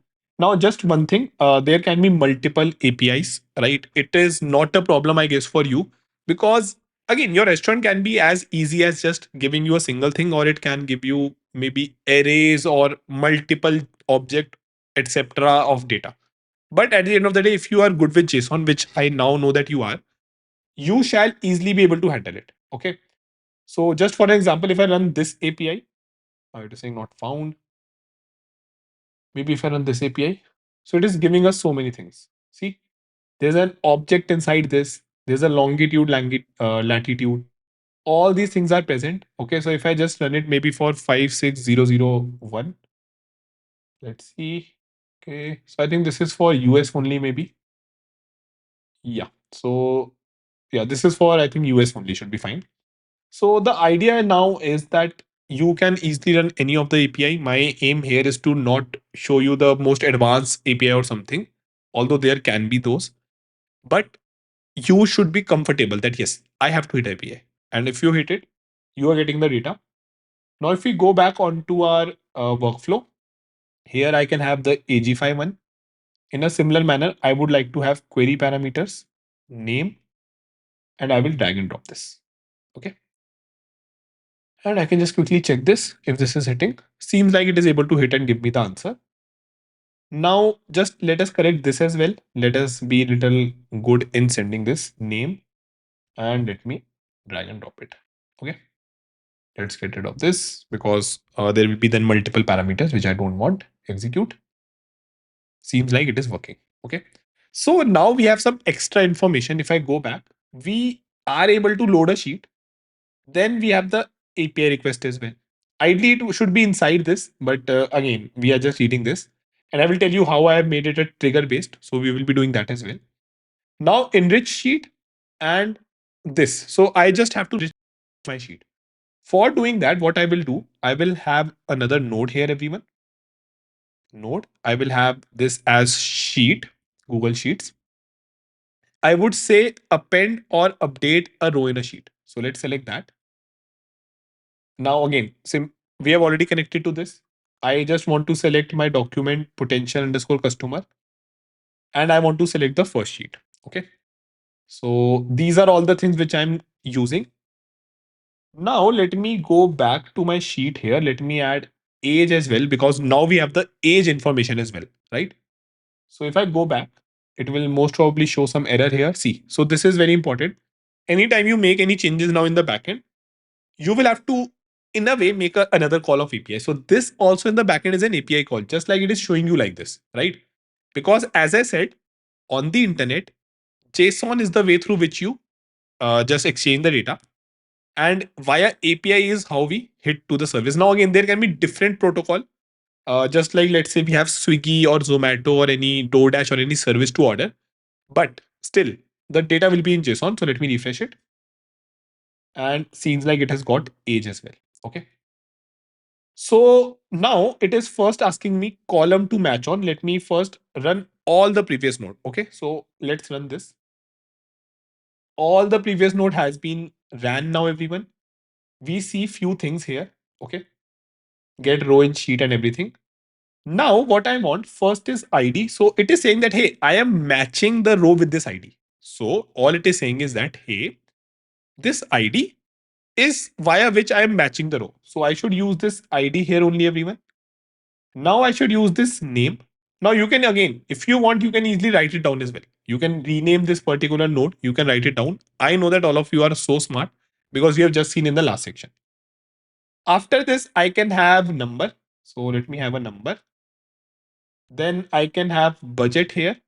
So ideally what we are doing is to avoid any problem. We are just updating them again. Okay. Then I can have a gender. So gender is not from here. Gender I got from this API. Gender. Okay. I can have the, what is the last one? This is the gender. This is the age. But now the nationality is a problem because here we have a list. Okay. So yes, you can easily drag and drop it down, but I would like to show you few more things here. Everyone pay attention. So I have created another very nice, so I'm saving this, another very nice search workflow here, which was in the template. So yeah, this is the, no, this is not the one. This is the API one, this one.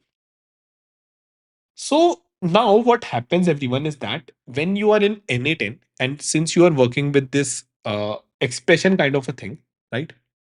It supports some functions, some easy way of doing things. So what do I mean by this is, pay attention. Now for the nationality, what I can do is I can do something like this, dollar. Then I can have HTTP request one dot item dot JSON. This is something which we already know. We have seen the same in depth. After this, I would like to go inside country. So dot country. Country is a separate object. I hope you remember this. Let me show you this in JSON.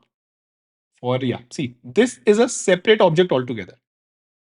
Now in this country, I could have the first one. So there you will see many functions here, right? See, I could get the length, which is going to be 5. I guess there are 5, right? See, it is giving me 5. Then I can have last. So it is giving me this BH, I think Bhutan. But the idea is I want to use first, right? See, this will give me the country which is present. And I guess that makes a lot of sense because first is the country with the maximum probability.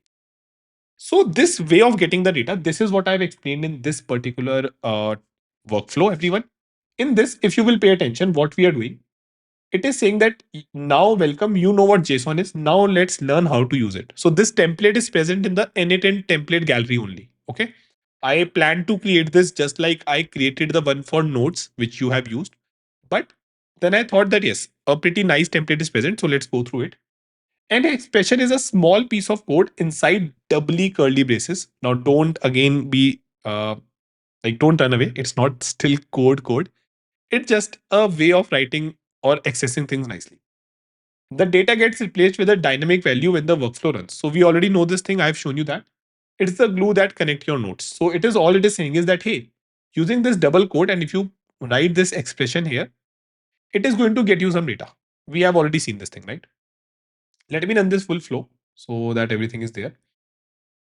Now it is saying that, hey, this is our data source. So you can see the same in JSON.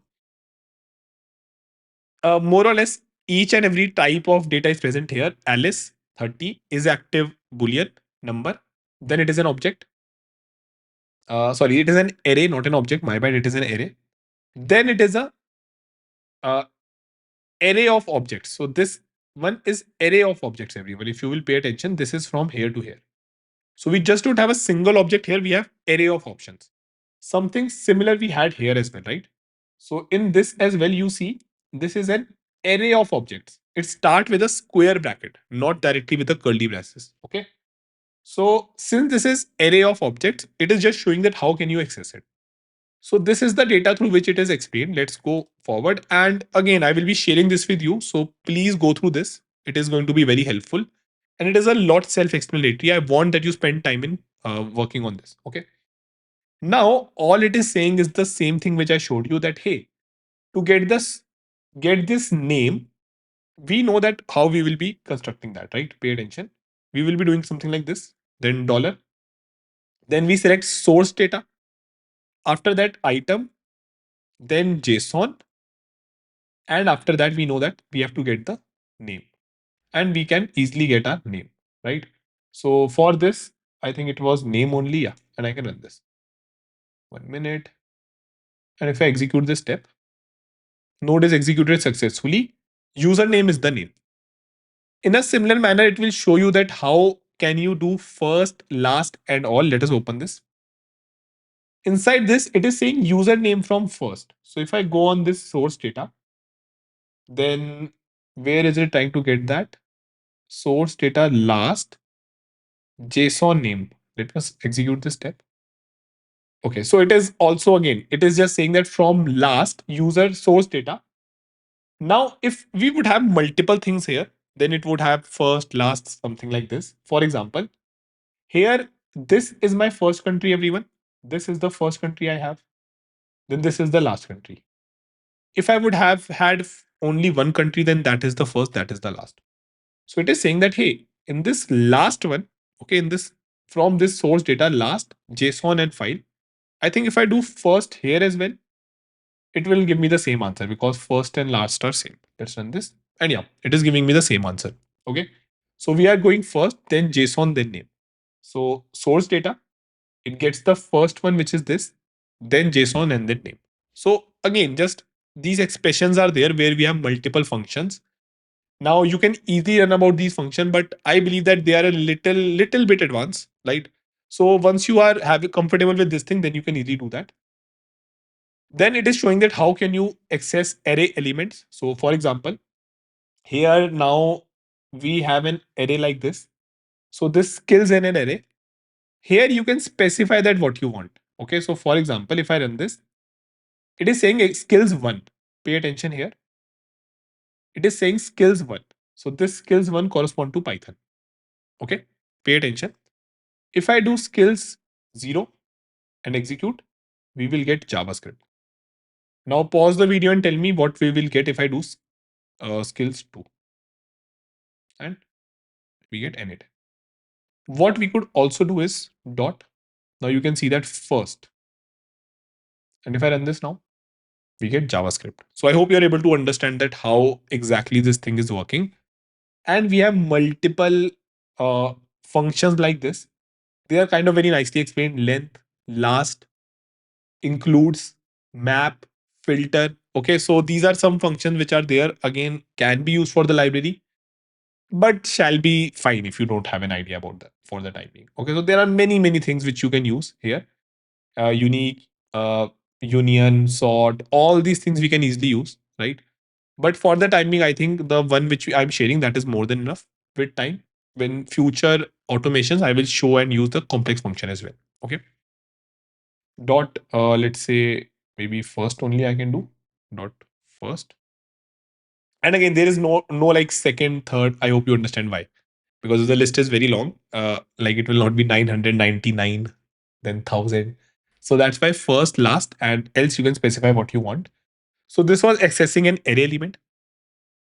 Now it is showing how you can access nested data. Okay, so let me show you this as well. Now this is trying to access source data in the contact. So again, I think this is also very easy. We could just use item here as well. Once you select contact, then you can do a dot here and select that what you want. So I can do either have a name, right? So what is there in contact?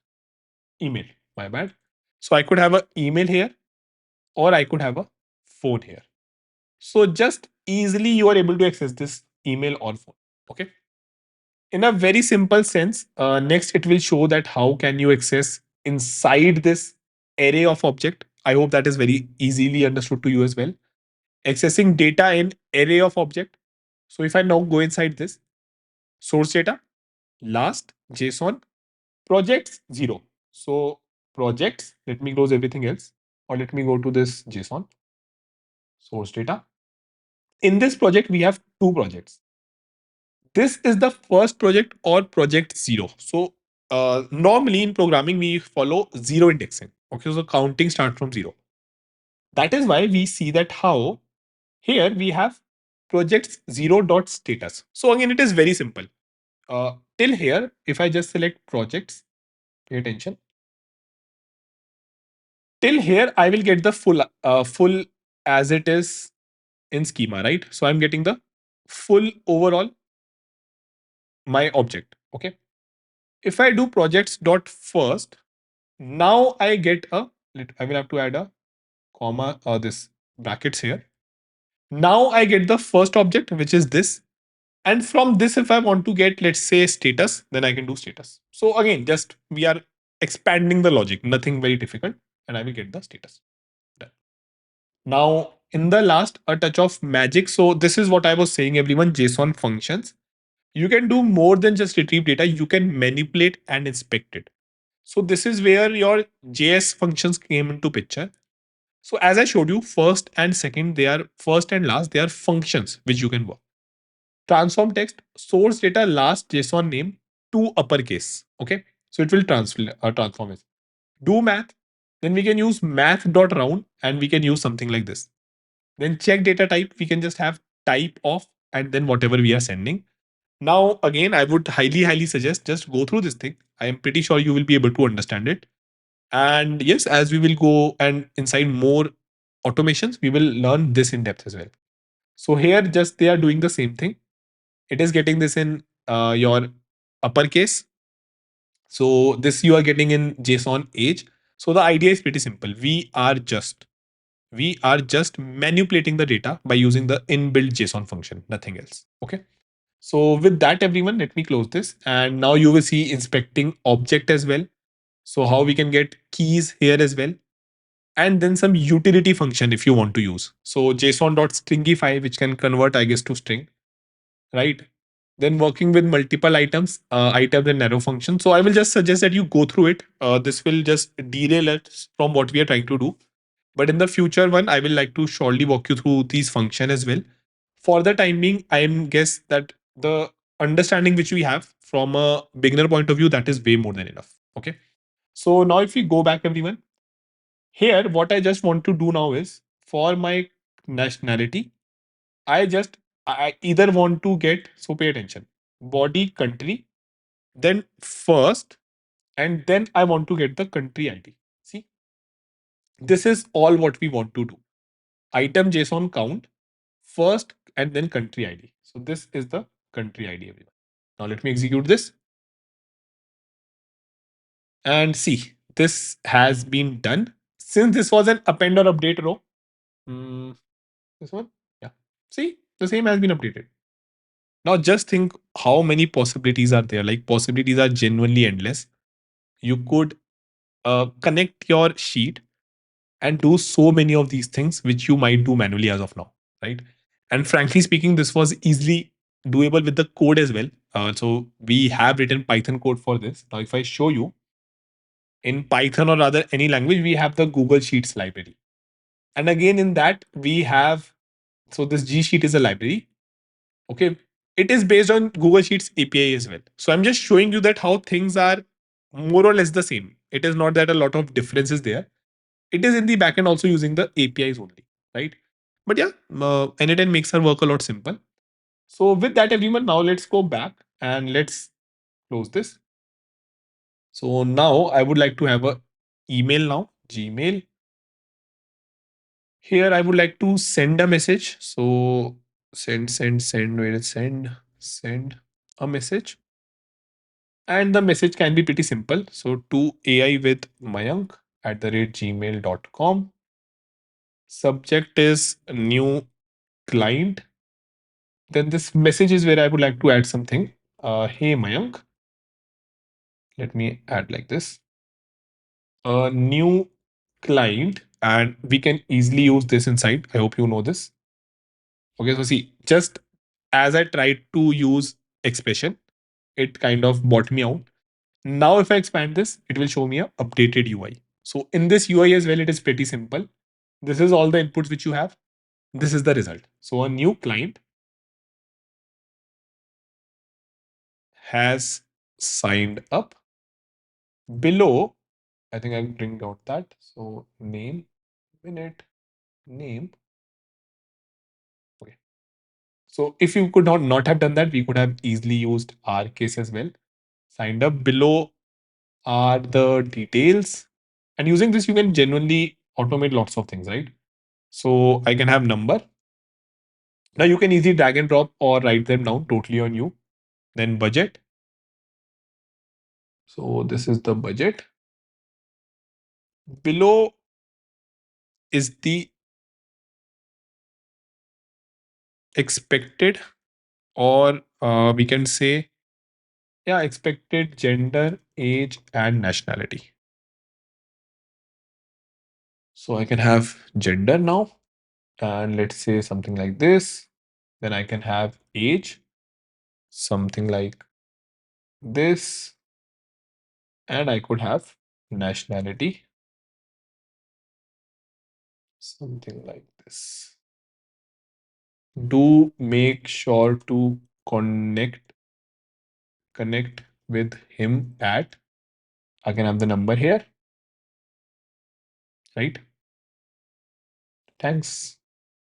Your awesome workflow. Okay. So yeah, seems like a pretty nice email, everyone.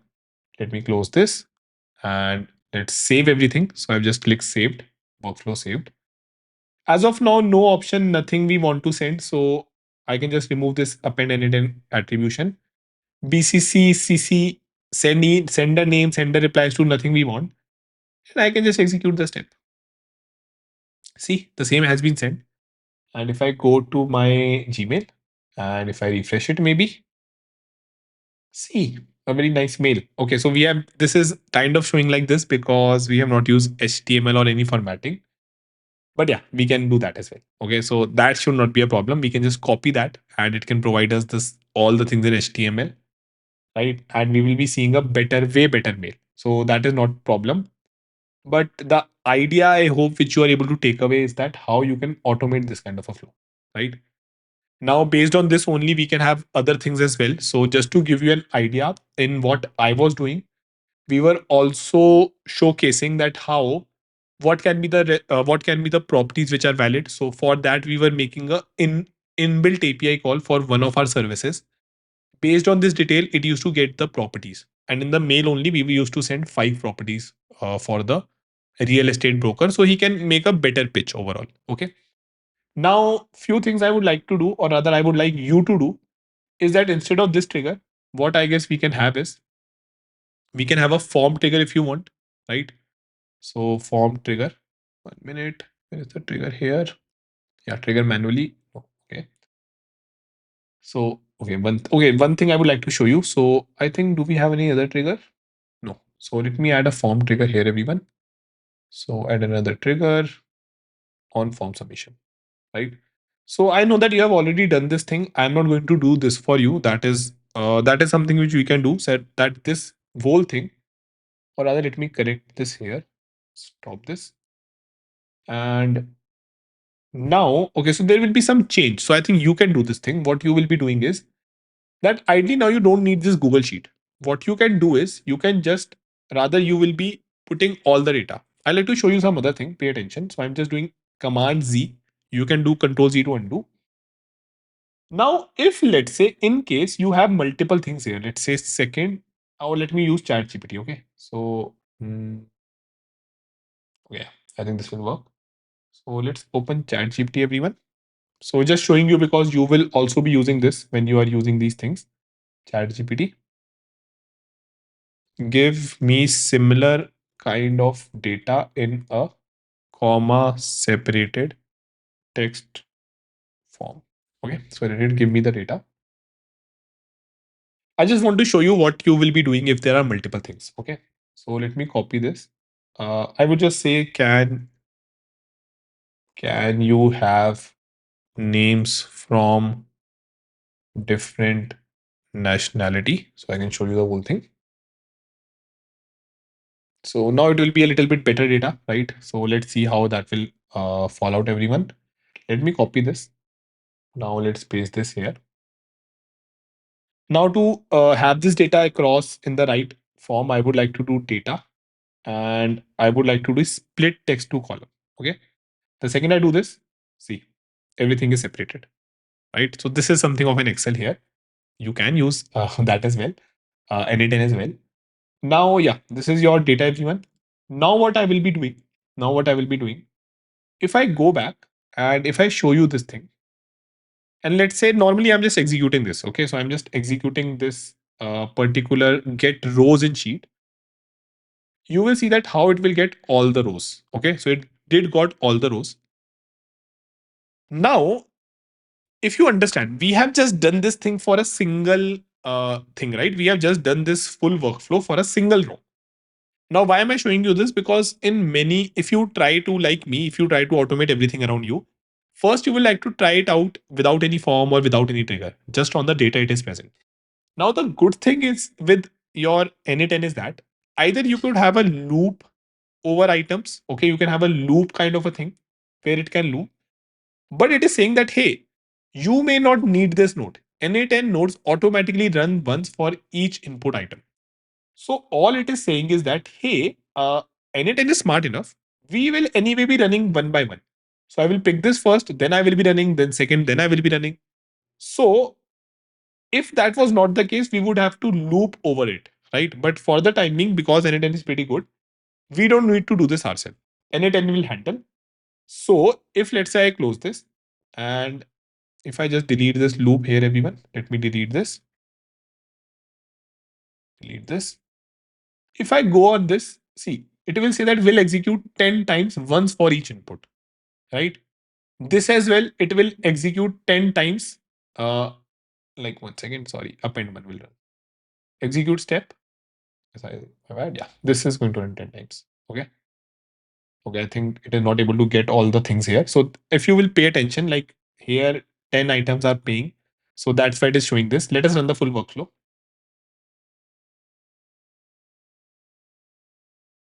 And again, it will send 10 mail, but I hope now you are smart enough that we can easily send a single mail only. That is not a problem, right? So we can just, if I go here, go back, refresh, see, so many emails, right? So this is required because now my whole thing have been kind of automated. For the newer one, for the new entry now which will come, either I can have a form based trigger, which will trigger whenever there's a new entry, or I could have a trigger which is based on. So if I show you Google Sheets, Sheets, we can have a trigger here as well. So in this trigger part, right, we can have a trigger on row added, on row updated, or we can have on the row added or updated. So this is what we will be using. Okay. So normally this is what I did when I was automating my workflow from starting. First, I have to automate what is the leftover thing that has been automated. Now I will move forward and set a trigger that, hey, anytime I receive an email, please now focus on that because you have already automated the last one. So for that, everyone, now I want that you do that at your end where you will be focusing on automating this part. Okay. I'm pretty sure that that shall be pretty easy. And with that, we have actually created the automation thing as of now. And next, we will be running on AI and agents in n8n. Okay, so up till now, you have made a very, very strong base in automation understanding and the n8n basic understanding. Now, all is left is that we will understand that, okay, what are agents? How can we integrate AI? Those are the things which we want to focus now on from the next module onward, where we will be integrating AI into our use cases first, and then we will see that how agents can also help us. Okay, so agents and AI are a little separate thing. As of now, nothing AI we have used. And don't worry if you have no key or something, n8n is pretty generous in that. It will provide you with a dummy key at least, which you can just test out your workflow on. And I will also be giving you a way through which you can easily use a service through which you will get a key to automate your flow, right? Without any credit, without any credit card, without any money. Okay. So with that, everyone, now let's in the next section focus on integrating, understanding, and making sure that our workflows are a lot smart with AI and agents in n8n. Hey everyone, so now let's move on to AI and agents in n8n. Now this is where the things will get really useful and will be taking up a notch, as now we will be learning that how can we integrate AI and agents into our n8n workflows, which are genuinely going to make them a lot helpful. Along with that, as earlier, I will be making sure to share the real world use cases, and we will also see that how can we transform our n8n workflows by some other application into an application as well, so that we are not just thinking in terms of these workflows, but rather we are thinking in terms of application, something which can genuinely be sell, as well as something which can be used to solve a real world problem. Along with that, we will see that how can we integrate them with other day-to-day applications which we use. And yes, that is where we will be now making our even taking the full power of n8 in all these workflows. Okay. So with that, now first of all, also lots of congratulations, because I'm pretty sure that at this point, till this point rather, many students must have or learner must have dropped off. So if you have taken up this far, I hope you're liking it up a lot. And please make sure that you learn this, because all the learnings which we are doing here, that will be helpful in numerous automations which I will be creating and uploading to my channel on a weekly basis, starting with next week. So with that, now let's move forward. The learnings of AI and agents is going to be very helpful, comparatively easy to apply. And when in the future, I will show you that how can you integrate RAG and other complex cases, the same shall be a lot helpful. So now let's move forward. The very first thing, if you see on the screen, module 4 AI and agents, let me just quickly run you through the flow, which we have already seen as well.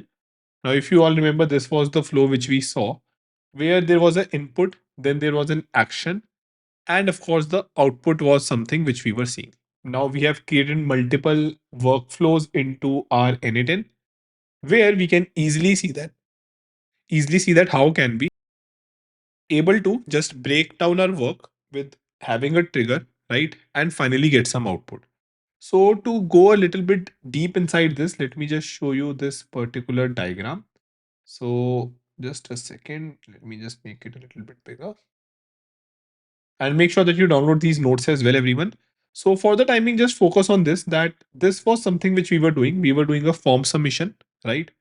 Or let's say any other trigger as well. So I would like to add this here, form submission or some trigger. Now it can be a manual trigger. It can be a trigger based on an email.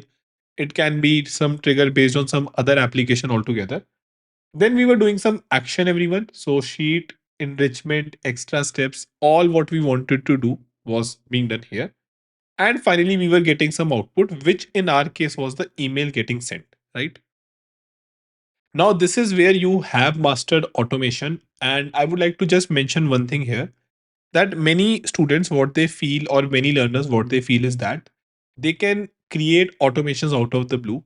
Well, that is a very, very bad way of thinking about automation. You can genuinely automate things only when you understand the process in depth. So, if you do try to automate your end to end, or let's say any professional workflow as well, please first make sure that you understand the same in depth.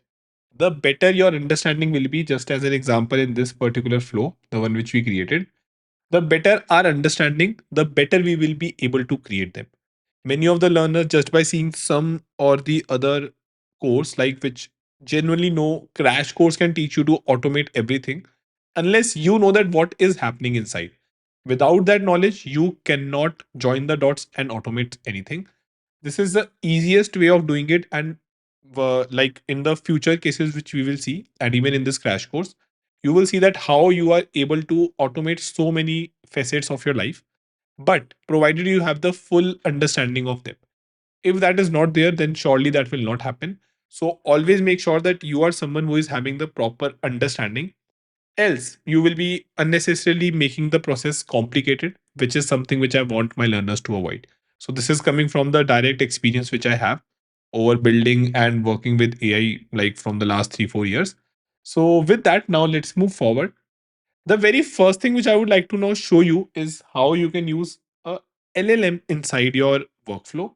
So for example, if we have Chat GPT, something which we have seen earlier as well, this is an LLM, right? This is a large language model which all of us have used. You can send it a message, let's say hi, and it's going to return you back the message. Okay. So the idea now is that, can I make my automation, okay, have AI in that? So pay attention. This is still having AI into my automation, right? So here we saw that how I have created it in a way, first AI and then agents. So I would like to first show you that in our automation, the one which we are creating here, we can click a plus sign and we can have AI in this. So this is where we can add AI into my automation. Let me add this automation. Let me add an AI. And let's say I'm just using OpenAI here. So we know that Chat GPT is from OpenAI. I am just using that. So OpenAI, and let's say messenger model, right? So pay attention now, everyone. This is very, very important. First thing, please focus on this. So all this is saying is that get 100 free OpenAI API credits, right? So thanks to n8n, even if you don't have a key, right, you can easily use this model to test out and prototype your workflows. So I will very nicely claim this. And now you have 100 free Open API credits. Please note these free credits are only one of the following models. So again, it makes sense that it is having some access to some of the models and not all. Now, surely you can, of course, use your own API key from any of the provider if you want that access. I will show you that how can you integrate Grok or Open Router. So they do provide free keys. And yes, you will not be needing a credit card or anything. The idea is that for the time being, though, with n8n, thanks. And genuinely, I believe this is a very good thing so that every student, every learner can get started. We do get the key, right? Now I can say that, okay, this is my free credits which I'm using, or else I can create a new credential. Uh, Along with that, so 1 minute. Yeah. Along with that, everyone, what I can do is that in this resource, I can say that, okay, text is the one which is coming. I can select message a model, right? And then I can select my model. So let me select the model. Let's say for the time being, GPT 4.1 mini, right? Now, again, if you change this to image, then it will be different. In text, it is different. And I can just say that, hey, you are a helpful assistant who helps in easy creation of email. So pay attention, everyone, what I'm going to do. I'm going to now provide it some prompt, right? So this is how our AI works. Normally, if you use Chat GPT as well, let's say for creating emails like this, you will say that, hey, you are a email creator assistant. So we are just following the same, right? And I would like to make it a lot easy, not with any jargons or anything, because I believe that that is right for majority of the audience. And I love to just help you parallelize this thing by how we use ChatGPT, because I guess, yeah, that is something which all of us are anyway using. So with that, let's go back, and I'm again just going to run each and everything here. So let me just execute previous nodes so that we can see that what is the data which is coming. Now, shortly based on this, everyone, we can easily follow, just have our logic. So what I will be doing though, pay attention. So let me go back once and let us open this email ID. So send a message. Let me open this and let me copy this particular thing. So I'm just copying what all we asked in the email, right? Let me close this, and let's go back. So I will say that, hey, you are a helpful assistant. Now you will see one thing here. 10 items are coming, right? So let's see what will happen. And let me just make it a little bigger, right? We can, of course, use this in an expression as well, right? Let me do it in an expression. Now it is able to make sense of what all I asked for. See, hey Mayank, a new client has signed up. Below are the details. So this is something which I would ask my chat GPT. Hey, you are a email writer. Your aim is to provide me with email, which I then will be sending on my email ID, right? Below is the format. So I can just have it as a format here, something like this. Please make sure that the email is a lot in depth with more explanation and suggestion for the sale. So I'm just showing you an example where we are using AI. We are integrating AI into our automation, hence AI automation, and making sure that we can get the brain of AI and do something, right? So with that, everyone, now I can just close this, and always remember this is just a simple AI. Okay, so I've just done something here. Now, one thing which I would like to do, I would like to click on this execute once, right? This is actually something which we should have done. If I go back, this is something which we should have done here as well. Execute once, and let me execute this step. I hope you do understand that what this execute once mean. I am just executing this for one of the output, right? Sorry, for one of the input. And this is very good thing when you're prototyping or testing out your overall workflow, because I don't want that unnecessarily it runs on 20 and then it gives me any error, or let's say credits over, or it takes a lot of time. When I'm testing my workflow, I think this makes a lot of sense, right? So execute once is something which I'm going to use. You can surely retry on fail. You can stop the workflow, continue the workflow, depending on what exactly it is, right? What exactly is the node. For example, I would like to stop the workflow here, but maybe for this one, I don't stop the workflow so that at least I get an empty message, right? So again, totally on us. I think this is something very easily understandable. Now, what I will do, everyone, and you can just delete this aggregate maybe. So this was how you can aggregate your, like, if you remember, I told you that how if you're getting these 20 uh, people, right? There are 20 potential customers. Then you can aggregate them and then send us common mail instead of sending 10 mail. So let me close this first and let me just go inside. And now I'm going to execute this step to see what it is giving me out. right? Let me execute this step.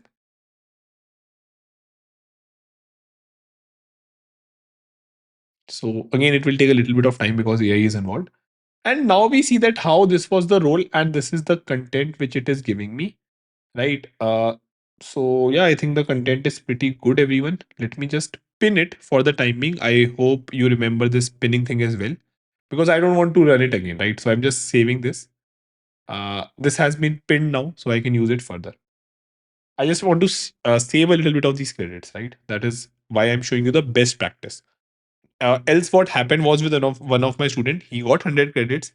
He ran it for around 30, I think, entries, and the credits were exhausted. Okay, so let's go inside this. And now I have this content. What I can do is I can just again I can just remove this and just have this content. So yeah, this is the email which I will now receive, everyone. Let me see.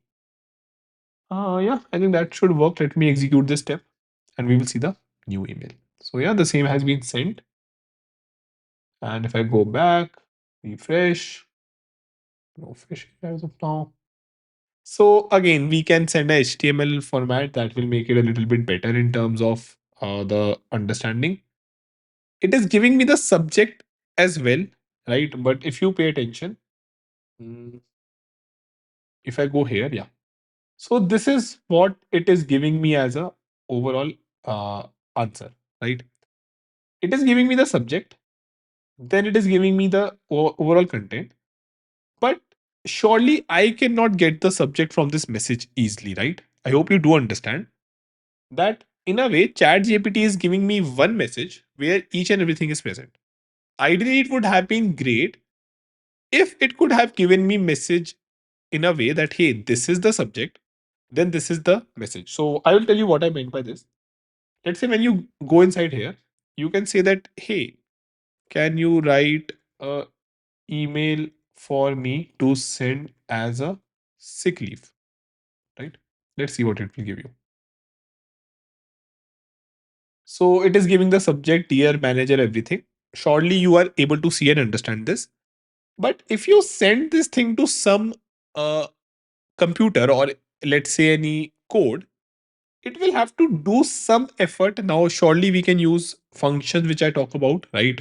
We can have some JS function by which we can maybe divide or have some logic, but it is not the surety that it will always work.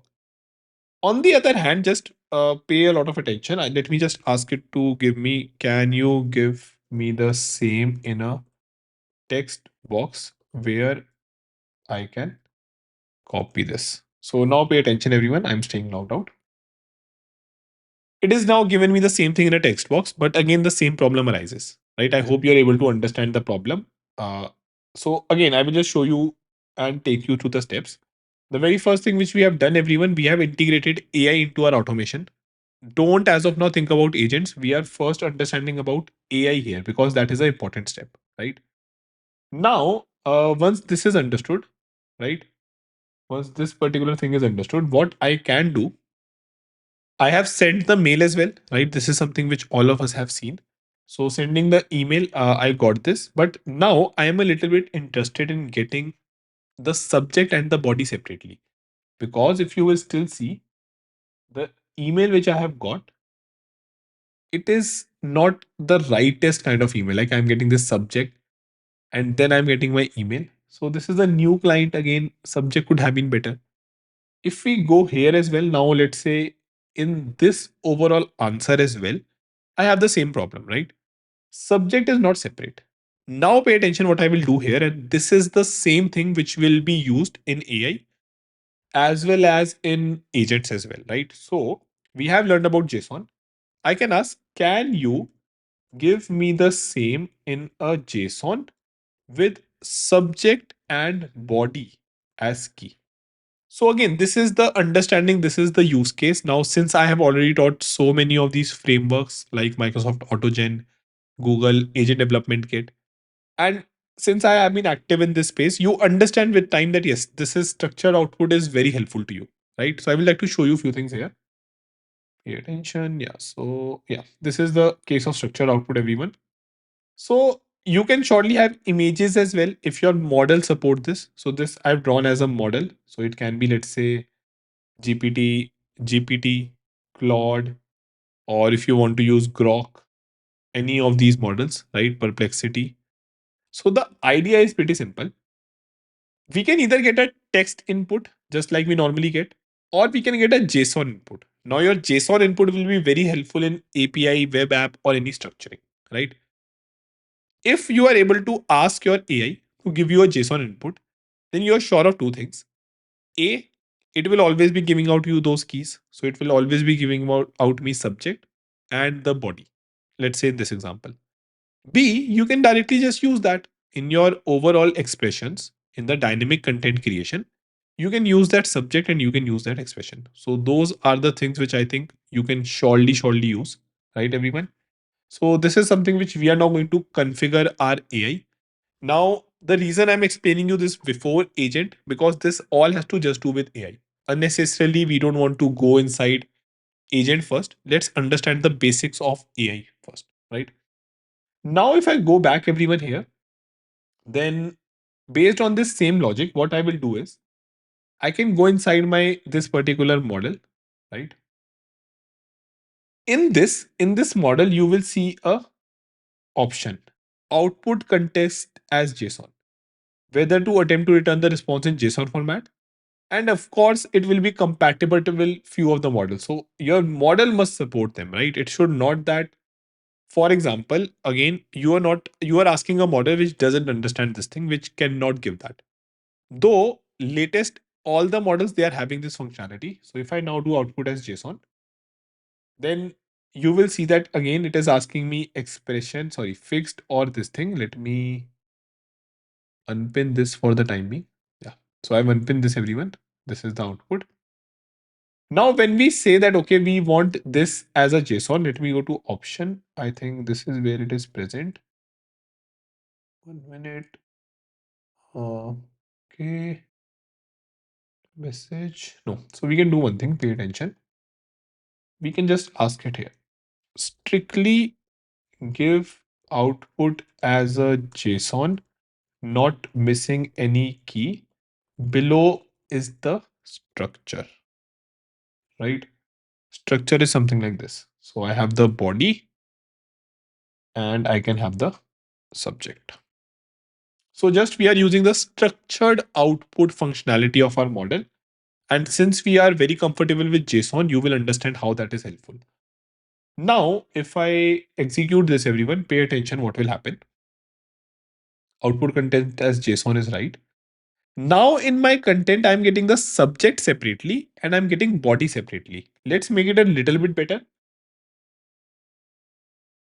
Also, make sure that body is HTML friendly, as I will be using this via API which supports HTML formatting. And I should see the email more nicely and readable. Right. So I've just created this thing as well, everyone. So that now when I do this, it will be in a HTML format. So let me execute this. Okay, let it run. Yeah. So now you can see that how it is in HTML format, everyone. Subject is also there, right? We get some more things as well. I would like to pin this so that we can use it afterwards. I would like to pin this thing. Let's go back. And now when I go into this Gmail, right, to send a message, pay attention. Now, okay, my bad. Okay, I have yeah, one. Yeah. So I zoomed in, zoom out a lot. Okay. Now when we go inside this send message, everyone pay attention. Inside this, now I can just use this subject directly, right? So I guess you are a lot comfortable with this thing. You could rename this thing. You can easily just drag and drop. But in my content now, I'm getting JSON, which we know is a very good language for communicating. So let me get rid of this. Let me get subject here. And let me now email type is JSON. So let me get body here. And now when I send the message, pay attention. So let me go to Gmail, refresh, message will be coming. See, new client sign up, my important details and next step. It is a lot, very, very nicely readable. We can see that how, with the help of AI, we have made it a lot better. See, excited you that a new client named Mayank has recently signed up with us. Below are the key details. It is a demographic information. Given his budget is 50K, we have a great opportunity to tailor our offerings. It is essential that we connect at the provided number. It is bolded as well. Additionally, I recommend preparing a bespoke proposal highlighting. So, yeah, you can see that how nicely now this has been kind of done, right? So, let me now go back, everyone, and I hope all of you do understand how powerful this is. And this is how you can add automation into your AI, everyone. So, this is exactly how we have made our automation also a lot more smarter. And in today's world, I highly doubt that you will be having any automation where AI will not be there. So it is very, very important to understand this. So with this, we do understand that how AI can be integrated into our n8n with just a simple example of messaging a model, right? Now, before we jump on to agents, I would like to go back first and show you the flow again. So 1 minute, yeah. This was the flow which we were discussing and focusing on, everyone. And now, if we go back, this will going to make a lot of sense. So we were having form submission or some trigger, then sheet enrichment, extra step, and we can also include AI in that. And then email used to get sent. We have the example right in front of us that how this is one example, another one can be another example, right? So with that, now let's go on to the agents, everyone. So we have done this part as of now. Automation with AI as well, we have done here, right? So this we can mark something like done, maybe. So like this. Okay, so this will get removed, different thing. But yes, we have seen that how we can do automation with AI just by doing it in a single just by doing it in a same automation which we have created. Now let's jump on to agents, and I would like to discuss few more thing here, right? So this is the difference between automation and an AI agent. It is more or less rule based, something which we have seen as well, everyone. It is data driven, right? So the idea is that if I talk about agent as an entity, agent is just like digital human. Just like we take decisions based on data, not always by rule. Again, we can have the rule as well, but the whole benefit of using AI into your workflows is that it can be driven on data. It can take those smart calls. It can genuinely do everything which your human can do, right? So whenever I explain AI agent, I always say that agents are nothing but digital human. So this is how I normally say this, everyone. Agents are a digital human. Okay, whatever you as a human can do, all the things these agents can also do. Okay, so that is the whole idea. And I have seen this definition being right across the coding frameworks which we use. So, as I told you about Google's ADK or Microsoft AutoGen. So, the proper coding frameworks, this no code tool as well, just at a place where you feel that, okay, a human will do something, just you can have an agent as well. And this is the reason like more and more companies are looking to these tools because they can easily try to have the employee or the real human be changed or replaced by this digital human. And you will listen many of these stories, right? That how this company automated their chat or customer support. So this is where this AI agent thing come into picture, and this is a lot stronger than your overall just AI automation, because you will see that the way agents are defined in almost all the frameworks, they are defined very much with humans in mind. So in a similar manner, in just like we are human and this is a digital human, here what happens, everyone pay attention. So this human is going to have an AI or a brain. So I like to call this as a brain, everyone. Brain, just like we have one. Then it can have some tools which it can use. So for example, we also do use some tools, right? Let's say if I ask you what is 5 to the power 15, okay, so we will be using calculator and we can get an answer, right? Then if I ask you what is 7.5 USD, so 7.5 USD, and we get our answer, right? So this is just one tool which I'm using. In a similar manner, your agent can also use a tool, right? So first thought that you are human, AI agents are digital human. Just like you can have a brain, it can have a brain. You can have a tool, it can have a tool. And it can also have a memory here, right? So just like we have a memory, it can also have a memory. And you will see that these are the things which are defined in the n8n node as well. So when you select agent in n8n, you get a chat model, which is your brain. You get a memory, and then you get a tool as well, everyone. Okay, so these are the things, and I just wanted to make sure that this understanding is very clear, like how they are connecting with each other, right? I don't want to give you a bookish definition where let's say, hey, this is agent. No. The reason that agent is so smarter and now it is being used is that it is like a digital human. So, yes, we can normally have AI integrated into our workflow, but agents just take them to the next level. Now, with that understanding, let's move a little above everyone and see this. So, as we have seen, automation, AI agent, rule based, data driven. Predefined processes, just like we saw that, it is adaptive learning, right? So, the agent, based on, let's say, some previous instruction, if I normally talk to it and I say that, hey, uh, can you tell me what was my first question? Can you just tell me how would you do this? All these things can be done via our agent. Then sequential task, it can do some complex reasonings as well based on the previous history because it has a memory. Something which your AI, this is not having.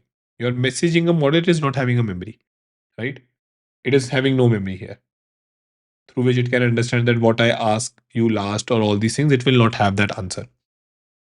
Then limited decision making, it can take autonomous action just like any human can do. And that is where the power of agents come into picture, right? And requires human input to change, it is dynamically modifiable. Like we can, of course, have the best level of configuration through which we can say that, hey, keep on updating yourself or make sure that you do this. Rather, this is the benefit. And if you do that in depth properly, which again, I will be helping you over the next few weeks when we create more and more in depth automations on n8n. So, do also subscribe to my channel as well, everyone, so you don't miss out on any of these things. You will see that yes, we can have an agent which can be integrated with RAG. We can have an agent which gets connected to multiple application. We can have multi-agents things as well. So just like we have a team which is working on something, we can have multiple digital humans or multiple agents working in a team in, let's say, hierarchical manner or in some other overall collaboration. So all these things I will be sharing in depth with you, and we will be using no code n8n tool to implement all of them. So these are the difference between an automation and an AI agent, right? So not just that it is having AI, we have AI automation just like I showed you, but agent makes it a lot powerful. Now you can see that yes, this was the automation more or less how it was happening. And when we were using automation, now I would like to show a example to you. Okay. So let me make it a little bit smaller. Agentic AI flow, and I can have just this as one. So again, taking a real example, I should have this inside a slide maybe. So this is the difference, everyone. And yeah, now let's jump on to the agentic AI flow one, first example which you are going to see. It is your doubt solving assistant. So I will just set the context here. Again, I'm taking this from my real use case. See, what happened is that everyone, whenever, because I teach and I have taught like thousands of students in the different fields from DSA, big data, let's say AI, agentic AI. I of course gets lots of email in my doubts. Oh, sorry, lots of doubts in my email where some student maybe he's asking for some career advice, or let's say he's asking for some concept which is not clear, or let's say there can be some people who are asking for coupons on when the next course is coming. So again, 1 year back, I was answering all these things myself, where I used to sit on a day, then I used to write the emails, okay, and then we used to basically move forward. Then I used to reply and do everything. Okay. Now, And this is where the power of AI agents come into picture and the world is moving. That now I can just have an AI agent which can do all of these things for me. If you want, and something which I will be doing in future, you can have a agent which connects with your calendar, which connects with your let's say overall goals, which connects with multiple applications which you use, maybe your to-do list application as well, and it can tell the in the reply only, it can just have all these things. So just as an example, if someone asks that, hey, can you connect with me at this point, seeing my calendar, my agent can just frame a reply that, hey, I'm not free at that time. So even those level things are possible, and this is something which I believe that all of us should now move towards, where we are automating all these things. Okay. So the idea was that earlier when the doubt used to come, and if I do set up a simple notification or automation, I would have something like this. Hey, let's say student name. Thanks for reaching out. I saw your doubts and on let's say this particular time. This is our course, right? So we can just give it a course, or I can just reply him that I will get back to your doubt. Now with AI agents, what I can do is pay attention. I can have multiple things. So now when I get the doubt, I can just say that, hey, thanks for reaching out to me. Below is your answer for the query. And I can have an answer. Or let's say, hey, student, thanks for reaching out to me. Below are the Udemy codes for my courses on Udemy. Or I can have, hey, this is the time you can connect with me. So all these things I can now automate. And this is where the power of AI agents lies. So now we will be creating a AI agent workflow where we will be using and understanding about each and everything practically.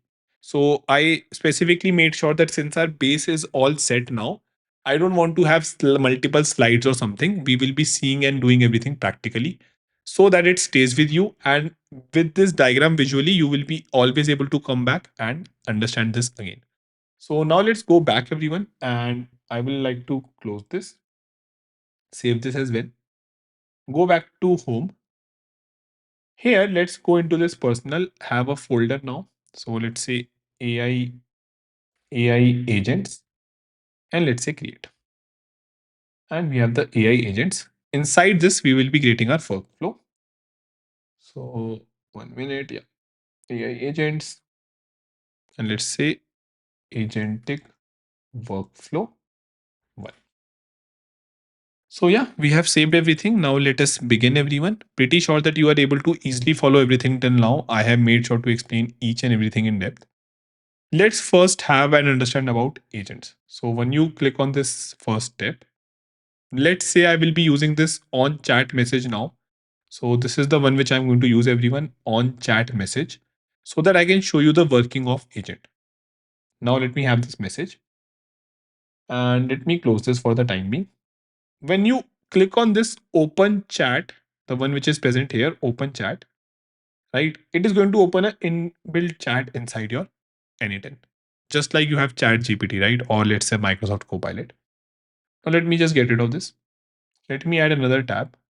Now I'm going to select AI, and in that I'm going to select AI agent. So you can see that there are so many things, but we are going to go with AI agent. Now inside this agent, let me go back and show you that how the agent looks like. It is having a chat model. It is having a memory. It is having a tool. The thing which I showed or I told you that how this is very much similar to your overall agent or to your overall this, right? Now, what we can do, everyone, pay attention as well now. I would just first show you the working. So let me add a chat model and let's say model selector. Okay, 1 minute. Let me just delete this because again, we can have multiple model as well, but I like to keep it easy. Click on this. Now you will see that how we are having this in the bottom as well. So in that sense, I like n8n a lot. It is having a very good intuitive design. We can configure something from here as well, right? So pay attention. I will have a chat model here and I would like to use OpenAI only for the time being. So this is where you can specify if you want to use, let's say Grok, which is free as well. GROQ is different. GROK is the Twitter or XAI is Elon Musk one. Then I can have Open Router as well, which is again free, but I would like to use OpenAI for the time being. So OpenAI. Now we have the free credits. So let's move on with that only. So that again, I don't want to unnecessarily use the paid key, even though I have that. If there will be a need, I will show you that. Or else I would like to follow the same approach as you are following. So I get the same errors which you might get. Okay. So yeah, I think these are the same things, everyone. We can have an option where I could have all these things set up. Frequency penalty, maximum number of tokens. What is the response format, if you remember? We can have a text or we can have a JSON. So if using JSON format, you must include word JSON in the prompt in your chain or agent. Also make sure to select latest model. So again, I think this is pretty simple to understand. Let's get rid of this. Then we have other options. Sampling parameter, timeout, max retries, and top P. So all these are the things which we can handle. And for the timing, let me close this. Okay. Now, let me just open this chat and set a hi here. Hi. And we see something is happening. So due to being nicely overall modified, has given me an output, right? So if you pay attention, what happened here, pay attention. When I click this agent, it is getting this JSON chat input. Chat input is where our message is going, right? Pretty simple thing. So it puts up this chat message basically, right? Now I can say require specific output format. I can select that. Enable fallback model. So we can have some other model as well on the canvas to use it as fallback if the model fails. Now you will see that how I have a fallback model as well. So I can maybe add some other model. Pretty simple thing if let's say in case your credit goes out or normally as well if you are facing some issues with some provider, it is a good fallback thing to not face any problem with your overall this workflow or application. So I would not like to use that. We can have other things as well, everyone. We can have a system message, something which I would like to use that, hey, how do you want to configure this agent? This is something which is this. Then we can have return intermediate steps. So if you want to have some intermediates, tool call, calculation, etc. Max iteration, automatically pass through binary images and batch processing. So shortly you can go through that max citation, how much time it should run, returning intermediate steps, how it should handle the images and batch processing. So this is all what is being happening here, everyone. Settings are more or less the same as you can see. Okay. And again, this is the output. So my idea is that if I'm creating an agent, I should be able to connect the input and then get the output, right? And use that output anywhere I want. Now, one thing which I would like to show you, let's say if I ask it, can you tell me mm, a good, okay, let's say, can you tell me mm, how cricket is played? So let us ask a basic question, everyone, and let's see the answer. And you can see this in the flow as well. That's a very good thing, right? It is kind of showing you that how everything is flowing. So kudos to n8n for that. Very visually appeasing. Something which I like a lot because most of my engineering happens like this. And here I could just make my boxes, which I have been drawing since the last 5, 6 years, work as well, right? Something which I want all of you to also focus. Now, if I maybe ask it that, hey, see, this is given as the answer. How many teams are there? Let me just ask this. See, now it is saying, pay attention. What was the input, everyone? First, I asked it hi. It gave me that, hey, how can I help you? Right? Then I asked it that, hey, can you tell me how cricket is played? It totally gave me the answer, which is very much in depth. Right? So, basic rules, formats, winning the game. Now, when I asked it how many teams are there, it fumbled. It said, hey, could you please specify which sports you're talking about? Because if you remember, we have not still configured the memory here. So my overall this particular agent, it is not having a memory. Whenever you are dealing with overall AI agents, always make sure that you think like a human, like think like it is a human. So that you have to now make sure that you have provided it a brain, but still the memory is missing, right? So let's go back and let's do one thing. Let me add a memory as well. So the memory can be a simple memory for the timing, everyone.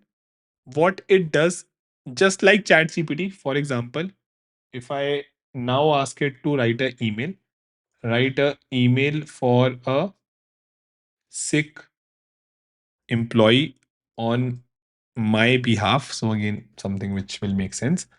But the idea is that again, it will give you in the, okay, so I think it messed it up. Hmm. Okay, 1 minute. Can you always make sure to give me the reply as a JSON? So I'm just showing you that how ChatGPT kind of also has a memory, right? So it is giving me this as a reply. Now give me a email as from my boss side. Now if I click this, it will, yeah, it is giving me the same as JSON again. So I hope you understand that how it is having the memory. It is not saying that, hey, what do you want from your boss side? So with this logical flow, everyone, this has been handled by ChatGPT. And frankly speaking, this particular window of ChatGPT, it is an agent. It is having a brain, it is having a memory, and it does have a tool as well. If you see, it is having this search tool, right? So in a similar manner, what I can do is if I go back, I can just give it a memory. Now, this simple memory works pretty nicely. For the timing, it is way more than enough. This is just going to save the chat just like happens with ChatGPT. So let me just have this simple memory. And I can say the context window length. So let's say it is 5 by default, right? So we are pretty good here. And see, the very nice thing which you see here, you have the agent here as well, right? Now let me go back. So I can just go back, save this. And for the timing, let me do one thing. Uh, just delete all the chats, right? Reset chat session. Now, if I send it that, hey, how many no, hey, explain me in under 30 words how cricket is played. So, again, under 30 words because I want to preserve a little bit of credits. So, yes, it is kind of telling me this thing. How many teams are there? There. Now, if I ask this, pay attention. It is referring to the memory. See, you can see that how it is going to the memory and it is telling me the right answer now. So it is giving that, hey, in international cricket, there are 12 full member teams recognized by ICC that play test matches along with several associate member teams in limited over format. So this time it is having that context. And if I show you inside memory, let me go inside this. You can see that how it is storing this. So it is having now two things. In the chat history, it is having these things. If I go back and ask, what was my first question? Because it is having the memory and you are able to also tell the answer, agent will also tell the answer. See? So it has now get to the memory and it tell me that, hey, your first question was this. So with that, everyone, I really hope that your understanding of agents is a little clear. Just always remember that this thing should match and we can of course provide it any particular instruction as well, just like how we do to an AI, so that it always makes sure to answer us in a similar manner. Now let's understand one more thing as well. So let's have it a little bit here, maybe scroll it, zoom it out a little bit, and let's see the tool as well. Now in this tool, everyone pay attention, it can have a HTTP request tool, it can have a MCP tool as well, so something which I'm going to show you a lot in coming weeks, and it can have other related tools as well, right? So you can see so many of these things, so many of these overall dependencies, integrations, and you can use any of them, right? So Google Drive tool, it will go to your Google Drive, it can go to your Google Task, all these things it can do. Let us maybe try to see Google Task once, because I think that shall be helpful. So Google Task, I never use them though, it's an app. Yeah. So okay, add a task, let's say eat healthy, teach n8n in depth, the best resource. So I hope you all help me in this. Answer doubts your students asked in this uh, video. So yeah, if you have any doubts, please make sure that you comment the timestamp and you just ask your doubt, and I will surely clear that out. Okay. So with that, everyone, I have just created some of these things. Let me go back and use this Google Task tool only. Again, this is just as an example. You can use any of these. Again, let us have a new credential. Sign in with Google AI with Mayank, and I'm going to give it the overall authentic OAuth. I know that we all have seen this in depth earlier as well. So account is connected, everyone. Now I can have tool description set automatically. I can set manually as well. So now pay attention. This is a tool for my agent, right? So just like we can say that, hey, use calculator for bigger calculation, not for 1+1. So in a way, I can just set this tool description. Now operation is not create, operation is to get many. Okay. So it makes a lot of sense. Task list is my task. So if I go here, it is all task. Yeah, this my task is the task list, everyone. Okay, so pay attention here. Zoom it in a little bit. My task is the task list. And yes, I think this is more than enough. We can have a return 20 as well. This particular button, if you pay attention, we can either return all or we can have it 20. But now, since we are using brain, okay, pay attention. This is very, very important. And this is where it is different from AI automations and normal automation. In automation, you will just maybe return all of them or you will return 20 and then your AI can use it, right? Simple thing. But now, since we are discussing in terms of agent, your agent can decide because it's a smart person. If I just ask it that, hey, can you let me know any of the two tasks? Do you think we need to get the 20 tasks? It will be a waste of a lot of requests and it will take a lot of time, right? Why can't this be done just two? So I would here specify that, hey, let the model define this parameter. My model is smart, it is having a brain, let it decide. And now it will be automatically decide. I can surely add another field as well, completed, due, show completed. All these things I can do, but for the timing, I think that is totally fine. Settings are going to be more or less the same. We have seen this.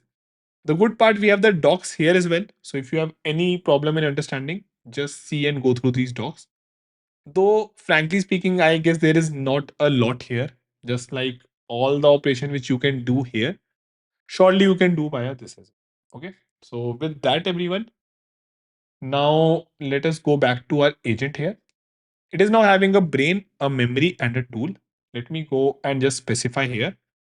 When asked about tasks, make sure to use the tool. So what is the name of this tool, everyone? 1 minute. Get many tasks. I would like to rename it Google Task Tool. So when this is done, use the Google Task Tool to get the appropriate number of tasks and provide a good summary. So this is normally better, and more you use these agents, you will get to understand this. And more or less, this is same across many of the mm, workflows or frameworks, right? So it doesn't matter if you're using, let's say, any framework from Microsoft, Google, OpenAI, because all these companies have their proper coded frameworks as well. Just to show you one of them, everyone, so that you have a holistic idea. Autogen. This is the one by Microsoft. Okay, a framework for building AI agents and application. But the understanding and everything is same. Something which I am teaching you as well, because after teaching genuine thousands of students, this is what I have feel holds in this world of rapid development. Today, you know that everything is so rapidly developing that this understanding will be very helpful to you, right? Now, with this thing set, everyone, I think we can just go back. Let me save it. Let me open the chat for the timing, refresh everything. And if I now ask it, can you tell me what all tasks I have for today? Again, you can have the continued and all these things as well via the parameter, right? So just let me set this. See, it is going through this model. Now it has listened to this task as well. And it's saying you have 3 tasks for today. Answer doubts your student asked. Teach n8n in depth, the best resource. So that is what I'm trying to create. do subscribe to my channel and share this video with each and everyone, because I have checked, and this level of in-depth understanding, in-depth knowledge, I have not found anywhere. And because of my experience of building these agents and also using them in my consulting business in my startup, I feel that I'm able to also give you some more helpful use cases in real world. And in future as well, I will try to make sure that each and everything is in depth explained for every one of you. And yeah, if you need details or want a message, so eat healthy. So that is something for me. And yeah, it is just saying that you can let it know. You can see that how Google Task Agent is called as well, right? So if I click this, you can see that how it did call this thing, right? And it got the message. So we can see and understand everything here. This is defined automatically by the model. So yeah, I think this is something which all of us can see. It is getting all the details, right? The ID, the title, when it was last updated, some link for this, right? So Google will be maintaining some link inside, status as well. So all these things, everyone, I hope you can understand that how it is able to get for us. If any link is there inside it, that is also it is getting. It is having the position as well. So if you see, this eat healthy should be the first position, right? See, and this is how it is maintaining the position. So maybe these are the number of tasks which it can hold. So yeah, these are the information which you can extract, everyone. And I guess that okay, my bad. Yeah, I guess that more or less this makes your understanding of this particular agent clear. Now surely you can use this thing, you can connect it to an AI agent as well. You can connect this to any application. That is where the benefit of your AI agent lies. Good thing, you can have multiple tools as well. So you see that this plus is still there. Now the idea is pretty simple. If I ask you for task, you would like to go to Google Task. If I ask you for a calculation, you would like to go to a calculator. We also have lots of tools, right? I showed you that how I have a currency converter and a calculator. So this is a very good thing again, where your agent, it can have multiple tools just like we human have them. Again, the understanding, since it is connecting with the definition I gave you of digital human, that is why it is having here. A single brain as of now, we can do fallback on another brain. I think for most of us, that is ChatGPT now. And as of now, again, a single memory, which also makes a lot of sense. Surely we can configure it to save it. Now we can say that, hey, this is our subconscious memory, this is our conscious memory. So you can, of course, make them. But the idea is that, yes, as of now, this the basic definition, everything is holding good. And with this, everyone, I totally believe that you know a lot of in depth about agents, regardless of n8n or any frameworks as well, right? Things which I've shown you. If I just normally go to any, let's say, framework again, so let's say AutoGen again, I can show you that how you will see same things, right? See, memory and RAG, we are able to see here, right? In the core, you will see that how it is having tools. So I'm just showing you that, yes, how this understanding, it's not just a one-off thing. You will be able to use it in across multiple frameworks as well, right? Not just for n8n, for everywhere. And believe me, you will be very much thankful to me, because in future, if you move from this n8n to, let's say, some other, maybe 1 year after or 2 year after, this understanding will surely be helpful to you. Okay. So instead of starting directly by this, I first made sure to explain you these things in depth, everyone, specifically with regard to agent, this one. And please always remember this. Now let's move on, and now let's see that how can we automate our one of the use cases, which is the Gmail one, which I kind of explained to you about. Pretty sure that many of you will be able to do that your own as well, but let's quickly just create that as well. Okay.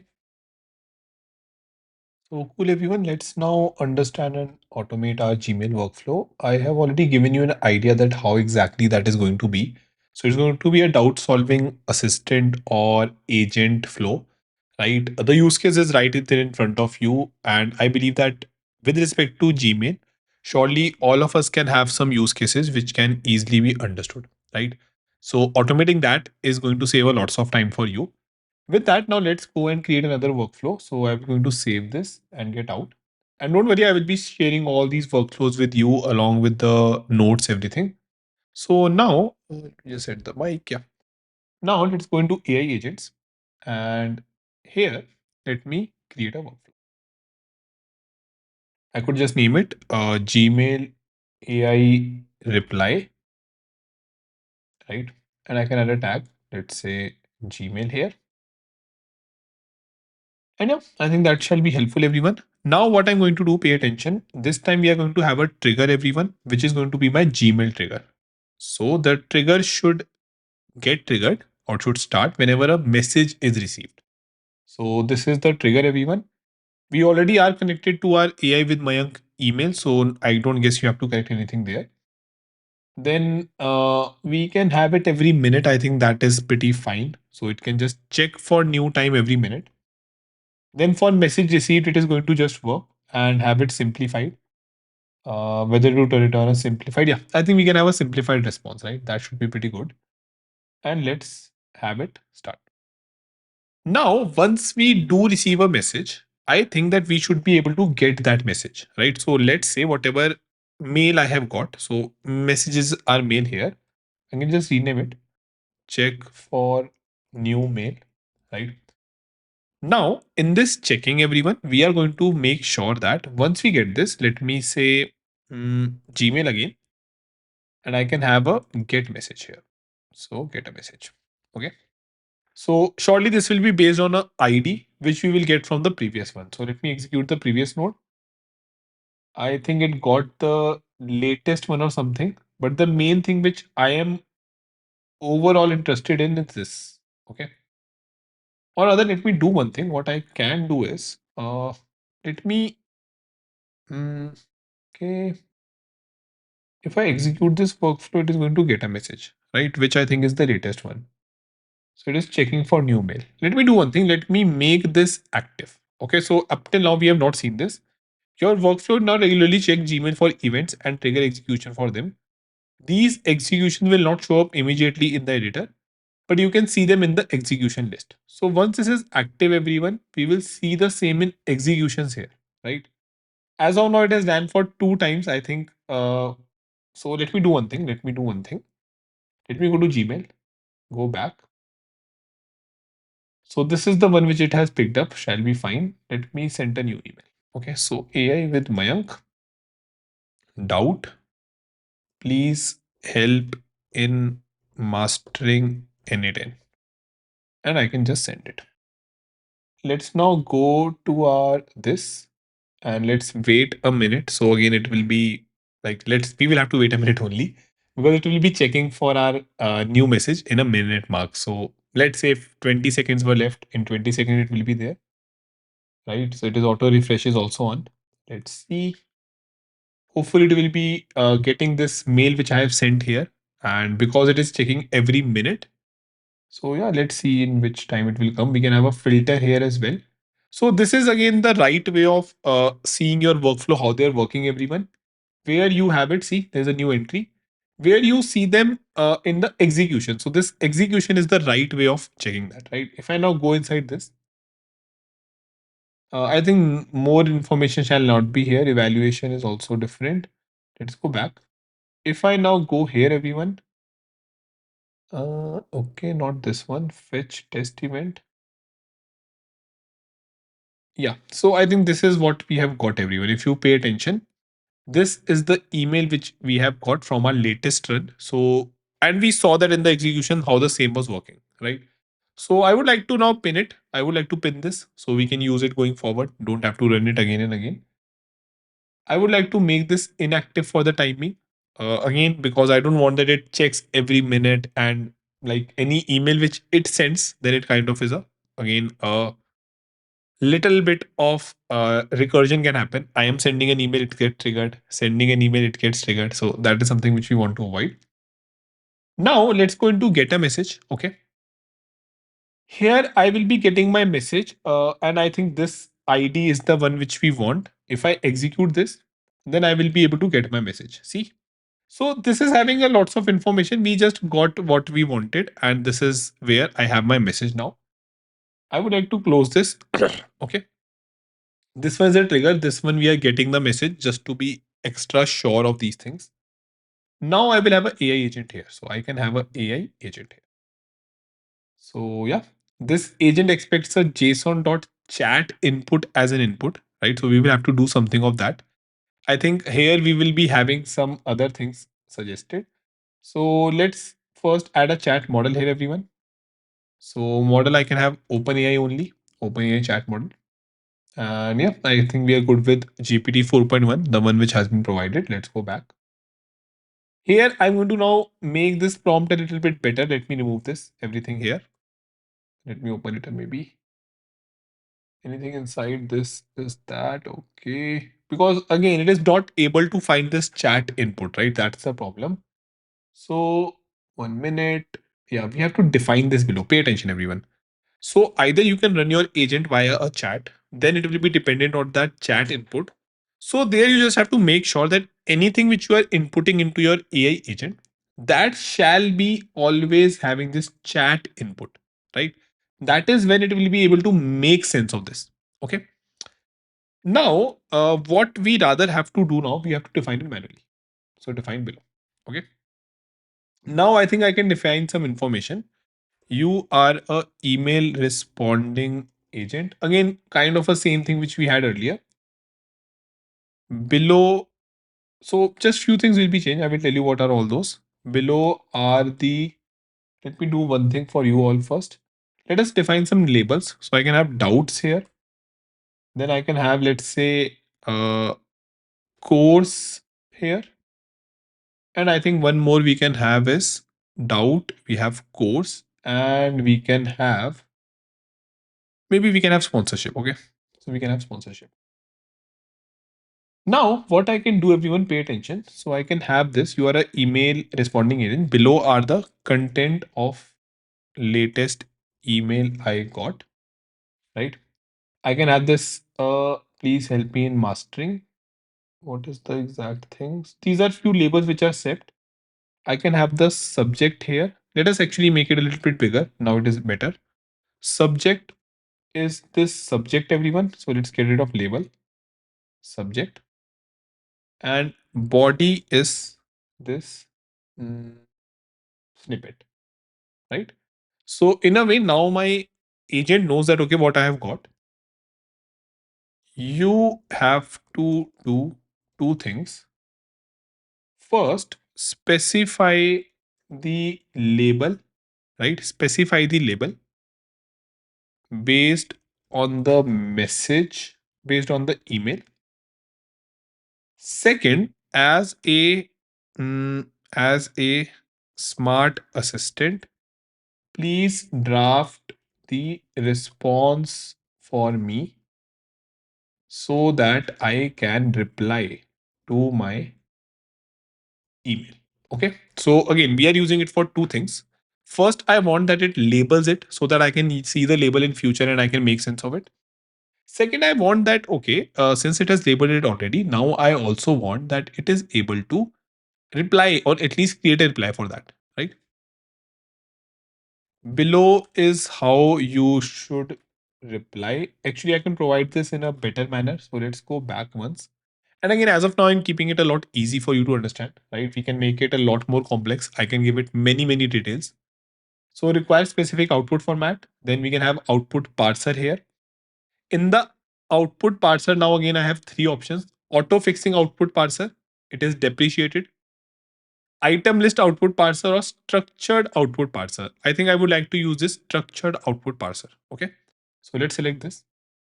And here I can just mention that, okay, my output parser will have something like this. So it will be having a label, right?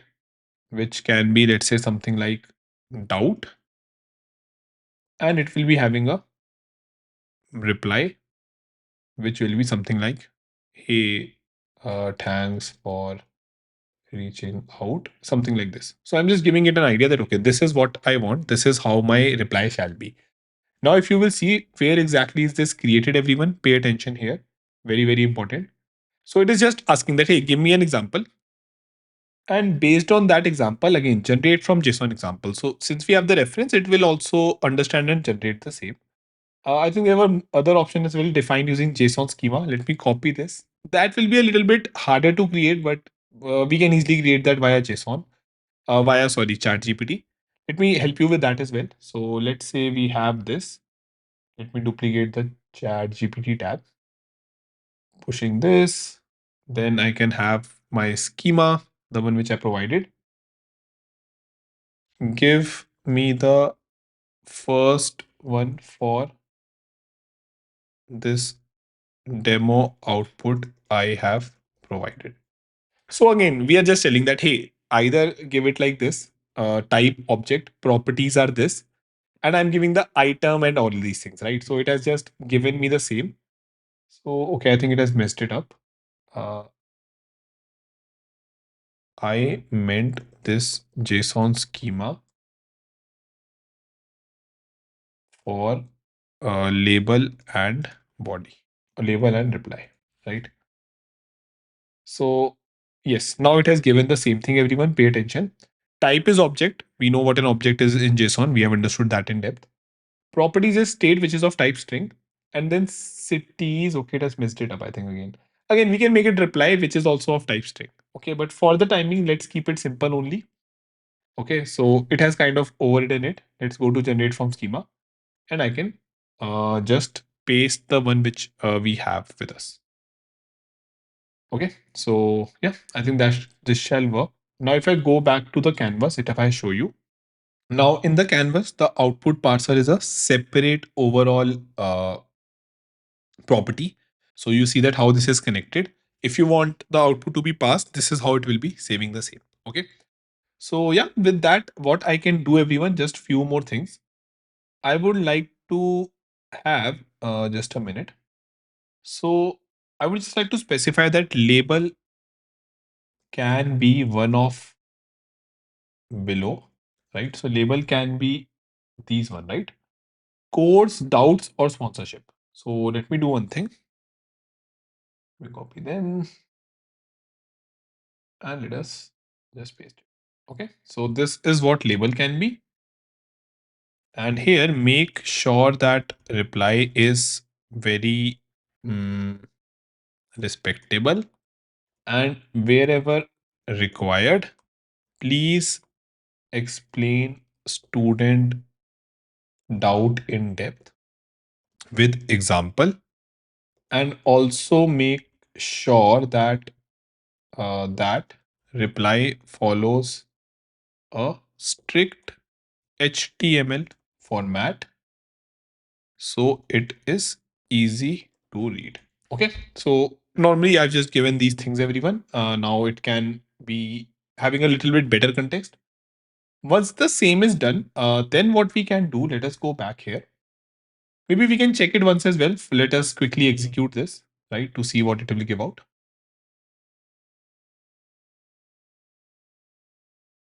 Will take a little bit of time. And yeah, seems like yes, doubt is there. Thank you for reaching out to me, mastering in it, and I'm happy to assist you. So this is something which it is giving. Now, what I would want everyone pay attention. I would now want to have a Gmail again. So this time I will use label, and I can add label to a thread or to a message. So I would like to do this to a message. This get message, I have the ID of the message, which I can give here. And label can be this label which it is providing. Okay. So this is where it happens. Okay. What is the error? The value doubt is not supported. Okay. So I think we will have to handle that as well. Let us go to fixed. And these are the options. So doubts is there. Why is it not supported? Okay, maybe we will have to check these things a little bit in depth. So it is doubts without any space or something. Again, the idea is that we have to specify a label, okay, which is supported, which is present. So this is some error which you can get. Now, if I go on fixed and if I see there, it is again doubts, no spaces, nothing. So maybe I will have to get and specify this in a little better way. So what I can do, let me have a memory here. Okay, sorry, let me have a tool, sorry. In this tool, I can have Gmail tool. It can be message, no, it can be label. So I'm just using a Gmail tool. I can say get many labels. I can specify this and let me execute this once. Yeah, return all, no worries, should be fine. So it did got all the label for me. Okay. It is having the name, etc. All these things are present. Name and yeah. So again, I'm just giving it as a tool where all the labels are present, everyone. Let me go back. And what would I now want is that if I go here, I can specify the message ID, I can specify the label names or IDs. Okay. So that mean again, I will just give you the idea. See, if you want to specify or mark a label on a message, it is saying that hey, you cannot provide it like this. So we did try to have a better approach, but what it was saying is that pay attention. So let it just run. Ideally, yes, we should have pinned the output. So it was easy. When I provide this, it is giving me an error that hey, this name is not matching. Now we don't know that what can be there is maybe a small spelling mistake or something, but I see that ID is there. I see that ID is there. So either we can choose from a list or specify ID, which I believe is an awesome thing because it can be again you can face issue with respect to casing that you can have a D capital or D small in doubts. So with that, what we will do is pay attention. We will be using the tool very nicely. In this tool, we got all the labels. Okay. Now what we will do, pay attention. We will make it bigger. We will say specify the label. Use the tool to get all the labels. Okay. And their ID and mention both of them properly. Okay. Here as well, I would like to make some changes. Everyone, pay attention. So this is the subject and body reply with subject and body so that it is easier to understand, right? So now if I close this, I can just go to my output parser here. So pay attention. I would go to, let me save this and go back. I would like to now go back to my output parser. Here, once I go here, let me click this. Okay, yeah. I would like to have a label. Then I would like to have a label underscore ID, which is also a string. So which is going to be something like, let's say 1 2 3 4 something. Then I would like to have a subject. So let's say mm, doubt answer. Again, it doesn't matter. It is just using this for reference. And I would like to have a body. So this now is the right approach, everyone. It is following this particular proper things which we want. Now I want both label ID and label so that I can see that yes, they are matching, right? With ID, I will not be able to reduce it. Now, let me save this and go back now. And what I can do is let's go here and execute it again. Okay, I will have to execute it back by going back. Execute this step again. Now let's see the output. And I guess now it will make a lot of sense and solve most of our things. Run. Okay. Again, AI normally takes a little bit of time. I think we have got many things. We have the doubts, we have the subject, we have the body. Okay. So let me pin this so that we don't have to run it again and again. Let us go back. And now I can have a add label to message. This time instead of label, I would like to have label ID and hopefully it will work fine because now we are speaking in terms of ID. So makes sense. And it is going to give that label. Let me execute this here only to show you. If we go to this, we refresh it. See, very nicely doubt has come here. So you can see that how all those quick things which people normally say, how easily you can handle them, right? Where hey, always label your emails, always make sure that you reply on time. All these things we can do. One last thing, if we go back, I would like to have a new node here with Gmail again. But this time, pay attention what I will be doing. I will be doing draft, create a draft. Okay. So I will be doing create a draft. And it is pretty straightforward and easy to understand. I don't want to send it directly. Again, I don't want to be that dependent on AI. I just want that it give me a draft so that at least I can see that first before sending. So create a draft. This time again, subject is going to be this subject, AI agent. I hope you understand this thing in depth now. Like this is all the inputs, everyone. Now subject is going to be this subject, reply of doubts, and body is going to be this body. And I can say that, hey, this is a HTML, not a text. This we have done already. So if we now execute this, has been executed. Let me go here, refresh it, and we have a draft here. Yeah, see, dear student, I think, okay, I think we have done something here. So what I missed was, okay, I have to resources draft. Okay, I have to create get many. So, okay, I think I have to send a message and their draft will be present. So let us just check again. It has created a draft, but the draft is not on that, right? So we have to, again, that's the problem. If I got 10 messages, I will have 10 drafts, but I don't know which is for which. So let's go to Gmail and let me do send a message maybe. Okay. In this, do we have an option here? Hmm, send replies to send me a message. Okay. Operation is, let's say add label is fine. Send, remove label, get label, all this is good. So seems like it is not inside it. Let me go back. Will be in draft only. Let's see that. So in draft, if we go everyone, let's see the options. And yes, yeah, here we have the to email. So either we can use this. Let me delete this though. Or I think we can have this thread ID. Right now, if I go on get a message, I will use this thread ID.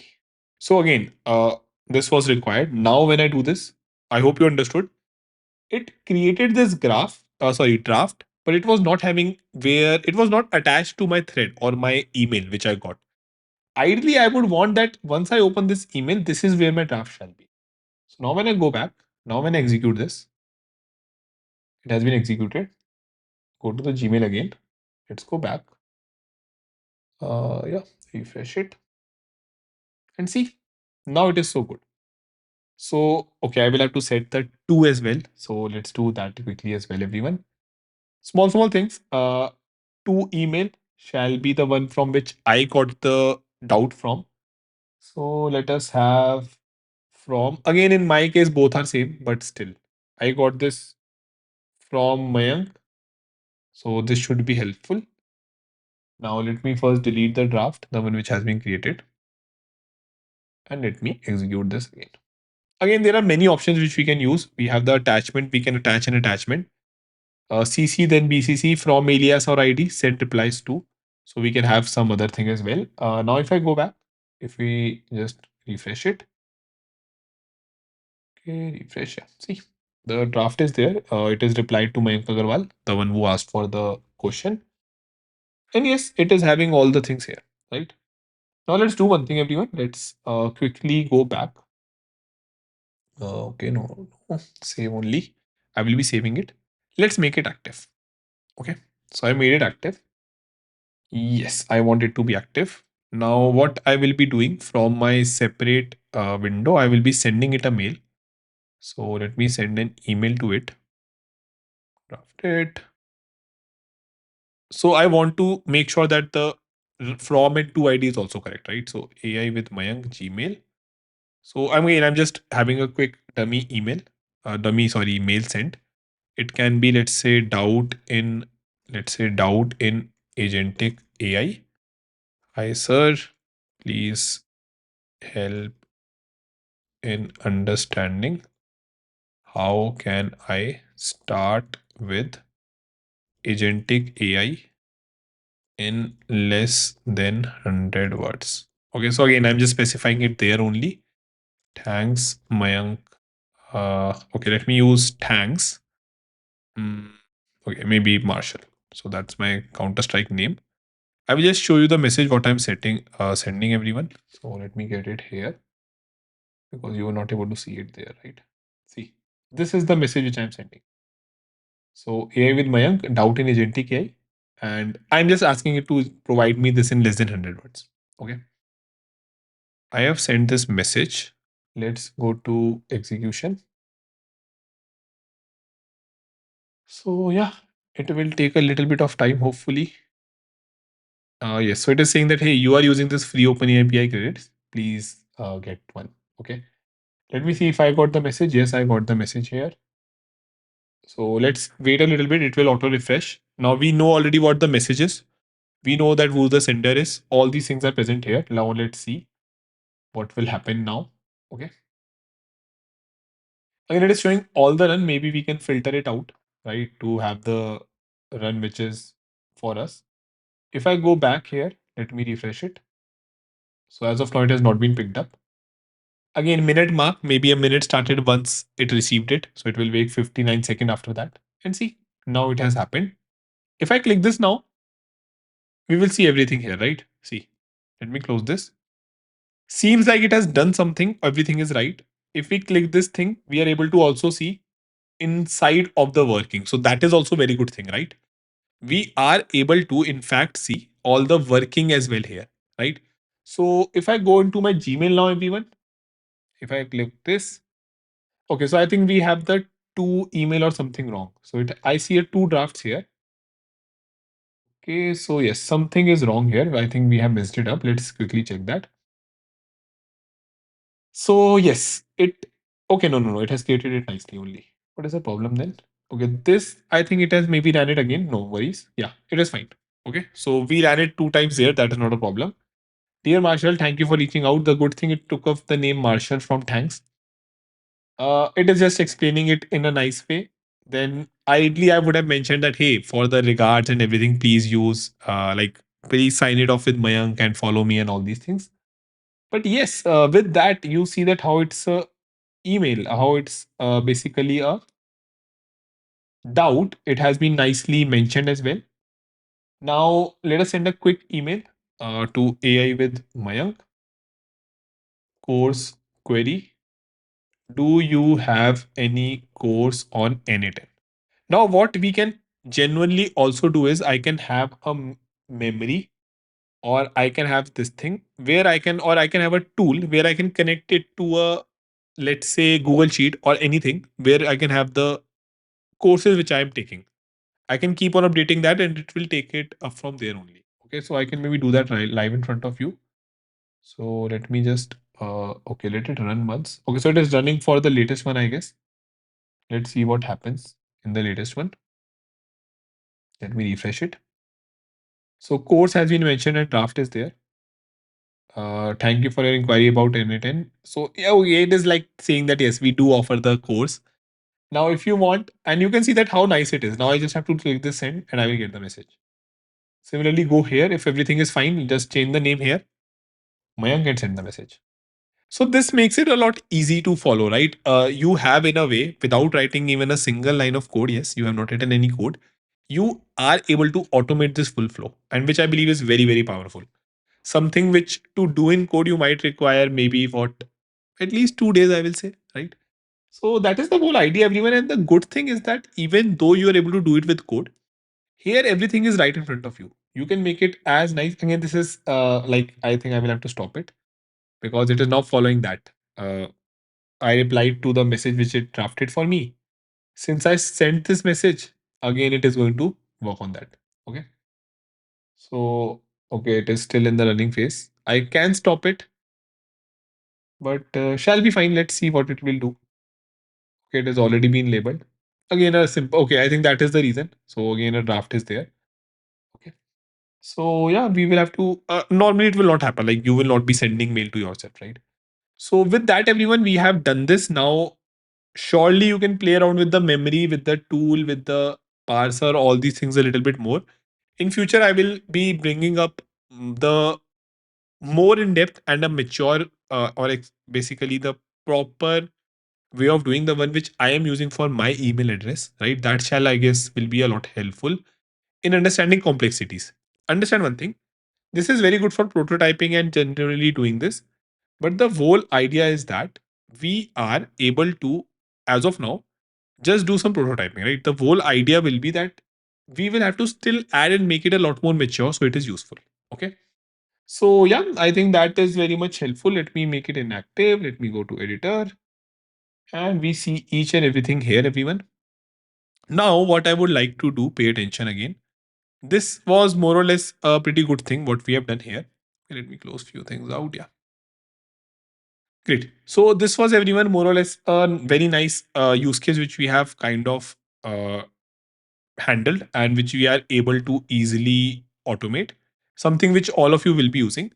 Now I would like to show you one more very helpful use case, which is kind of your own personal AI assistant, right? So we will be using Telegram for that, not like Gmail or something, because in Gmail it is a problematic thing. So via Telegram, you will be able to chat with that and it will be having access to everything. So you can connect it to your Gmail, you can connect it to, you can give it any number of tools you want. But the good thing will be that it will be able to get you all those details, whatever you want. So just understand how powerful that is, right? For your task, for your Gmails, emails, for your any particular, like all the, again, at the end of the day, all of these tools which are supported, which I guess is most of them, you can connect it to your own API as well, right? So all these things will be possible. Let me delete this. If I click on this plus, you see so many of these tools are there, right? So ideally, if you want, you could make it kind of your second brain, something which is genuinely able to see each and everything about you. And that is something which I am trying to do as well, where I plan to make sure that I can automate everything via a single bot. So if I say that, hey, please reply to my emails, or please tell me what are the emails and can you give me the replies, it will be able to get those as well.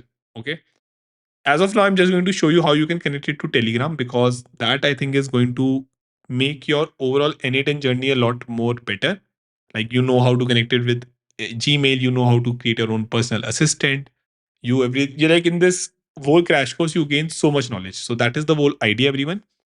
But yes, of course, in the future videos which I will be putting up, I will be going in depth about these separate use cases, and we will see that where can be there a caveat, where can we actually use it, and all that will be based on from my personal use case, how we are using it inside a company, how we are using it inside consulting as well, where we are genuinely selling these agents, of course integrated with an application, right?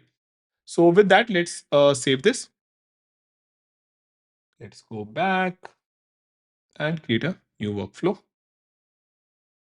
I would like to name it as AI personal assistant with Telegram. Add a tag Telegram. Okay, my bad. Telegram. Yeah. And I guess we can get started on this. Okay. Hey everyone. So today we are going to see that how can we build a end-to-end Telegram assistant or a Telegram bot using n8n, via which we will be able to not only just send and get replies to our message, but since it will be a proper assistant, it will be able to help us in scheduling tasks, or even, let's say, get our reservations or any event from the calendar. So the same is going to be very helpful, and I'm going to do everything right from scratch so that you also know and understand the whole process. In this, we are going to use the n8n automation and also understand about AI agents and how we can also have a multi-agent kind of a workflow in our n8n. So the same is going to be very helpful. We will be covering all the steps which are required for creating our Telegram bot, right? And also see that how can we connect it to our other applications via Gmail calendar and Gmail tasks. So let's get started. Now, as you can see, agentic AI flow, Telegram personal assistant. So at the end, this will look something like this, not exactly maybe, but a lot better than this as well, right? So let's go forward. And the very first thing, what I would like to do in my AI agents, I would like to create a new workflow. So this I would like to say personal assistant using Telegram, right? I can add a tag here. So as a good practice, Telegram, or let's say assistant. Now I am using the free trial version of n8n so that all of you, the issues which you face, I also face the same. Though I have it hosted like on one of my server or system as well. But I am using this so that you like I am able to be in your shoes while you are developing the same, right? Now, let's go forward, everyone. And the very first thing which I would like to have is to check a Telegram node here. Now in this Telegram node, I will see that we have in action. So we can trigger the same on a message, right? Now, one thing to note here, if you have less idea about n8n, I will highly suggest to see the videos on my channel where I have talked about this, because having the whole idea about n8n is a prerequisite so that you can create these things, right? I'm directly focusing on how can you create a Telegram bot here and making sure that it can connect with different applications which are there we normally use. Now, once we have created the Telegram thing, everyone, you will see that here we have to create a new credential. So it is asking us for a access token as well, right? So let's see that how can we see the same, everyone. So just a minute, let me show you. Yeah. So steps to create a Telegram agent, and here you see I have just added a picture of Godfather, right? So let's see that why I have done the same. Now the very first thing, you can use Telegram anytime on your mobile, or you can use the same on a web as well. Here, what I have done, everyone, is I have Telegram opened on web.telegram. So easily by scanning the code or by just entering your phone number and an OTP, you can do the same. So that steps are very easy. Just to show you how that looks, I can go here and search for web.telegram. Now again, you could do the same easily, all the steps via directly on your phone as well. That is going to be something which I do with the bot I have created. And again, it is asking you either to scan this QR code by Telegram, much like how you do in WhatsApp, or how you can log in it via the phone number. Now, with this thing clear, everyone, let's move forward and let me give you a basic idea. So, creating a personal assistant on Telegram, apps like WhatsApp, Telegram, Slack, etc., makes it a lot more easier for us to connect with our workflow at any time and also automate a big chunks of our task. So the idea here is that though we can use n8n to maybe send it a message, or let's say create an application as well, something which I will show you as we complete our flow. The whole idea is that if we are able to get these things onto our personal applications like WhatsApp or Telegram, something which we use regularly, that I believe is going to be the major game changer and a lot helpful, right? So with that, everyone, what we are going to do, we have to focus on just integrating our workflow with these apps. Now here you will see that how I have drawn Telegram, WhatsApp. We can surely have Slack as well. And in my future videos, I will also be covering that how can you connect with these apps as well, right? But understanding the flow is very easy because that is going to be more or less the same and something where you need to master the full automation workflow. Now with this thing here, let's see that how can we create our own Telegram bot. So that is why I had that icon. Now if I go on Google, everyone, so let me go on Google. And if you search on Telegram Godfather, okay, 1 minute. Yeah, Godfather bot. I think this is what you have to search, everyone. So, Godfather, I guess. Yeah. So, this is the overall link. Let me just click this. Just make sure that you go to the right one. Like, there are lots of these things. I'm not sure which one is the right or wrong. So, what I'm going to do, I'm also going to, in the notes, which I will share with you, add this thing, right? Just so that you can avoid any of your data leakage or something and making sure this is the suggested way via the n8n as well, and this has been a tested way of making your bot, right? Now what this help us to do, bot further is the one bot to rule them all. Use it to create new bot accounts and manage your existing bot, right? So I'm going to open the same in web.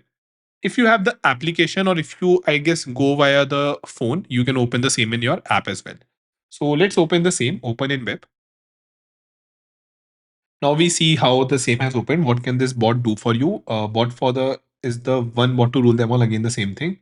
So again, you can read about the Telegram bots and the API as well, though it will not be required. I will be covering each and every step, right? So here I can just do a start, and you can see that how it has all these commands, right? We can I can help you create and manage Telegram bots. If you are new to bot API, see the manual. You can control me by sending these commands. So it is giving you all the commands which you can use to work on this. You can edit bots, bot setting, web apps, all these things we can do, edit games and all these things. We are interested in creating our own bot. So let me do a new bot. All right, a new bot. How are we going to call it? Please choose a name for your bot. So I can make and say that the name of my bot is going to be, say, Mayank underscore n8n underscore bot. Or let me make it Mayank bot agent n8n. So this is the name like of my bot. Now, good. Now let's choose a username for your bot. It must end in bot, like this example. So now what I'm going to do here, I'm going to say Mayank underscore n8n underscore bot. So just to make sure that the above and the second one is different, I have made this. So yeah, now okay. Sorry, this username is taken. I think I am the only one who created it. So Mayank underscore bot underscore n8n. Okay, 1 minute. So just a second. I think the first one I have only taken. So Mayank, n8n agent, or let's say automation bot. I hope this one is available. Okay, I think I used two underscores. So again, really hope you don't face these issues. The bot is easily available. Yeah, so congratulations on your new bot. You will find it at this particular place. You can now add a description about the section and profile picture for your bot. See help for a list of commands. By the way, when you have finished creating your cool bot, ping your bot support if you want a better username for it. Just make sure that bot is fully operational before you do this. Use this token to access the API. So this is very, very important. Please make sure that when you are doing this, it doesn't get leaked or something, because using this anyone can generally connect to your bot, right? So this is something which we are also going to use, everyone, and I'm going to delete this bot as and when I connect with it and show you the demo, right? Now what we will be doing, this time we will now be going back to our n8n, and just to show you, like, this is what we have created, right? So this is a trigger which we have created, and we want that it should get triggered anytime it gets a new message. For the same, and to connect it, we will be now adding a new credential. This access token is where I have to add this thing. And now the same will be usable. So let me do a save. It is testing. And seems like the connection tested successfully, means that yes, it is valid. Okay, so this was the step, everyone. Now I will just quickly run you through again. So using this website, a simple using this bot father, again just like a godfather. So we can create our own telegram bot, everyone. Telegram bot, it should have a separate name and all these things. From here we will get a http, I think it was an http access, what was it? Yeah, http API token. So that is what I'm calling it, HTTP API token. And this is something which we have to use to connect it to n8n workflow. So we have this n8n workflow which we have created, and the same can easily be connected now, and we can do anything which we want. So yeah, with this, let's now move forward. This time, what we are going to do now, the work of this is completed. What I will do is I will just go to my bot. So Mayank bot agent n8n, right? In this, I can now genuinely do anything which I want, right? So I can just start and basically interact with the same. As of now, we have sent the message, and let me close this and do one thing. Let me just try to execute this step. So it is 1 minute. Yeah, it is able to get few things here, which you will see, right? On the message, update ID, all these things. Like all the details. So seems like the same is working, everyone. And I can just send it another message maybe. So let me just send one thing. And let's say we have Telegram. 1 minute. Let me close this one first. Yeah. So here I will have Telegram, and I can have send a response. Okay. So I'm just saying send a message, right? Let me connect this to this particular message, right? Now here we can see that how this was the text, if you all remember. So Telegram trigger, now it is just maintaining its state. It is having what I sent.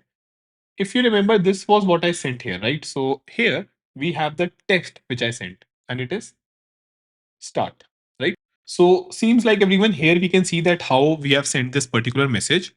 And this is something which I think we can use. So let me just zoom it out, and we have the chat ID, I guess. So we have this from and everything. We have this chat ID. Let me just drag and drop it. And we can just say, got the message. So as of now, I'm just doing a check that yes, everything is working, approval and all. Let me just execute this step. And now let's see, got the message. This message was sent automatically with n8n. We can just approve the same. So it is just asking me to open this. We can maybe cancel this for the time being. So seemed like yes, we were able to make the connection, and of course we can have the options. So let's say different options via which we can have this n8n attribution removed, and we can just send a message as well instead of waiting for the approval. If I just send the message, let's say got the message. So this time again, no approval, nothing. I normally use this approval thing whenever I am checking, like let's say if I ask it to create an event and the same has been created, I make sure that I'm using this approval thing. Okay. Now, if I just let's say stop this because it is still waiting for the approval. Now, if I open this, send message and execute this time it will just send the message and see we have got this particular message. Okay. So yeah, with that, I'm pretty sure you did understand how we have to make this connection. So that was the very, very important first thing, everyone, where we have made this particular connection, right? This is, as I said, something which you can easily do with your overall Telegram, just like I have done here. So create a bot, then we connect it to our Telegram. Sorry, create a bot via the bot father, connect it to our n8n workflow, and just check how the same is working. Now, what I can do, let's go back, and the aim is that we can create in this bot we can ask it some question and it can give us the reply, right? So for the timing, what I will do, I will have a text basically here. So I will have an agent here, everyone, AI agent.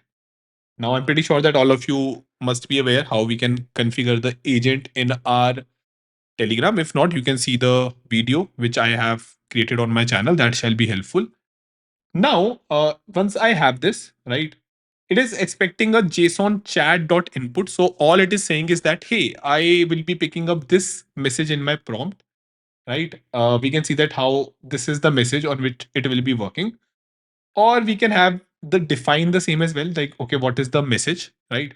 And it can pick that up and of course work on the same, right? So for the first thing which I want to do, I want to now go outside, show you this AI agent. And here I want to add a chat model. So I'm going to use the Open AI chat model. And here we do get n8n free OpenAI credits. If not, feel free to use Grok or any other open router or any other free offering. So I'm also using this n8n free OpenAI credits, everyone. Again, if you have the key, you can surely go here and create a new credential where you can just have your API key added. Though I have it, I'm not using it just to make sure that, again, I have the same model as you all have. And of course, you can have any other AI agent as any other this particular chat model as well, whatever you want or are comfortable with. It does have so many of these options. I'm pretty sure all of you must have seen that. So let me just delete it for the time being and show you like what our options are here, right? So we can have Anthropic, Azure OpenAI, Google Gemini. So Gemini is also very generous with giving you free credits. And of course, Olama, Open Router, Grok, XAI Grok. So all these are present for us to use. Now let's go back and let us make this connection again. I am just using the free credits one, which is given by n8n. Normally, when you create an account with 14-day free trial, you get something for 100 credits. I guess that is what you can use. Now, from the list, I am just selecting the models which are available. So let us use GPT 4.1 mini, right? And we can do the same. Now, options, and I don't think we have any options as of now. That shall be fine. So we are good with this particular thing, right? Now, let me do one thing. And what I will do, pay attention. I will be adding another overall node here. So it will be edit, or rather, 1 minute, yeah, edit fields. Okay. So this, I will be doing some manual mapping here. So we have to send this particular message which we get, right? And I want to make sure that this message becomes field from which I will be connecting my agent to, right? We saw that there was some requirement. Along with that, I would also like to send the chat ID. Now, it's normally a good overall way to make sure that we are standardizing things, right? And we can have the message.chat ID. Now you will see that why am I doing this? Because I will be enhancing our model further as well. So with this, we can see, and if I execute this step, we are getting message. Here we have the text, and here we have the chat ID. Okay. So simple way of just editing or transforming the way I'm sending the output to the agent. Now let me just make a little bit of more space here. So just like this. Okay, I think we need to make it a little bit better. Have it here. And yeah, something like this, right? In this agent now, I can go and I can define the same below. I will be working on this text, everyone, right? So this is the text where I will be working and something which I have to make sure I can work on. Now, what I want, just let me see here. So we can add a system message, right? So I will just delete this and show you what we am doing. I'm just adding a system message here, everyone, from add options. The idea is pretty clear. I want to make sure that my agent, it just doesn't reply to my message, it replies the same in a good or overall smarter manner, right? So I have a system message here and I will now try to change it. Okay, so let us have this.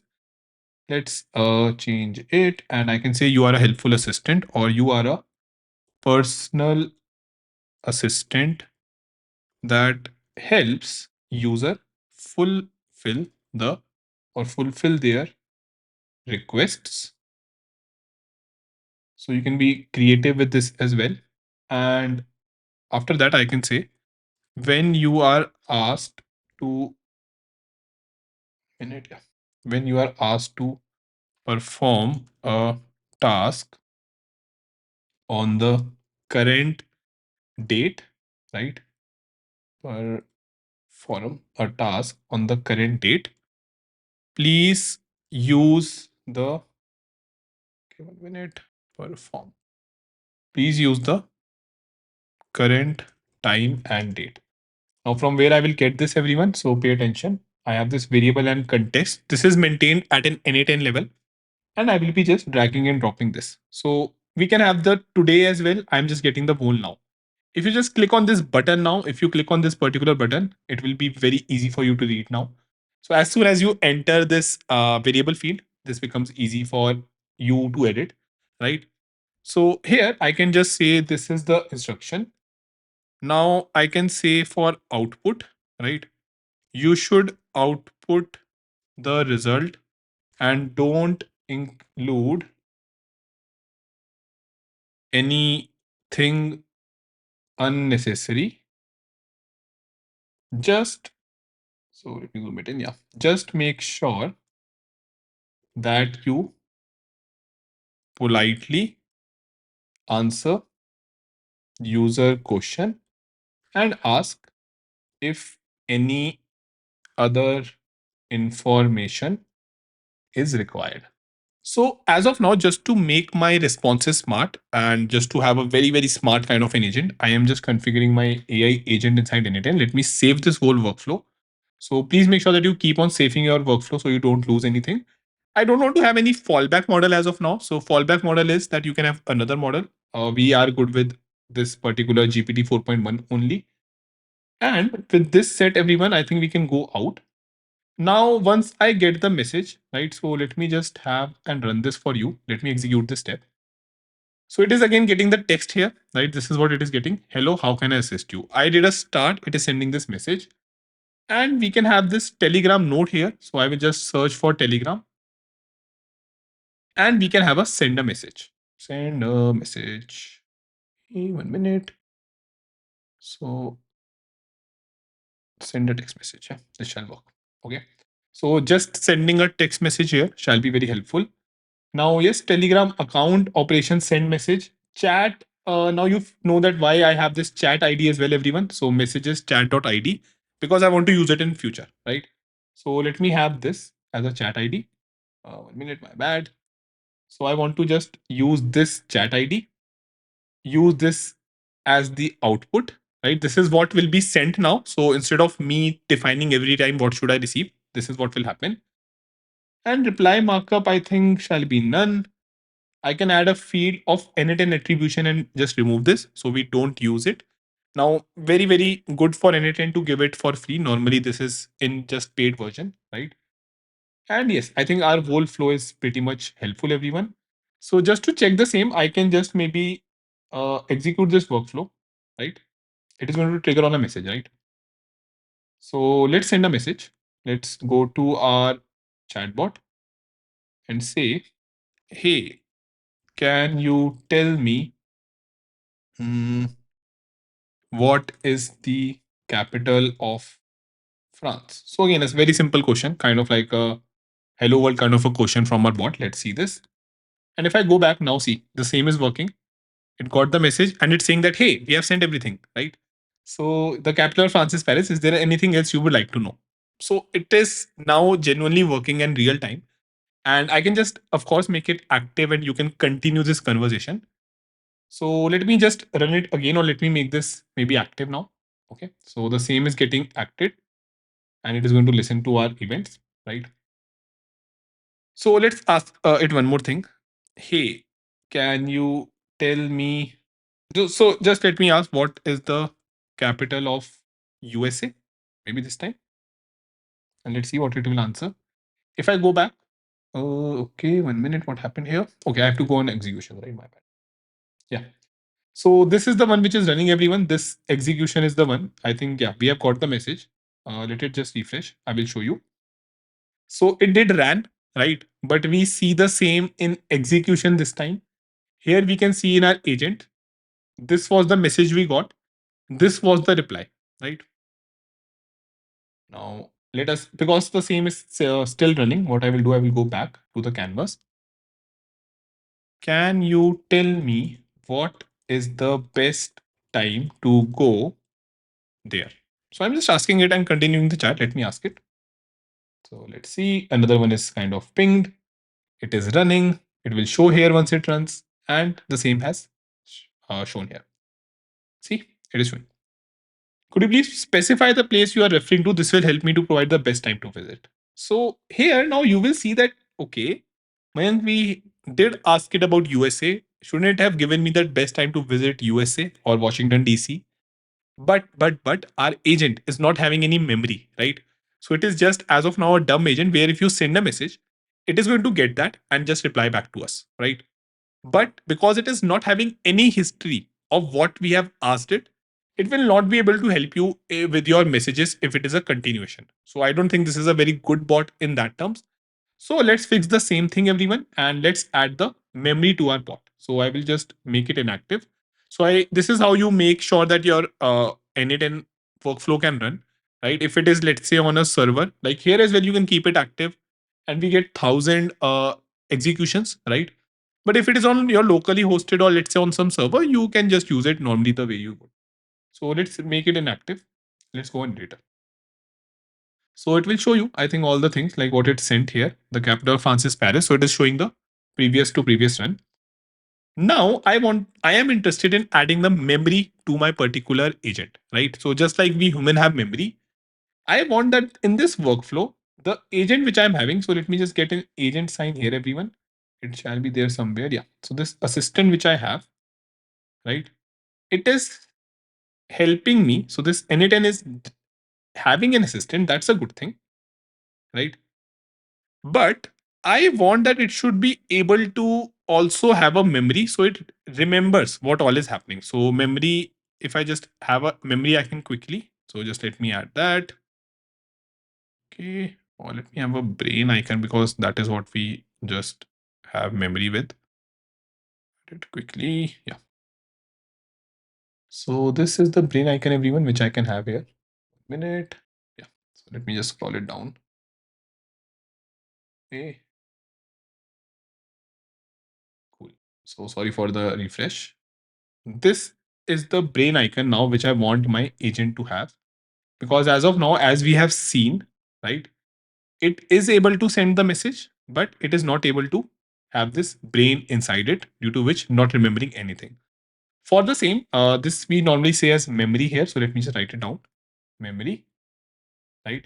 And for the same, what I will do, there is a memory button here which we can use. So let me add a memory here.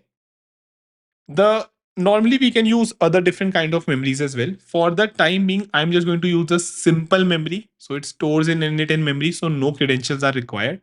thus making our work a lot easy, right? I can have this memory here, everyone, and session key from previous node. So it is just asking for a reference. And this is where I would be defining the same below. And the key I will use as my chat ID. Okay. And it is saying that, hey, context window length, how many past interaction the model receives as context. So I would like to make it 7 because normally, or 7 or 10, because when I'm asking it question, I see that it is on the basis of those last 5, 7 questions, which I'm able to work at a single time. So with this thing clear, now let me just went out and save everything. So let me just save it. And the same has been saved, everyone, right? Now let's execute the same again. So I would like to execute it one by one. So to as to show you the same how it is happening. Now let me ask it, what is the capital of, let's say this time I can ask for India and let it give the answer. Okay. What is the best time to visit it? Right. Now I would just have to renew, like re-trigger the same because we see that we have got the message. We were able to reply. This is the overall reply which it has created. The message is also this. If I show you on the agent, this is what the message is. What is the capital of India? Now I am asking a follow-up question. Let me execute this workflow. So it waits for my message. And if I ask it this thing, see, the same is going. It is like running and it has replied. The best time to visit New Delhi. So now it is having the context, right? We have created a pretty nice agent which is having this context as well. So you now have a personal assistant kind of a thing, which can help you answer your question no matter where you are, right? So this I believe is very, very strong because you can configure it to answer the way you want. That's the very, very important thing. If I want, I can have it answer in points. I can answer it based on, let's say, some particular details which I want. I can make sure that it gives me always the things in the way I want. So let's say in terms of some to-do list, right? So this is where I guess everyone the way of creating our simple agent is pretty much helpful, right? Simple agentic flow with Telegram is pretty much done. But at the same time, I would like to make it a little bit more complex. And that is where I guess you all are going to enjoy it a lot, right? So let's see the same as well. And this is again based on how I use it in my day-to-day life. Sometimes I'm very happy to just connect it with a text, the way I'm sending this text here, right? So yeah, easily I can send any text. But sometimes I'm a lot lazy and I want to use this voice button, right? And as of now, if I send it a voice, so let me just execute this workflow. And if I send it a voice, let's say 1 minute, yeah, okay, I can allow this, not an issue. Hey, can you please tell me how is my day looking like, or what is the capital of France? Again, just any question will do. Let's see what is happening. See, it's a giving an error. Input values have 3 key. You must specify an input value or pass only 1 key as input. So somewhere what is happening here is that we are not able to run it with a voice. So it is not able to, like, agent is showing an error, right? So let's try to fix this. And for that, what I will do, pay attention.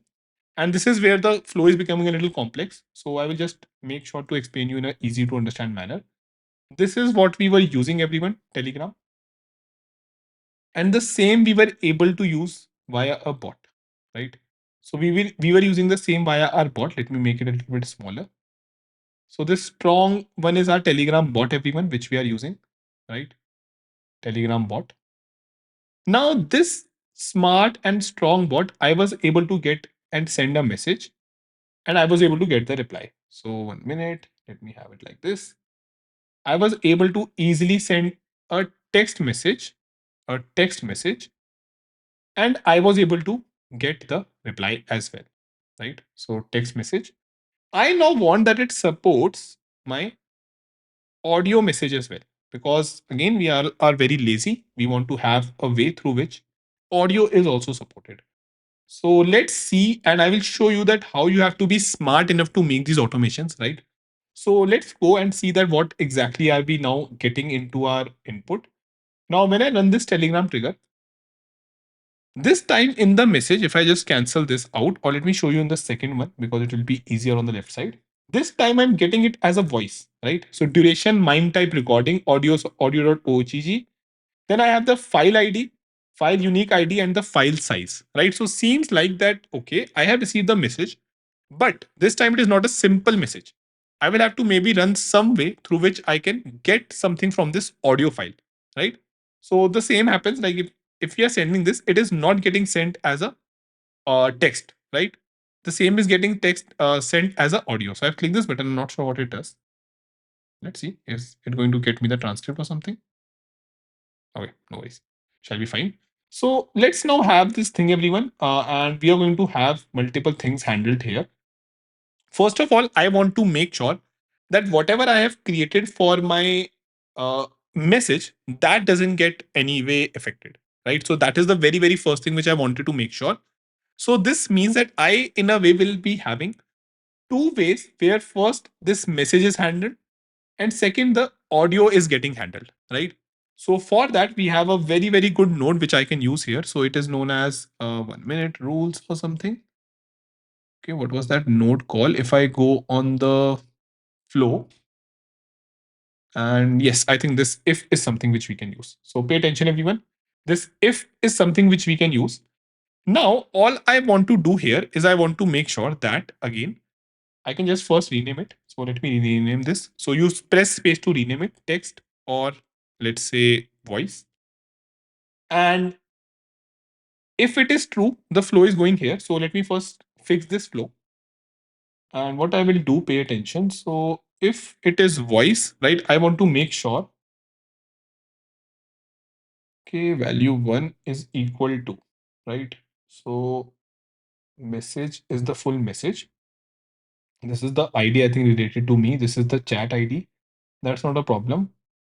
And then we are getting variable and context, right? So let me do one thing. Let me first just try to send a message as well.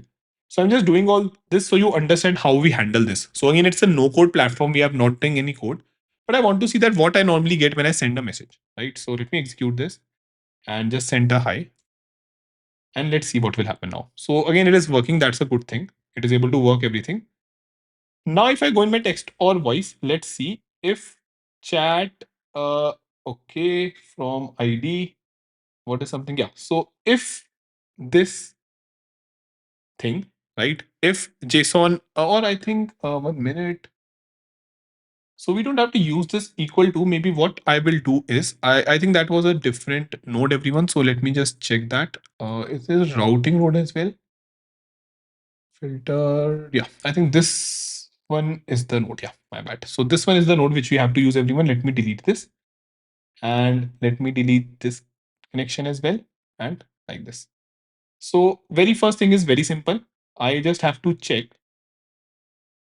if my chat ID, okay, and this particular text, right, JSON message dot text, if it exists. So there shall be a way through which I can check if it exists. So a simple approach, nothing fancy I'm doing. I just have to make sure that I can send it as a text, right? Simple approach. What is the problem? Wrong type. Hi is a string, but was expecting a boolean. So okay, expecting to try either convert types. Yeah, convert types when required. So this will be it. So again, what it is doing, it is just converting this, right? I could have done the same via my function as well. So I could easily use the bool function here from JSON, but I'm just doing it directly by converting the type. Now what it is saying, it is if it is going to exist, then it is true, right? And I'm going to output the name as text. Otherwise, if let's say we have the voice, now if I send the voice, everyone, so this is how we do it. We try and test it out, right? This time I need to send a voice input. So let me do one thing. Let me run it again, trigger this thing again. Hey, what is the capital of India? Now this time when I'm sending it, again it will go and maybe it will fail. But you see that how this time it has not went inside this flow, right? Because it has not passed my rule. What was my rule saying? My rule was saying that, hey, if it is, if you will see here, if this JSON message.text exists, then is when you are going to use that rule. But this time I don't have that, right? But rather I have something known as file ID, right? This file ID is something which we are going to use. And if this exists, then we can just easily say, so here as well, I will just use a boolean and see exist. and I will be going to rename it as voice. So pay attention, everyone, what I have done here. I have created a rule where I am saying that, okay, if it is a text, I'm going to handle it separately. But at the same time, if it is a voice, I'm going to handle it separately. So the way this agent is going to get the input, I have made sure to handle it in both the way through for my particular input type of my uh, Telegram message, right? Now, of course, you can have multiple different input types, right? You can have an image. I think you can just go here and send an attachment as well. So with this learning, you will be able to do everything. Let me stop this maybe. We're not sure what this is. Let me do one thing as well. Let me delete and let me delete it for everyone. Okay, I guess I have to select all the message maybe. Yeah, select. Okay, selecting all the message. I'm deleting it. So we are going to start from scratch. Okay, delete, delete, and let's now delete all. Great. So again, just making all the steps so that it is very easy for you to follow. I don't want to have a video where you see this, you become happy and you face some issues. No. And I don't want to make it a half-baked video where I just say like show you the very basic working. No. We want to make sure that we master these things. With this approach, you will also be able to handle in future. So whereas true or false would have handled just two types of inputs, with this switch kind of node, you can have multiple other routing rules as well. So if you want, you can genuinely add other, let's say, images, attachment, all these things as well, right? Now, pay attention what I will be doing, everyone. So this time, I will be adding another of this node. Here we will go on Telegram again, right? And in Telegram we have get voice, right? So we can just get the voice via this file. So in this file, again I'm connecting to Telegram and I'm saying, hey, get me this particular file. If I want to get this particular file, this is the resource, I can give it the file ID, right? And it will be downloading that particular file for me. So this is the file ID 16.5 KB, file underscore 0.oga. And this basically says that, hey, you have your file, you can use that. Now, once I have the file, everyone, what I'm going to do next, I'm going to make sure that I can transcribe this file, right? So for that, if you remember, like let's say transcribe uh, audio to text, right? So just like what all I'm saying, it is able to get me the overall chat for that, right? So just to show you how it happens, if I go on, let's say chat GPT here, chat GPT and stay logged out. And if I just click the mic icon, like you will be having the same on Mac and Windows, I can give it any input, right? So, hey, how are you? Can you tell me what's the time today? So it is transcribing my audio into a text, right? And you can see that how it is going forward with what all I am saying. And like normally, I see that it is pretty good with the overall Mac system. And yes, I'm able to get what all I am saying. In the backend, it is taking my audio and just transcribing it to text, something which we want into our Telegram system. So I don't like teaching like this. You have all the captions right in front of you. And yes, so this is what we want, everyone. Let me stop this as it's a little bit of annoying. And I can now do this transcribing thanks to the AI models which we have. So let me just use this AI model. We are going to use transcribe, I think is directly present. No, not, yeah, transcribe via OpenAI. So pay attention, everyone. You have the AWS transcribe or OpenAI. In this, I can just directly use transcribe the voice, right? So just have a transcribe a recording. So this is what I can use. Transcribe, not translate. So pay attention just to make sure that you don't make this error. If I go here and let's say if I search OpenAI, here for voice, if I just search for voice, my minute, so transcribe, yeah, recording. So if I search for recording, there is translate and there is transcribe. We have to use this transcribe as an option. Okay. Now let me go out and let me close this. In this transcriber recording, it is getting this particular thing. So that I guess all is pretty good. Now it is saying that OpenAPI limits the size of the audio file to 25 MB. Input data field name is data. So it is just getting this by default when it gets downloaded via Telegram. It is having this data, get a file, right? And you can see the previous node here as well via this particular thing. That's pretty good in n8n. So if you just go and scroll, see here, you see the previous node. And yes, from the OpenAI free credits, I can hopefully get the same thing, transcribe a recording, and I can just have execute this step. Problem in transcriber recording. Let me quickly check. What have I made wrong here? So this is OpenAI credentials.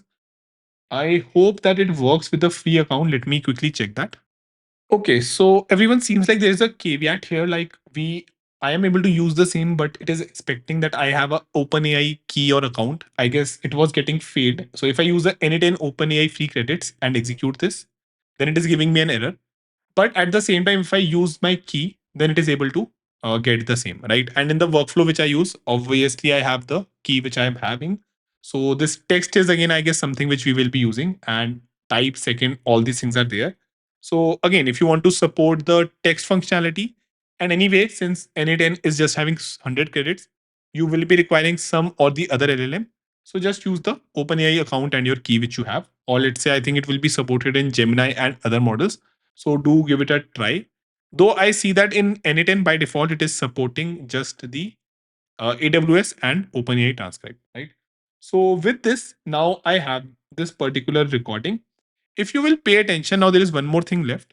I have to send this input to my agent, right? So once I got the text, I have to send this to my agent.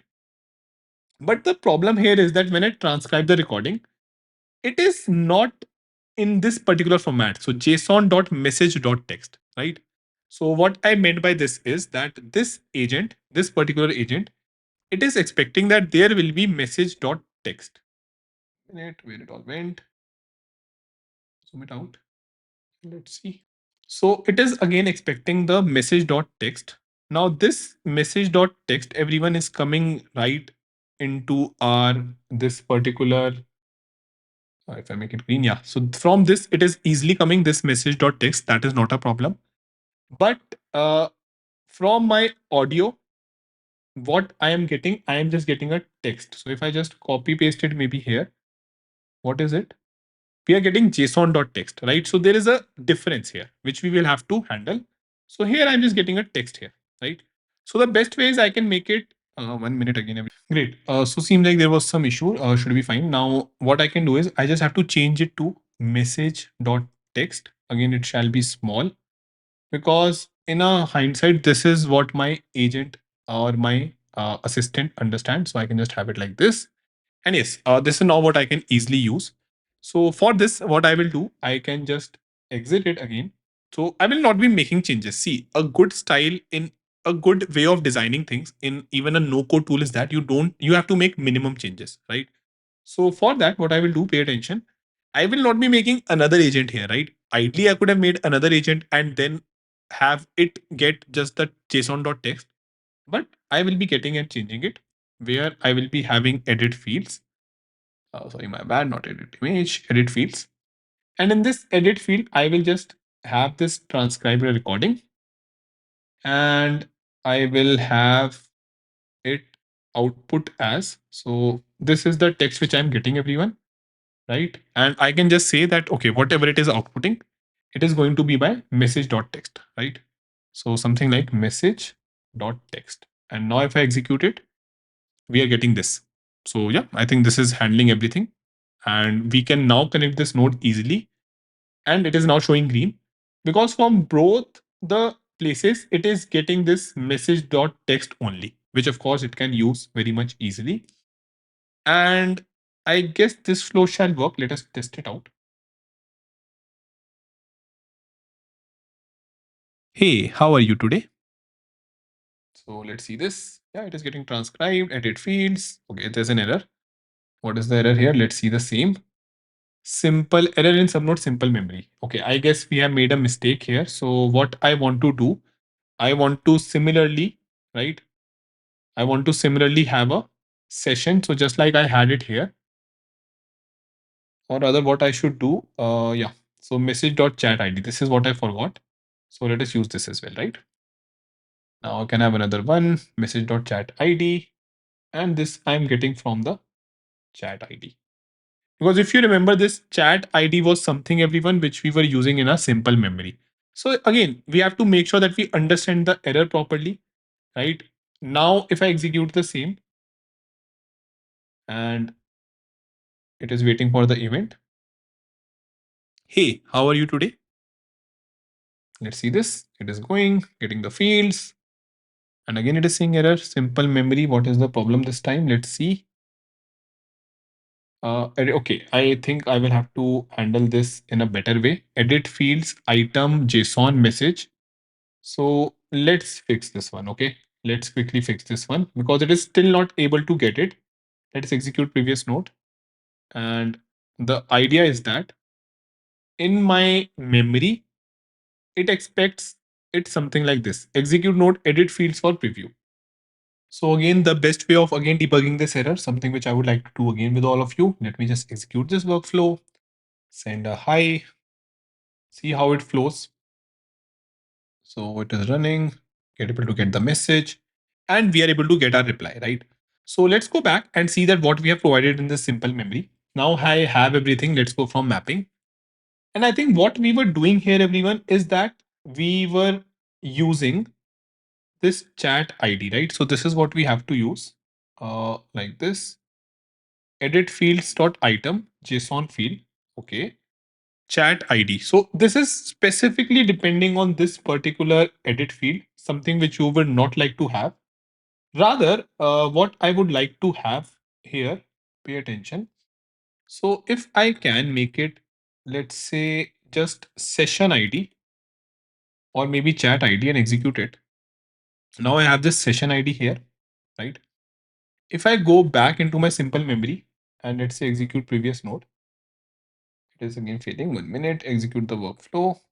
So this is again how you will be fixing the error in any workflow. Just run it to see that, okay, where exactly or what exactly it is getting. And we can just provide whatever input it is expecting, right? So this time again, if we see, it is getting this session ID, something which we have to provide. It is JSON.session ID, right? So let me just copy this. Let's go to the memory and paste JSON.session ID. Now seems like it is able to get my session ID, right? So I will repeat the steps what I did. In my agent, I was able to see that, okay, what all I am getting. Now I have made it separate or just as a session ID. I made it separate from my edit field. I can just now copy paste or drag this thing and see that, okay, what it is. It is JSON.session ID, right? Again, not dependent on anything. And now I can go on my memory and in a similar manner refer to this thing. If I am doing this, the same thing I should do in my this particular thing, just have it as session ID and I can execute this. So seems like there's no input data, seems fair. And hopefully now it should work because now from both of these edit fields, we are getting our overall session ID only. So now when I trigger it, let me have an execution here. And now when I trigger it, hi, it shall give me the reply. So seems like memory is pretty fine. It is again send a text message problem. Again, makes sense. So chat ID is again something which we will have to give it. And that chat ID from this, I would like to give from my Telegram trigger. So let me provide this from my trigger, right? This is where my chat ID is present. Rather, if I would have wanted, this is where as well I can provide it from my trigger directly. Because in my Telegram trigger, I'm anyway having a chat ID, right? So that is very much helpful. Now we can see the full context here, like what all is happening, right? In the mapping, that will be better. And yes, I think now it should be very helpful. Let me execute this flow. Send a hi and let's hit run. Seems like it has sent the message. So that is pretty good. I am good. Can you tell me what is the capital of India? Okay, my bad. I forget to execute the workflow again. Execute. Hi, can you tell me what is the capital of India? Let's see it running. So, oh, nice. It was pretty fast this time. But seems like it gave me the answer. Let me run it again.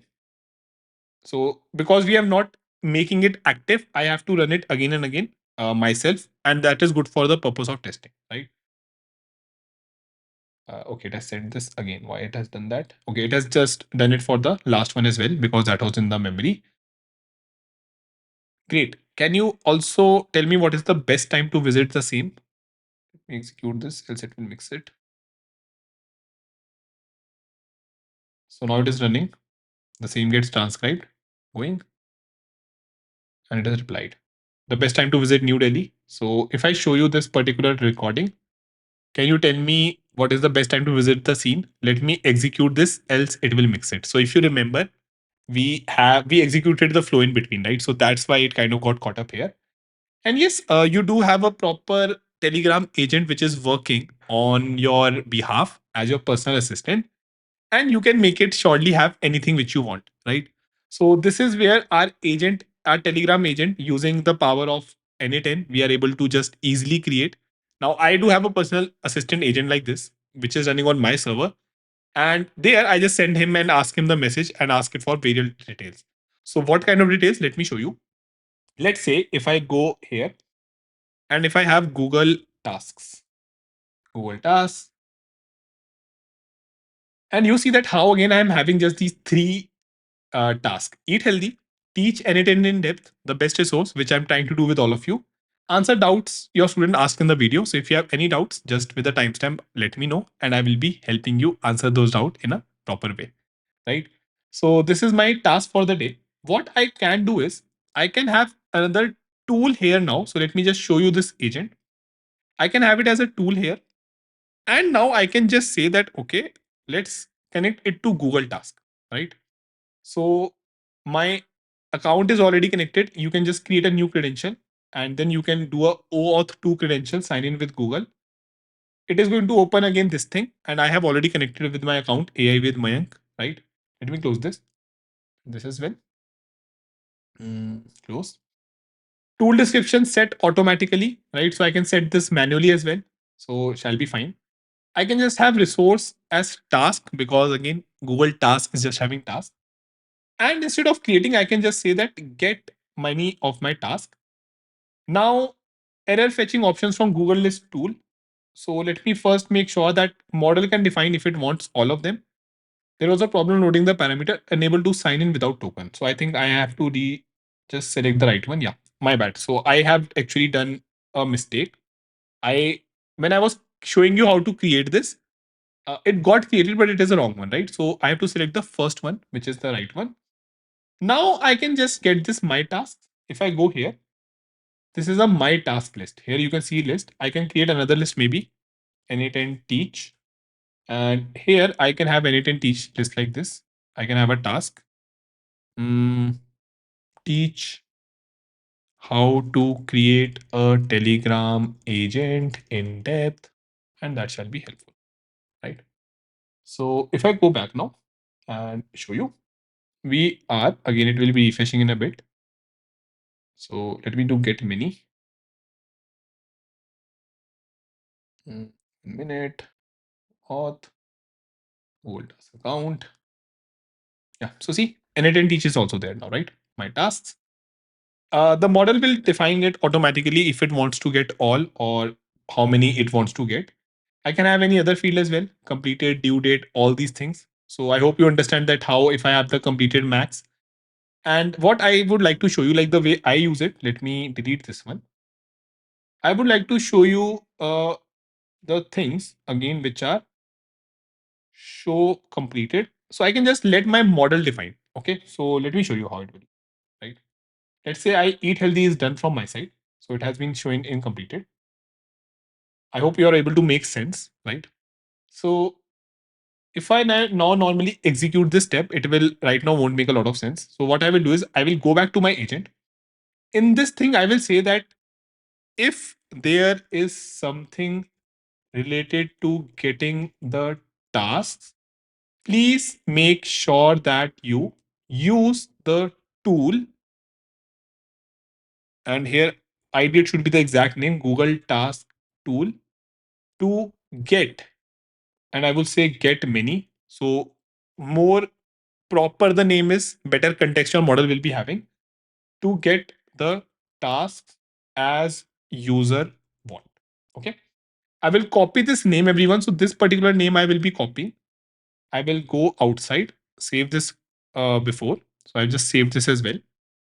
Go in my tool here. So, see, that is a very good thing, that how easy is it to navigate in n8n, right? So my agent, it is having these sub properties: chat, memory, and then tool. Now I can go in this tool, everyone, and let me go inside this. I can just rename it. So this is what I've renamed it. And I hope all of you understand that return all and completed, both of them are kind of defined by my model. So defined by the smartness of my model. If I close this, and now if I just, let's say, zoom it out again, let me zoom it out, 0 and 1.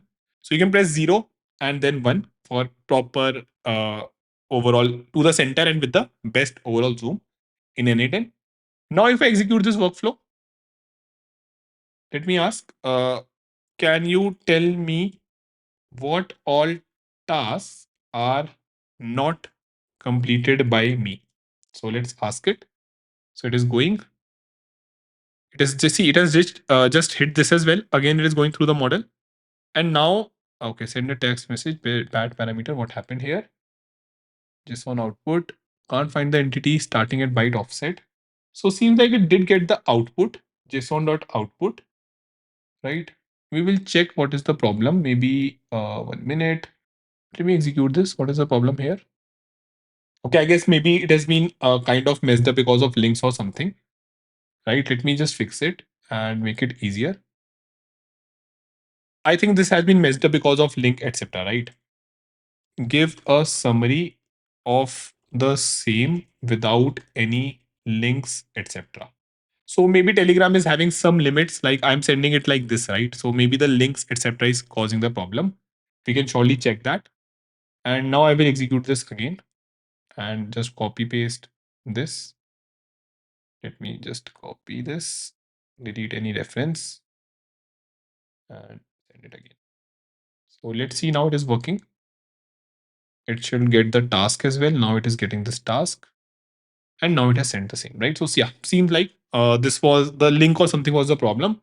You have two tasks that are not completed. Answered out your question in depth. So I will do that. I'm doing that via this video. Teach n8n in depth, the best resource. Sorry, I'm doing this via the video. And once this is completed, I will surely make sure that all your doubts are also answered. Now I can ask it again. Mm, what are the tasks I have completed? So now again, it will go through the things and it will be able to make sure that it helps me out.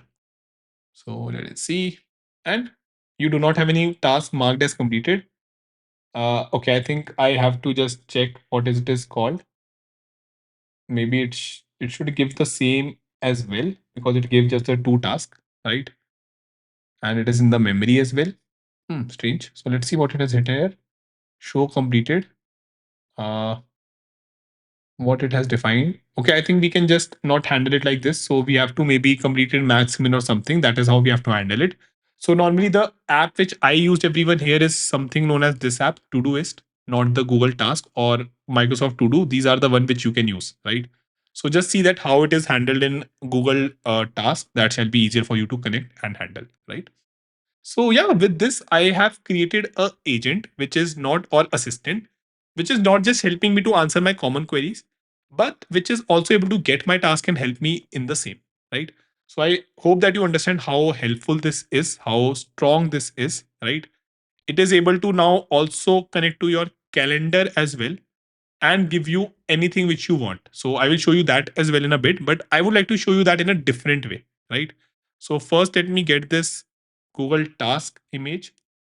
So see, this is the Google Task, everyone, the image. Here, what I can do, I have now connected this to my assistant, right? So my assistant is a very smart assistant now. It is having the access to my Google Task as well.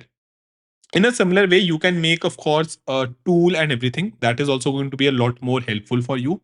But I would like to show you that in a little bit of different way, and that is going to be very, very much powerful, right? So this is where we are learning about the multi-agent way of solving these things. So though I can just make sure that my agents have, let's say, 5, 7, 10 number of tools, it is normally not the best way out there. I would ideally want that I am having multiple assistants working together for me. So let's say one assistant, it is getting the problem, it is routing my problem to, say, a different assistant who is very good in a calendar kind of a thing, right? Just like how it happens in a company, you give a problem to someone, let's say the team lead, The team name routes that problem to, let's say, the front end engineer or the back end engineer, or let's say to the marketing team or to the same team, sales team, right? That is the whole idea. And that is something which we will see now. How can we do the same? Great, everyone. So let's now continue. And the whole aim of everything which we are going to do forward is to make sure that you just don't create agents or systems in n8n that are very basic in nature. I want that you do understand that how can we make things complex, right? That's the whole idea. And I'm pretty sure that by doing the same, you will be able to genuinely create some automations or agentic flows, which you can use in your day to day life as well, and of course which you can, if required, create for clients or even create an agency where you can do prototyping of these workflows, right? So now what we are going to focus on is specifically multi-agent system. And to explain the same, I have created some diagrams which will help you to understand the same better. So let's see the same in depth. Now the best example of multi-agent system is everything which happens around us. Just like a single agent or human can, of course, work on tasks, things are always better when they work in a multi or a team manner, right? So, at many places or in many frameworks, if I be very, very specific, you will see that multi agent is known as team as well, right? And I normally always say that you just think about of your agent. So, let me just copy one thing from here. Yeah. You just think about your agent. So, if I just say that, okay, this is your agent, everyone, just think of it as a human or a digital human. So this is something which I use a lot. Now, just like we human, we can work in a single way as well, or in a single system. We work better if we are having, let's say, multiple people around us forming a team and then doing a task. So the whole idea of multi-agent system, you can understand via the company structure. Let's say that when we get a task, the CEO, it may, depending on if, let's say, it's a finance task, if it's a HR task, if it's a marketing task, or if it's a IT task, will try to route this particular task to the specific division, right? So a finance team can handle the accounting or budgeting related task. Then if we go forward, we can see that how a IT task can be handled by the IT team in infrastructure or software related thing. And surely it will be a lot better if we have created these teams having the specific required specialization. So that is the whole idea here as well, everyone, that we are going to make multiple agents, each agent handling a specific kind of a work, each agent handling some specific kind of tools, and it will be able to better perform things. This is the very basic and the right overall approach of understanding multi-agent system. And if I show you the same in terms of our agents, we can have a supervisor agent where, let's say, one is a finance agent, other is a IT agent, and I'm providing it the accounting tool. Let's say it is connected to Google Sheets or some software which handles that. Then it is having some budgeting tool, right? In a similar manner, IT agent has the infrastructure tool. It connects to AWS or, let's say, some other overall cloud, and the software tool where it tries to trigger the software, all these things. Now, depending upon the specific task, it makes a lot of sense that I am able to divide and route this task to a specific agent. Okay. Now, yes, many of you might be thinking that, Mayank, we can surely have a way in which a supervisor agent or a single agent is maybe handling all these things. Well, yes, you can have that. But what we have observed, and I have taught this AI to thousands, like more than 10,000 plus students, that when we have a single agent handling all these things, just like us human, it makes a lot of those mistakes, right? It can hallucinate a lot. And overall, it is a lot better because in multiple agents things, we can have some better controls on the data, on the privacy, on the authorization. So all these things are handled. I don't want that, let's say, in a single agent, it is having multiple authorizations with it so that it can maybe change things which it don't want to, right? So I don't want that, let's say, if this particular finance agent, right, it handles my infrastructure thing. Because tomorrow, if one hallucination, one wrong call can make all of that go away. So, something which I would like to avoid. And I can configure this agent better, having it the context of what it just requires. So, that is the whole understanding. Now, let's see one more diagram. It will be a lot helpful. So, what we will be doing, everyone, similarly, we will be having a task. So, I can just copy this task here. And now we will be going from a single agent workflow to a multi agent workflow. My other agent or flows will be having access to my Google task, right? I'm just using Google task because we can easily make a Gmail connection, right? I think while learning, don't just fall for multiple, let's say, connections. So yes, you can connect it to Microsoft To Do or Todoist or any other application for that matter. But yes, for the timing, I think Google Calendar and Google Task works as good. So we can, let's say, route this task. If any particular requirement is there, then it can surely just provide me the answer to my Telegram bot. But for task or calendar, we can have a separate handling altogether. Okay. So that is the whole idea. Let's say if I ask it for adding a task, it can go and add a task for me. Okay. So yeah, that's going to be the whole idea, everyone. Now what we can do to showcase the same in n8n, to showcase the multi-agent approach in n8n, let's go and see our tool. So we can go here. 1 minute. Yes. So this is where we can go, everyone. This is our bot, right? From where we can send the message. Now, instead of providing, though this is pretty good, instead of providing this, what I want is that I am able to handle these things separately, right? So for that, let's do one thing. Let's go back. Let me save all of these things. Let's go back here, and I can create. So if I go on my this agents, I can create a new workflow, right? Great. Now I can add a first step where I can have a trigger. Okay, so the trigger can be from another workflow. So when executed by another workflow, right? And input data, I can say that it can be, if I'm using field below, I can add a field, let's say task, okay, or let's say just simple text, and it can be a simple string here. So I can just now go back. And this now becomes a workflow which will get triggered via another workflow. So I hope you're getting the idea. Now I can have a agent here. So agent, AI agent, and it can just have some defined below things. We can execute the previous node. We get this text. This is what we can add here. Okay, so I'm just again making a separate agent for my task, and you will be creating the one for calendar, because I guess, or I can maybe do it for calendar and you can do it for the task. That shall be helpful. Now, what I will do, I will add some tools here, everyone. So in the tools, I will have calendar, and I can have, let's say, a create event tool. So from list, I can just select a calendar. 1 minute. Okay, let me just authorize it quickly. Okay. So what I'm doing is I am now trying to create a connection to my Google. Let me just sign in with Google. Have it.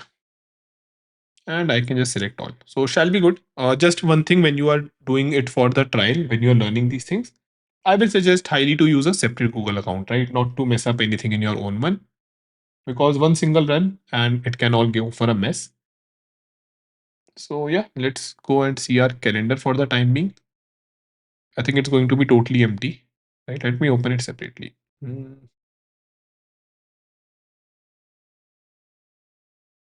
So yeah, as of now, of course, it is totally empty because, as I said, this is just a separate one which I've created. Let's leave it in dark mode. Okay. Now what I can do, I can just say that, okay, this is the calendar AI with Mayank, right? Start is now, end is whatever this present, and I can have any another field, all day attendees, color name, description, repeat. I think more or less this is fine, right? We can quickly try to check this out. This is the start node. This will be given by the agent, and this end will also be given by the agent, right? So this is what we want, that a start and the end date of my event is handled by the agent, right? Not, I'm not providing that by default. So with that operation create event, that all is good. I can just maybe add a holiday attendees description, location. Is there any summary or something? Yes, so this also agent will provide. Okay. So we have start and summary, right? Which agent will provide. It is going to create an event for me. And yeah, all things I think can be set up automatically. That should not be a problem. Yeah, I think that seems totally fine, everyone. So this is going to be our agent, and this is going to having a tool. Now what I will go back and add some system message here. So pay attention. System message. I will delete this. And inside this system message, I will just write few things, right? So let me just drag and drop this now from here. because this is going to be helpful to me. And I can just open it now. Great. Now I will say that you are a calendar assistant who can easily create events in the Google Calendar. You have to provide with the start date, and the end date, the current date, and time. So pay attention. I'm just focusing a lot in providing it the right info, and time is, so I can just use it like this, right? So now, and I think that shall be good. So this is the time. Additionally, you have to provide with summary and other details for the calendar which your tool might need. Okay. So we have kind of given it the results, everyone. Let me save it so that we don't lose anything. Let us go back. And now, as a user message, just to check it out, what I can do is create a event at 5 p.m. today for 1 hour, and I want to play basketball. Right. So I think it will make sense of that.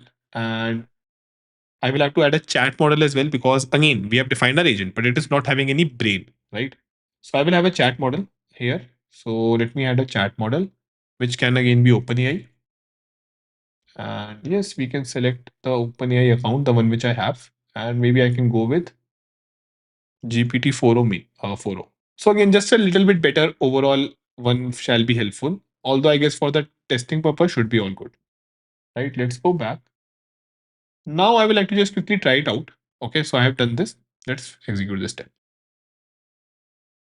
So I've just for the timing trying it out, right? I'm not given it the text which we will receive. So let's see.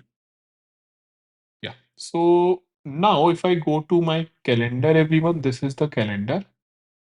And seems like it has created a play basketball 5 to 6 p.m. And yeah, I think everything is pretty good. It is able to work the way I want it. So even play basketball has been created, and it is giving me this thing as well. And yeah, nice thing. It is giving me the enjoy game as well. So we can give that, hey, just like again, what with what it would have done, let me explain you. Understanding my requirement, everyone, it would have just made sure that first it connects to this tool, right? First, it would have connected to the tool. After that, using the brain, using this chat model, it would have then sent that, okay, what all is needed to create things. So start time, end time, description, all these things. And 1 minute, yeah, let's have it, yeah. And after that, it would have just created the event. So that is what all it must have done. Let me zoom it out. And yeah, that is, I think, more than helpful for us to do anything and to create an event. Now, what I will do, pay attention again. So this time I will go and try to trigger it with my different overall workflow. So just one thing more. So I can have a memory here and provide a simple memory. The reason is pretty simple. If I want to make any changes, it will be having the context. So let's say if I ask it to change the overall time from 7 to 8, then it will be able to do that. So this is why I'm just giving it a memory again. And 5, I think, shall be more than enough here. And this is where I use my overall way as well, everyone. So let me just get it to text. What I do is, like, for real, I have a bot where I'm just able to uh, control that via my Telegram, right? So just think of it. I can add my to dos. Let's say if I'm sitting with someone, I can add my to dos and it will show up in my calendar. If like I'm making any appointment, if I make any task, it shows onto my task list. So via this, I'm able to genuinely never miss on anything, right? Because sending this is very much helpful instead of making opening an app and then creating all those things. And this is the power, right? Now, if you also think about this, you can also provide this same functionality to your application, where you can say that, hey, connect to your Google Calendar and we will just show everything right in front of you. So I would like to just do, I think this is fine for the timing. What you all can also do is you can have a calendar event here where it is getting the events, right? So it can get all the events. and I think from the calendar AI with Mayank, and all these can be just have by AI. So I think nothing we need here. So when I say that these will be defined by automatically by the model, it means that model smartly is giving these details. So it is having that information that these are the things required by tool, right? So I don't think any other thing is needed. Fields, I call you ID, max attendees. Yeah, I think other things are for the time being not needed. Although when you will be making a very complex model, these things can surely be required. As an example, if I say that, hey, can you show me all the meetings with this person? Maybe then attendees is something which it will try to pass. Okay. And for that person, I might have to give it some memory, some reference that what is the email of that person. Okay. So let us go back. Now it has two tools. And I would like to say here, in case you have to get the events, use get event tools and not the create event one. You can get multiple events as well. Make sure that you provide the response in a good summarize manner without any links, etc. So I don't want that it shows me links and all, because normally I don't use them. That's the very first thing. Second is that sometimes app doesn't support that, right? So that is also needed. And I can save it. And let's try to check this quickly. I can go to fix. Can you get what all are my events for today? And yeah, I think today shall work. Let's execute the step. Okay, 1 minute. Yeah, I think we have not provided this session ID. So we shall be creating and sending this session ID. Let me make it for the time being. Okay, so we will be sending this session ID as well, everyone, right? And I can just JSON.session ID, or I can just have it defined below. And I can make key as 1, 2, 3, 4 only for the timing. Again, I'm just fixing it. Shall be good. We can send the session ID as well. Let me execute this. So if I go back and show you, seems like it is working. It get many event is right. So seems like it has tried to get the events. And you have one event scheduled for today. Event play basketball time Asia Kolkata time zone. So again, I hope you understand how nice this is. I can just make it expression, remove it, and have the text here. Okay. So now the whole way become that this is in a way I've created my agent which is going to handle the calendar task for me. Surely you can easily create one which handles the Google task for you as well. So I will now go outside. So what I can do, everyone, pay attention. I can go to AI agents. Here I would like to rename it. So just have a really good name. My work, my Google Calendar agent flow.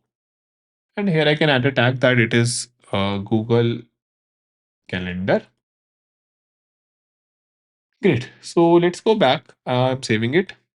And personal assistant using Telegram. So now I want to show that how can we create this hierarchy, this multi-agent way of doing these things, right? So I will be adding a tool. And in this tool, you see this very first one, call n8n workflow tool. So use another n8n workflow as a tool, allows packaging any n8n node as a tool. So this is where it becomes very interesting, everyone, that the way to do this multi-agent thing, and this is what is followed in many frameworks as well. So what do I mean by frameworks? So LangGraph, LangChain, there is Microsoft AutoGen, Google Agent Development Kit, Agno, Crew AI. Now, if you have not heard of this, totally fine. Just few frameworks which are code based, right? Here we are understanding things via no code, right? So we are saying that, hey, your second agent, your this agent, it is like a tool for you. Okay. So in a team, just like let's say if I'm a senior, the other two juniors, they are like someone who are helping me. So I can say that they are tool for me. I can just give them or get them get some task done. So let me say call edit and workflow here, and you will see that again. See an example of workflow. So I can just say source. 1 minute. So which is the workflow, everyone? Gmail auto reply, no. What workflow? Yeah, my Google Calendar workflow, right? And workflow input is text. So here I will say that model will automatically define the task, define the test. Let's see the same in depth. See an example of workflow to suggest meeting slots using AI here. So again, they are just giving you the output. This tool will call the workflow you define below and look in the last node for the response. The workflow needs to start with the execute workflow trigger, right? So the workflow needs to start with an execute workflow trigger. I think that is what we have done there. Let me just do one thing. Let me quickly duplicate this tab and I can go back here. So let me just open this. I want to see my Google agent workflow, right? Yeah, when executed by another workflow, it should be by execute workflow tag. I think that is working fine. So let me run this because I'll be running if I'm calling it, right? So it should be in a running phase, everyone. Okay, what happened? Do I have anything here? No, text is string. Okay, you must specify an. Okay, I think I made some mistake. Let me check. Mm, okay. Input values have three keys. You must specify an input key or pass only one key as input.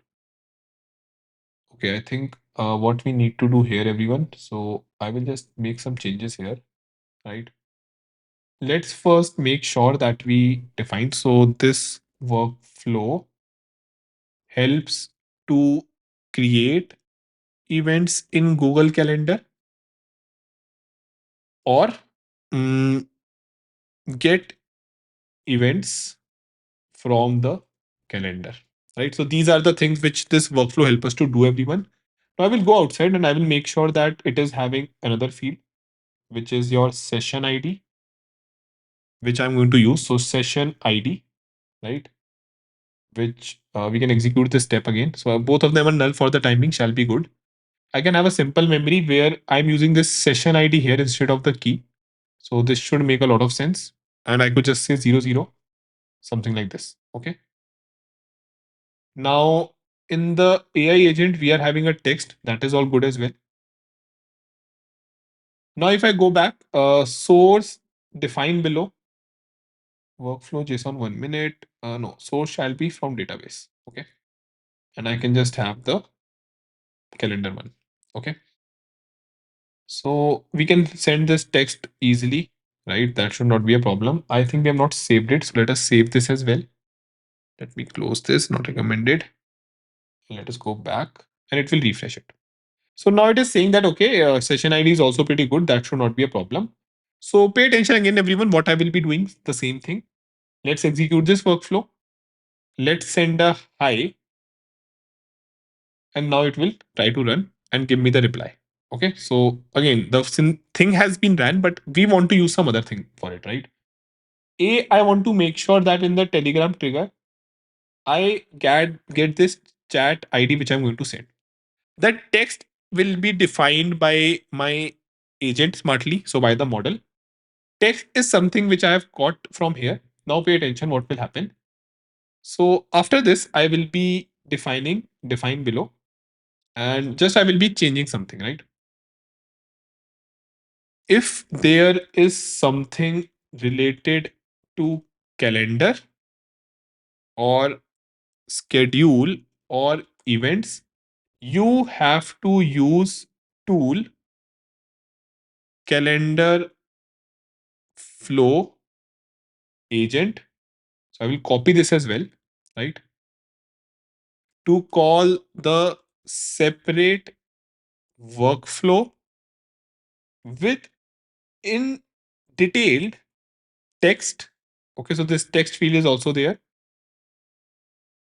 Time is, so I'm just passing it the time again. So it always remember time is now so that it can work on the query, right? I think that shall be more than helpful. Let's save this. Let's go back. And now what I can do, execute this flow. Let's check now. Okay.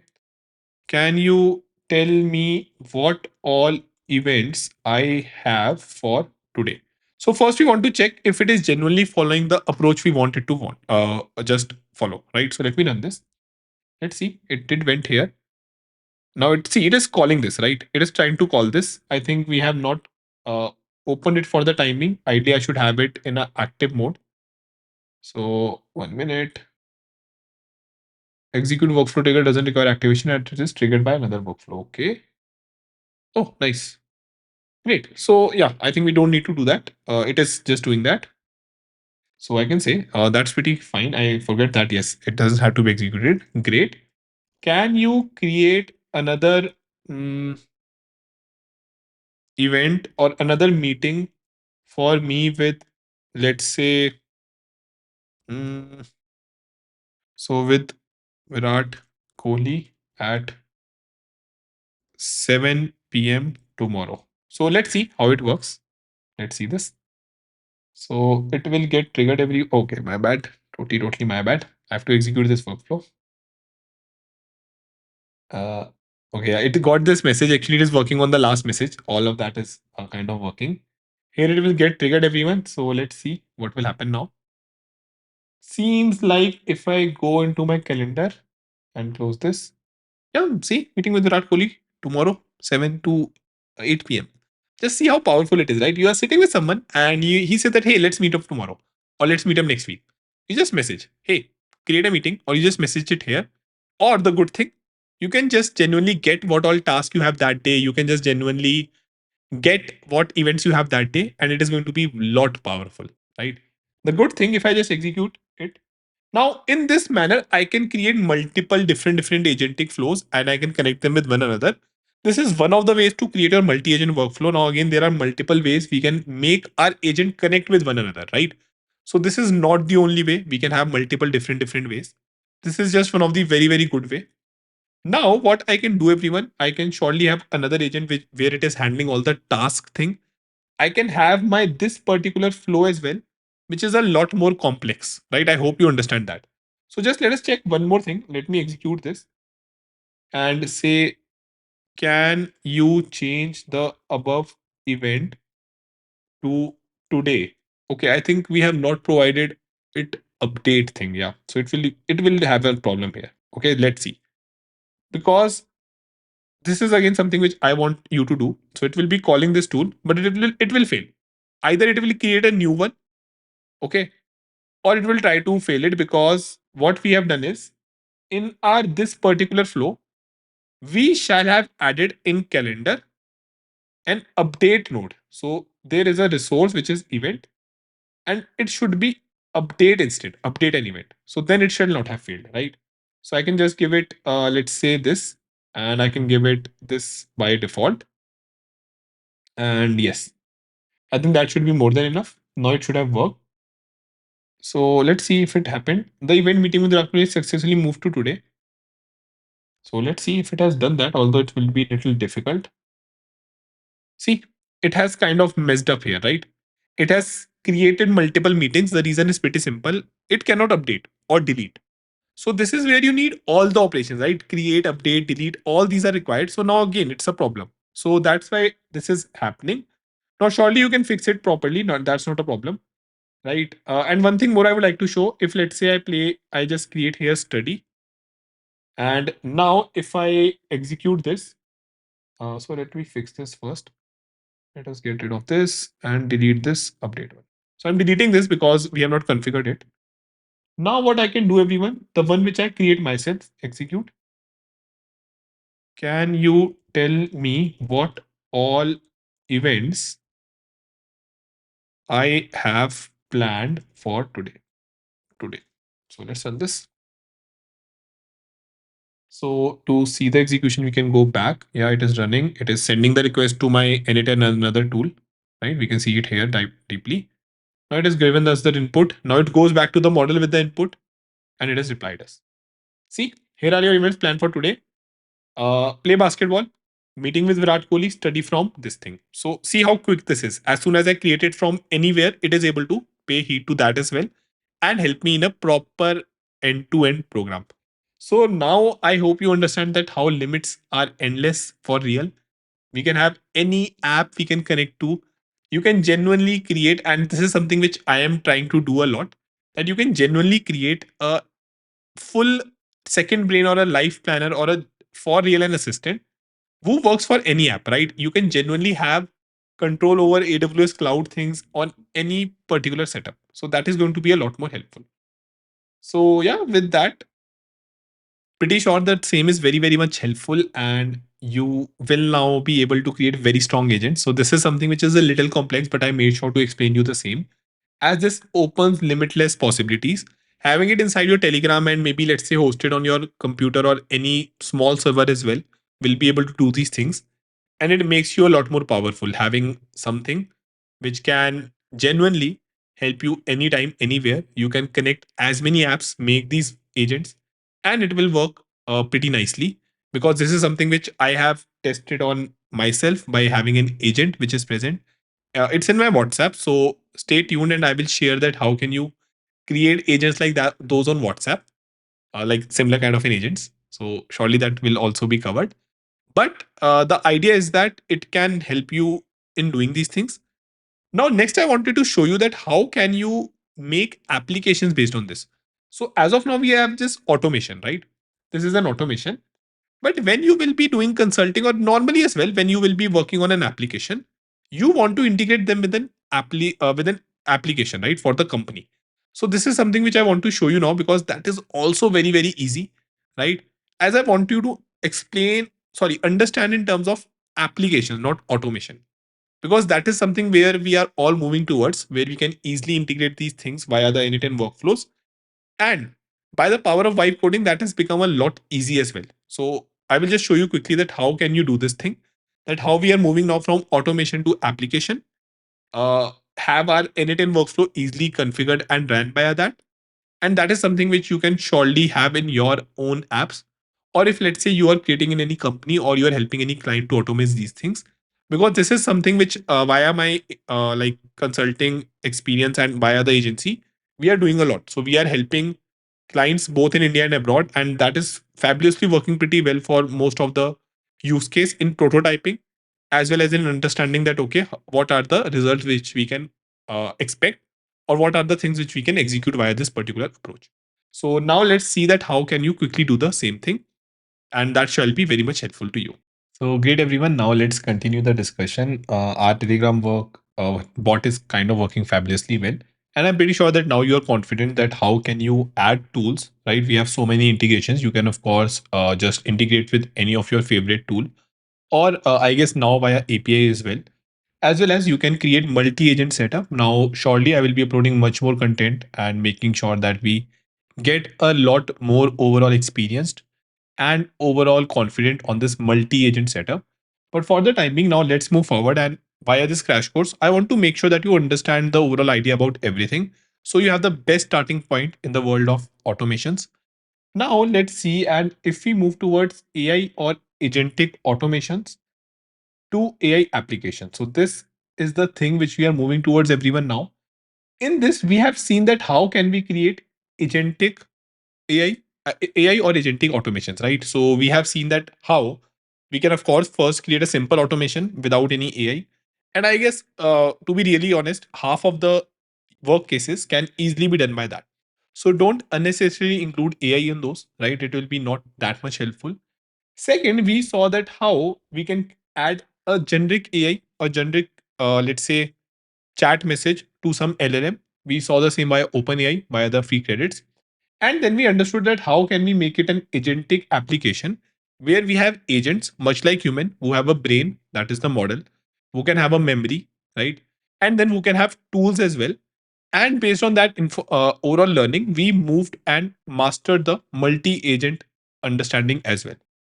So now I want to show you that how can you focus on this AI application part, which becomes a lot more important if you are planning to prototype an application or say integrate AI quickly into your application. Now we have done the same across multiple apps as I've shown before, as I've talked about before, and the same has given us fabulous result. So there are few things which I'm showing you. So bolt, cursor, lovable, replit, right? I'm pretty sure that at least one of them you must have used or must have at least heard about. There are some awesome vibe coding kind of a platform where you can just tell in plain English and you can get a working prototype, right? Now, in no way, and I seriously mean it, that in no way you could just create an app from them and maybe sell it. You need to have some little more experience. Like I have that level of experience of coding more than 10 plus years. That's why I am now comfortable to take that prototype to the working application. But having this overall gives us a very good starting point, and it makes like it is very easy now to integrate our overall agentic workflows and prototype that app to the client. So let me show you that, and I'm going to use Bolt for that. Let's go to bolt.new, right? So this is the interface. What do you want to build? As I said, there are others as well. Replit is pretty good as well. So we can go on Replit. Turn your ideas into apps. Make me a website for event attendees. Similarly, we have Lovable as well. So if you search for Lovable, then this is also a pretty good overall UI kind of a thing. And we have the cursor ID. So that is more of towards IDE where you download it. And in that, you can just continue chatting and it will make changes and show you the code, right? So let's start with this. Now, what I will say now, before I do this, like, let me show you and tell you about something known as webhook, right? So I know that we have already discussed the same in our API in this crash course only. Let me just add a webhook here. So I will be having a webhook here, everyone. And let me just get it like this. So in a very, very simple sense, if I have to just explain you, webhook just means, just a second, 1 minute. Yeah. In a very, very simple sense, webhook is something which you can just hit, right? It is constantly listening for our messages, right? So I would just like to make it a little bit bigger here and write webhook here. Hook. I think we have zoomed out a lot, shall be fine. So do make sure that you download these notes, everyone. Like this will be very helpful in your overall revision, right? Now, if we talk about this webhook, now what will happen here? Pay attention. This basically just listen if you will be hitting anything to it, right? So we can have multiple hits to it. And this is something which we are going to use, right? So it is kind of an API to our workflow. You can just think of this as, let's say, an API for our workflow. So anyone can hit your workflow easily using this webhook as it is going to create an API, right? And of course, then you can do what you want to do. So for that, let me show you, and that will be very helpful. For the timing, now I'm pretty sure that you are all pretty overall confident with the navigation with the UI. So I would like to change this path first. So let me make it API for calendar. Okay. No authentication as of now, though generally that is the worst kind of authentication, but shall be fine. We are just understanding the use case. HTTP method is get is fine, right? If you remember in the API, I told you that how via get you can just get something, right? In the post, you can send some information as well. Okay. And we can just respond using a respond to webhook node. So I will show you why I'm doing this, right? And I can just attach a respond to webhook node. So respond to webhook node. Now it will respond as a text and it will say, hey everyone. Okay, great. So let me now do one thing. Now I will go to my webhook and I will say execute workflow, right? So let me go here and I will say listen for test event. Okay, so what effectively I'm saying that I am like, you can just genuinely think that you have taken up a phone number, right? And anyone can reach out to you on your phone number. That easy. Just webhook is that only. Like you are having a connection that anyone can just call you. That is just what webhook is. It's a phone number on the web.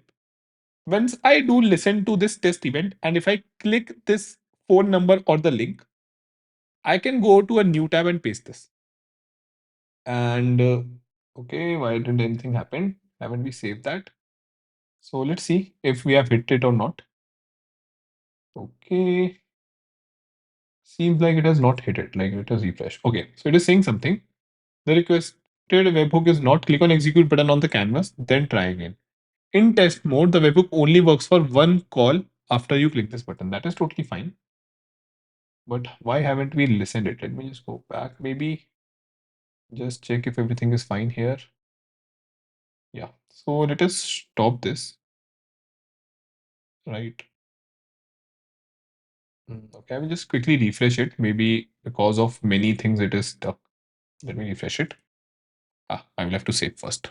So again, make sure that you save your overall workflow timely. Let me close this and I can run this. So the idea is that first I will show you that yes, the phone number has become active. Now you can think that personal assistant again is sitting on the phone number, so you can tell him to do something, right? So let us again just open this. This is the test URL. Let me say listen for test events. Copy this webhook, and now when I hit this, okay, seems like it is, yeah. So it did listen, and I think it get our message. How can I be sure of that? Hmm, maybe I can show you the time or something. It is sending the cookie as well, right? But it has not returned anything, right? So that is something which we might have to check. So it was able to get this, but in respond to webhook, it has to respond via text. That is all good, and it does respond to webhook node as well. So are we zoomed in or zoomed out something? No, seems fine. Strange. So let me hit it again, everyone. Maybe what I can do is I can just respond via, let's say, some JSON, maybe. Like normally text should work. That should not be a problem. And I can, okay, maybe just I will respond with all incoming items. Okay. So what I'm doing here, everyone, pay attention. I'm just saving this. I'm saying that whatever I will get, I will respond with the same. Now, if I refresh it, see, so now it's pretty good, right? Maybe that text was showing, but maybe in my browser, I have actually few things open, so that might stop it. That's not a problem. But yeah, we can see that how the same is getting hit. So your phone number is working. And the good thing is that it is also able to respond you the way you want. Okay. Now just have a scenario in mind that let's say your client is saying that, hey, I want to have an application and I want to make it a lot more personalized. So for that personalization, what I want is that if a user comes to my app and if he makes a appointment, okay, so let's say that it's a doctor kind of an app, like let's say for health checkup or something. If he has logged in via Google, okay, so I will just say that, hey, for better handling, please provide us with the Google permission. I want that you help me in making those appointments directly onto the Google Calendar, right? So with respect to coding part, if I tell about 10 years back, this is a difficult thing to do, right? There are many authentications. There are many stuff which we will have to handle. But the good thing which becomes here is that we can now easily prototype and show the same just by using this webhook. Okay. And just connecting it to the overall workflow which we have created. So I will just quickly repeat what we are doing. This all what we have created, yes, it is pretty good that you can have a Telegram personal assistant. That is very good for my use case. Okay. Or let's say via WhatsApp or something.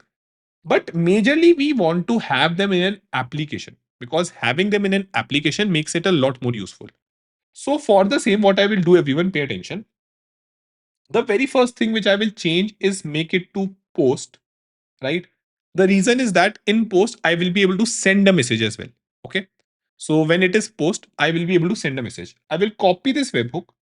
Now, let's go to Bolt and I will say, can you give me a doctor or let's say a health checkup application with multiple services and majorly a chat interface where I can send the message and that should hit my webhook. Now, again, for the time being, I am using it directly. Not a good way of doing this, but for the prototyping, that should be fine. And you should also show me the response I am getting via above to make sure that again, if it is all no code, that doesn't mean that you should not know about technicality a little bit as well. So I will say that, hey, at least this is a post API call. And that is why in this course I have explained you these things before only, right? So now let me just run this. We can sign in with Google. Surely I can use it afterwards as well. AI with Mayank, and I can continue. So again, just it is asking to create a simple account, and I will show you the best thing about this, right? So it has authenticated. Tell us about something. Okay, what best describes your role, founder or entrepreneur, content creator? No, founder or entrepreneur is better. So meanwhile, it is creating the app. Let's fill this. What's best describe your workplace? Hmm, I think I'm a small business or agency or consultancy, right? That is better. How would you describe your AI or no code building experience? Okay. I'm a basic one. So I'm okay. Let make it beginner. Okay. I'm with all of you. What are you primarily building for? Everyone. Okay. So clients or customer, I think is better. What are you looking to achieve with Bolt? Build a launch and website. Yeah, I think that is good. So because that is what I'm going to show you. So complete 1 million extra token were added to your account. Now enjoy building apps. So good thing. We have lots of token. And yeah, let it quickly brew the magic and hopefully we will be able to see a good app. The idea will be I can show you that how can you connect it to your application, sorry, to your workflow, which we have created, right? So seems like something is happening. They have a new discussion mode as well to plan, ideate, and fix issues, save up to 90% in tokens. Pretty good. So shortly, you can check that out as well, everyone. I don't have any referral code or something to get you more token, but I will see if I can get you that. And if someone from Bolt is like seeing this video by any chance, yeah, you can reach out to me on AI with Mayank and we can collaborate for learning of every student. So let it run, everyone. Meanwhile, I will show you what will happen. So this time, along with the message, like when this webhook will be hit, right? It will not be just a call. I will also be sending some message or I will be talking and maybe sending something. So let's see this in action. Okay, seems like something is created as you can see. So, okay, so it is having all these things, right? Okay, it has kind of exposed my webhook. That should be fine. What I can do, everyone, so let us quickly check it. And normally it takes 1 2 messages to get it working. But for all the beginners out there, believe me, this is very, very good learning. Like you are learning this thing. And if you are in college, I even didn't know these things like in depth. I'm taking in depth to make an interface like this. Even in my college, it must have taken me weeks. Now I have done this right in front of you in last 10 15 minutes. If I now send a message, hey, how are you? Okay, we have to change one thing. I think that will be better. I should not respond with the full thing. Let me respond with the text only. Okay. Hi, I am good. And I can stop listening, go back, and listen again. So I don't want that. Again, it returns me the full JSON, which is not very nicely handled. I'm saying that, okay, I will be just receiving a simple text. Now, when I send this, sent. Okay. So little bit problematic. It is showing us the full thing. That's a good thing as well. But as a user, I would just like to show this data. So what I will do is I will just copy this. I will just copy this. But yes, you can see that how from this application the connection is made. And you know what the good thing is that I can open this preview in a separate tab. Okay, I will have to connect maybe to a project. So let's connect to a project. Okay, it is running. Yeah. So it is running. And the good thing is that this is now kind of deployed. Like I can use this thing.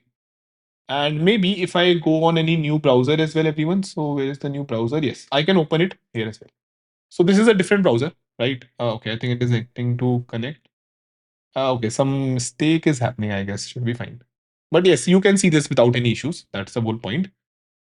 Could not find project. Okay, I think I will have to just quickly deploy this project as well or get a link here. So that is an inspector. This is the code, the whole code in the backend. Should be fine. Yeah, I think this publish is the one, everyone, which we need to press. Okay, so let's press publish. So yes, my bad. Via publish, you can just send this to your friend as well. And yeah, everything will be good. It is kind of building this. Hopefully it doesn't get any error. For the time being, I will actually show you a few things. See, when I sent a call this time to my webhook, it also received this message. Hey, how are you? Okay. Now I'm pretty sure that you will be able to maybe connect the dots that what I'm going to do with this. Now, if it is able to get this message, everyone, what I can do, if you just think about this, we are just responding with a simple fixed text here, right? But rather, what I want to do, let me just get and break this connection for the time being. I will be rejoining this connection, but I will be making this connection smarter. Okay. Instead of returning just a simple thing, I would just like to make this connection here. Okay. So this connection has been made. Now I would like to have it afterwards. So we will see that how can we handle this. Don't worry. Great. So after this, everyone, let me see if the same has been deployed. Okay. So seems like this has been deployed here. So as I said, like this is a public URL kind of a thing. So I can copy this. And if I now show you this on a new browser page, it is working. So I hope you see that how good it is, right? Like maybe just in a couple of minutes, you are able to get your own app with a calculation. And the best part, I would like to just show you quickly. When I was sending it a message, everyone, you see that how I was able to send a text message. Don't you think that I can route this logic via my agent now? And it has already has this tools which it can connect to. So see the big picture here. Don't see that, okay, Mayank, this is something which we have done. Although I think this is also very complex. But the idea is that since you have the whole logic connected with you, easily you can showcase via this integration that, hey, we can make this a smart chatbot which can genuinely add appointments to your, let's say, calendar. So what I will do here, pay attention. I have connected this, but I hope all of you understand that I will not be having this JSON.text, right? In my webhook, you see that how we are having this message and not JSON.text. Okay. So I will quickly do one thing. I will just add a middle thing here, which is going to be edit nodes, edit field, sorry. Now I will be do a manual mapping. In this, I will just get my body message. So let me get this. And I will say that this is going to be a text, JSON.text. Okay, my bad. Sorry. This is going to be text, simple text. Now, if I execute this step, we get this text, right? If we are getting this text, that means my agent shall have no problem because via this edit, it is able to get this text. So, agent doesn't care if you are properly talking to him in the language he understood with the field it understood. It doesn't have any problem. Now, after this, what I will be doing, everyone pay attention. So I should have another text field as well here. So I can have another field where let's say it should be have webhook, and I can just say that it's a boolean and it is a true kind of a boolean. Because if this happens, means that I am coming via webhook. Okay. Now what I can do, I can have a if statement here. I can have a if route here. And I can say, okay, explore all the previous node, maybe. Okay, let it run. So again, it must have given something totally irrelevant. I'm just virtual assistant, but I'm here to help you. I just want to make sure that when the webhook is present and it is uh, exist or it's true, right? It will always exist, I guess. If it is true, then let me execute this. And okay, 1 minute. It is text. Yeah, that is good. And we are getting it as true, right? So when it is true, I will just connect it with my respond to webhook thing. So in a way, I have just added some smartness here, right? So I made sure that I can change what I'm sending. I added an agent to make it smart. And via this, if I am just making sure to respond to webhook, right? So that if it is getting triggered by another workflow, then it doesn't make that mistake. Because then this normal output, the way it was before, it is going to get sent. Okay. So I will just quickly repeat it. Let's say you are making, you are calling someone, right? So that has been checked by a webhook. Now, let's say I add an IVR in between, okay, which is smarter thing, which can ask you that, hey, what is the problem? Based on that IVR, it is able to better route your call in the end, or maybe reply you in a better way. So this is just like kind of an IVR in an easiest sense. Okay. It can check that if the person is coming from IVR, if all these things is true, then connect here. If not, then maybe connect to a general assistant. Here, hey, just connect to the billing team, or else connect to the general assistant. Simple approach, nothing very difficult.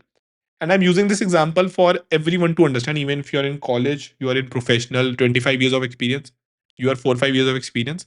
So do tell me in the comments how you like these experience, examples.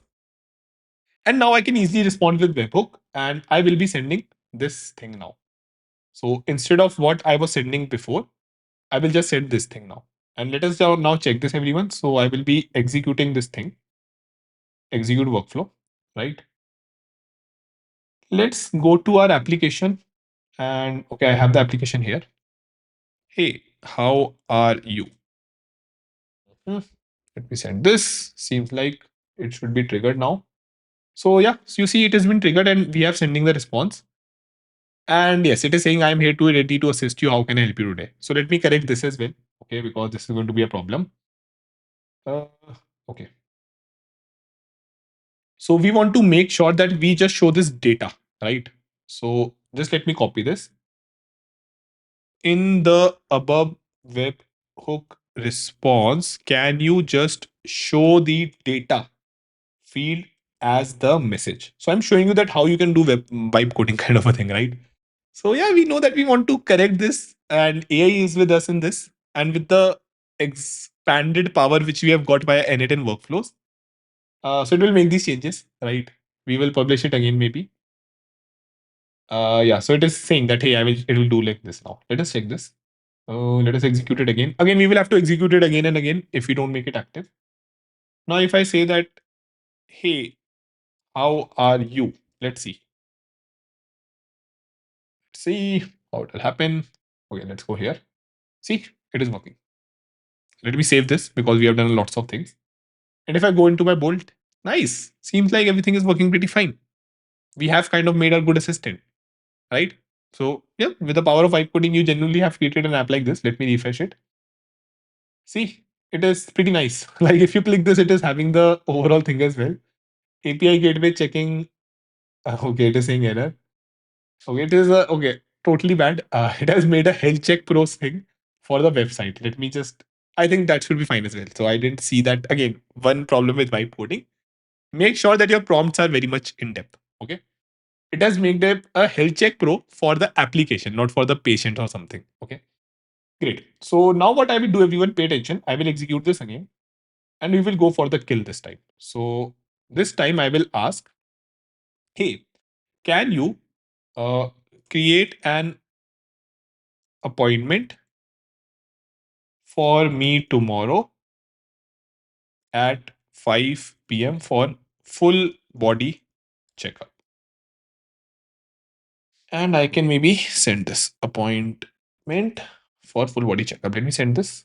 Let's go back. Seems like it is working. I can just zoom it in. Now it is going to the create an event. Now going back.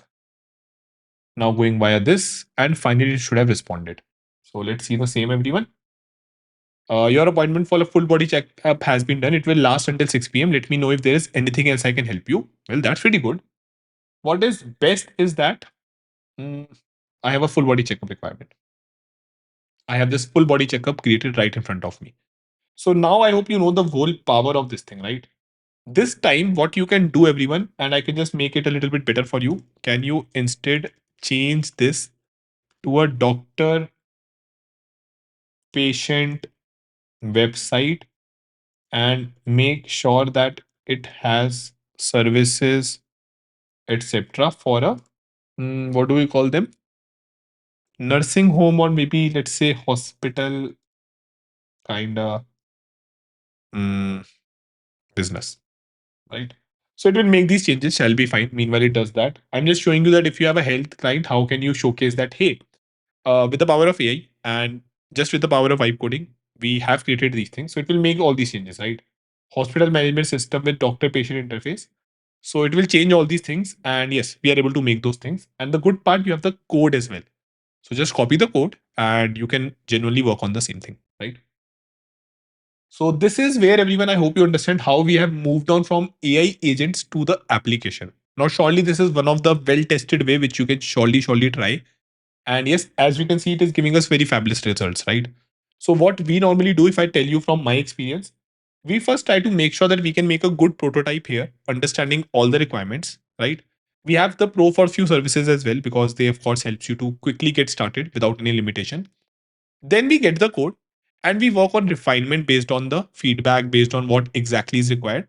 Because surely this will give you a good prototype. But that is very good to land clients as well as to help and automate your stuff as well, right? Now I'm currently working on a startup as well where we have genuinely prototype and use so many of these things, creating our designs via these application, these no code vibe coding tools. And after that, we have took up and worked on the front end and the back end separately. So this is where, everyone, I feel that yes, it is a lot more helpful, right? We can see that again, once it does this for you, you can surely go to any client and say that, hey, I can help you in making this automated in a better way. So yeah, surely you, if you show this properly, you can genuinely have some good projects as well to show. Again, just one thing, don't feel that let's say without having any technical knowledge, you will be able to just showcase that and maybe earn money. If you do let me know. I will be happy to have that. Not have that, sorry. I will not take your money. If you do, I will be happy to learn that.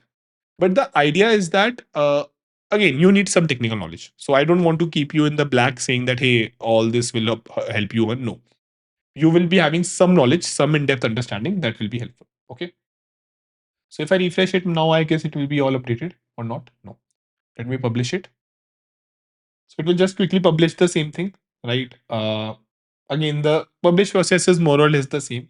So once it publishes, then we can refresh it and you will see the whole website getting changed.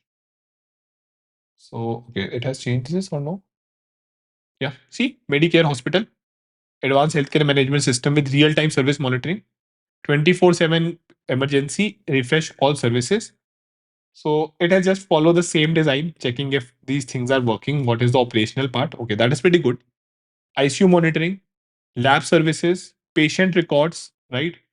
And we can just have this thing avoided. That's not a problem. So great, everyone. Now I really hope that with this you have a very good idea that how can you take your uh, workflows, right, which you have created, into a fully functioning application. Now I have given you the common pitfalls which normally many can think. But yes, overall, be real honest, this is a very good idea. And yes, we have learned that how with this vibe coding way as well. So I've taught you the latest thing as well, right? Not to code anything from let's say complete scratch, but to be at a pedestal where we have this edge, right? Where our application it is able to connect to 500 plus services via n8n or via our own API as well, and surely they can be shown as a fully working application with a front end and a back end. So yeah, that is very important. And in the coming weeks, I will be making sure to make more content on this particular concept. Where first we will be mastering the overall workflows, and I will also be showing that how can you take them from the workflow understanding to a fully blown application, which you can surely use, and of course, which you can showcase to anyone as well, and get your work or business or anything which you want started with them. So that's going to be very helpful. And yeah, I think that was all regarding this subject. Hey everyone, so today I'm going to walk you through that how can you start n8n locally as well as on cloud. I'm going to share different ways through which you can run n8n, and the good part is that all of them are going to be totally free, and I will share the paid alternative as well, though I guess free will be fine for most of you. Now this video is totally good for anyone, be it if you're a student as well as if you're a professional, because I will be sharing all these steps from scratch, so you will not be facing any problem. Just make sure that you have all the things which I ask you to install. And if you face any problem, then you can surely ask the same in the comments and I will help you out. So let's get started. Now, as you can see, run n8n locally and on cloud. So the very first way through which we can run n8n, and let me first go to n8n. To do the same, you can just go on n8n and search this, and this is the website. So flexible AI automation for technical teams, get started for free or talk to sales. Now it can be used for multiple area of use cases: IT ops, security ops, development ops, sales, or anything for us. Right. After that, the best part of n8n is that how it can integrate with over 500 plus application, and since it has connect to any API, I think that goes to your application as well, thus making it compatible with anything. The whole flow is pretty straightforward and simple. Now, to use n8n, let's go to the pricing, and you can see that how it is having a monthly and a yearly plan. Let me just zoom it out a little bit. Starter, Pro, and Enterprise. Now, Starter is 20 per month, billed annually, where we have some 2.5k workflow execution with unlimited steps or 5 active workflow. So again, it is having multiple things which you can do. But the idea is that when you are in the learning phase, right, or you're just in the exploration phase, surely you will not be like to bind yourself in this particular regular payment, right? Now, the good thing is that once you do start, it gives you a 14-day free trial where no credit card is required. So, what I can do is let me just show you. I can go on, let's say, anytime, and I can just say get started. So, just select with this button, get started, and we can do the same. So, get started and let it load. And again, it has opened one of my instance, everyone, which I had. It is having deletion in 2 days. But if I just sign it out, right? And let's say if I start a free trial, here you can easily create your own account and the same will give you a 14-day free trial. Once you do the same, And if I again just go here and sign in, and you will see that how learn n8n Mayank. This is again the one which I'm using in trial. It is having 7 days free trial. You will be able to see each and everything like this, that how my current plan is trial, which version am I using, the time zone, all these things. Along with that, I can surely just go and open my instance where I will see all the different workflows which I have created. So this one is the very good and easy step to at least get started. It provides you with these 1,000 executions, right? So if you are, let's say, hosting any webhook or any workflow, it will be good for 1,000 application, which I believe is way more than enough for 14-day trial period. Though, yes, if you have some production or a staging app running as well, it will be pretty less, right? Along with that, 7 days free trial is also provided. Oh, sorry, 14 days free trial is provided. I have already used the 7 days here. So this is something which you can surely use. So yeah, this is a very good and the easiest way, the very first one, but it comes with a limit, right? So let's see the second way, everyone. Now, so coming to this second way, right? How this n8n will be running on some or the other machine, right? So let me just have a machine here. Just 1 minute. Okay, do we have a host here? Yeah. So this is something which I can use from now.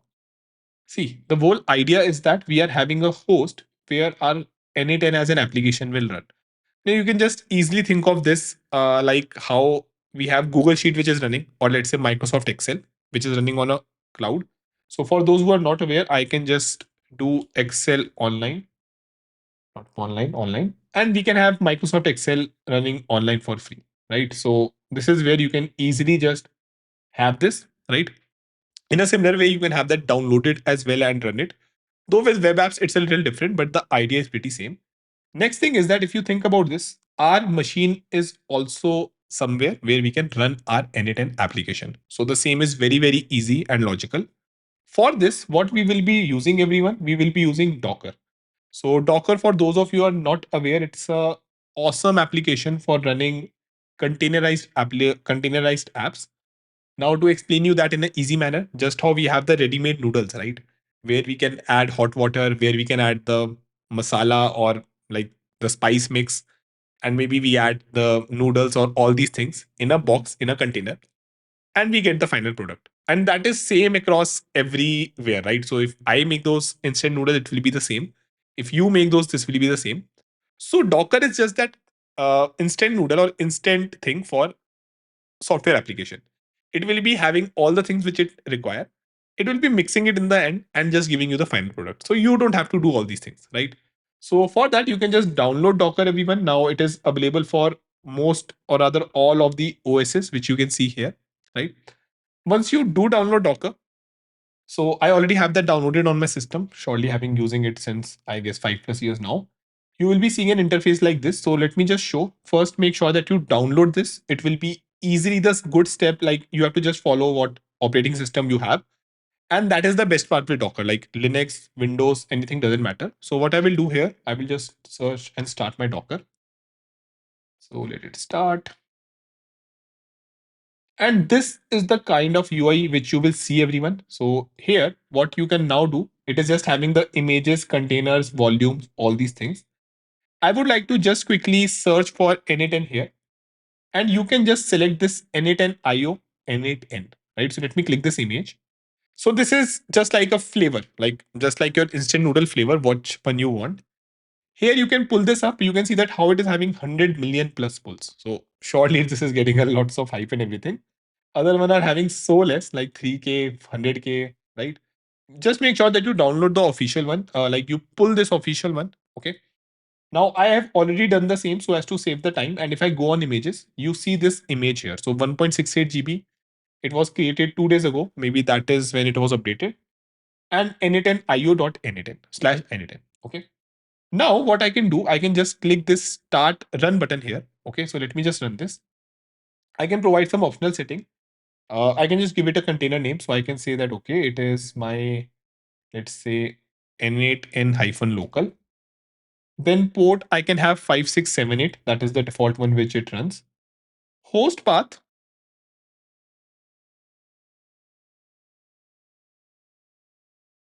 is something which you can also provide here, right? So I can provide the host path as this icons image shall be fine.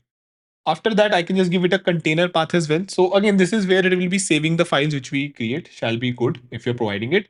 Now we can provide some environment variables as well, which we can use further. But I guess that should be totally fine. Like for the this video, I think it's totally good to just start it normally. Now, if I start and do the run, then we can see that how it will start to brewing up all these things, adding the water, adding that spice mix, and very quickly it has started this on my local. So totally free. I have not paid anything, just downloaded Docker. And if I now go on this particular link, everyone, localhost 5678, you have this sign up page which you must have seen. Like if you will start from the scratch for n8n on their website. Now I can surely have the simple things, mayank@gmail.com, first name Mayank, then Agarwal. And if you face any issue, you can mail me at this email as well. Password, I think we can provide anything. So hopefully that should not be the problem. And I can do next. So now it has created my account, everyone. I can just, okay, I think I will have to do this. Okay, so yeah, we can go forever. Get paid features for free forever. Receive the free activation key for advanced features below. Okay, so seems like good, right? It is giving us paid features for true, and we do love free features. So we can have that, but for the timing, I will skip this. Okay, because I don't want that my email should be full of these things. I have already kind of tried it running again and again. And yes, this is the overall UI which you can see, everyone, which is fabulously running well on via our Docker on our local. So I can start from scratch, and at the same time, you will see that how there will be things happening. Owner was set successfully, user survey updated successfully, and with this new thing, I can just have everything which I normally do. We can go on setting, we can see like the very first thing which I would like to do here. Let me go to personal and in the settings, and let me make it a dark mode, right? So theme should be dark. That shall be very much helpful. Now it is looking more like n8n. Now, yes, I can start a new workflow, everyone. I can have a simple trigger. I can save this. It will be saved locally as well if you configure your path pretty nicely. And the idea is that, yes, we can just now normally start our workflow and it is going to do the way we want it. We can connect it to multiple applications. All the apps are present here, which we normally see on n8n. The good thing, no trial, nothing, just start your laptop. And this is like the way of learning it, I guess, without any trial or something, right?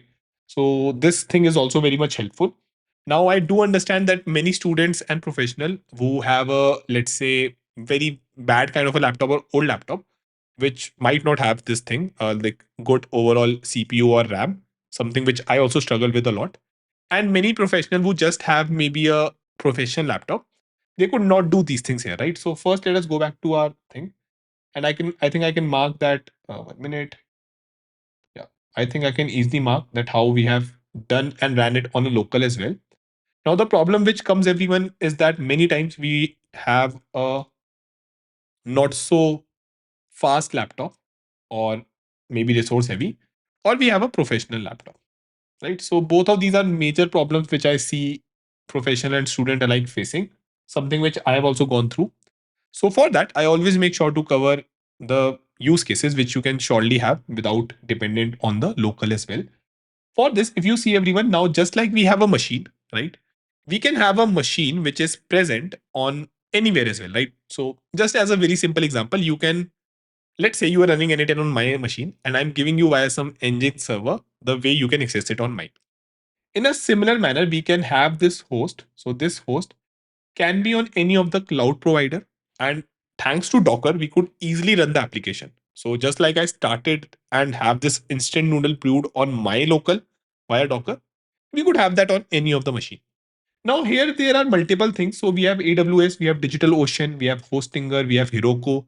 Now they are very very common, and I think in the industry for a long time, especially DigitalOcean, Heroku, Hostinger, and rather, yeah, all four of them.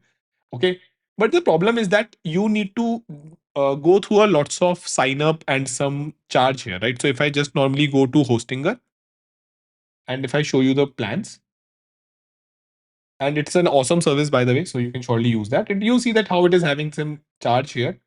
Similar is the case now if I show you Heroku. So this is something where I would like to move myself once I have gone through the whole thing, once I have understood what exactly it is. Here as well, I can go back and show you the pricing maybe directly. Heroku pricing. So I think yes. So it is having eco standard private, all these things. I am more interested in running it on something where I get some free credits. So for the same everyone, I would like to show you some of the offerings which are, though it is again on cloud, but they at least provide you with free credits to get started with. Now, one thing to note, I have like tested and they were working fine with as of July, right? I although tested them 2 months back, but the idea again is that it can change, right? So understand the process that what we are doing, and surely we can have multiple services which can provide you with these servers or with this host. One thing to note here as well, everyone, that the free machine which you will be having, surely that is not going to be very powerful, right? So it will be having some credits or some overall, let's say, time limit.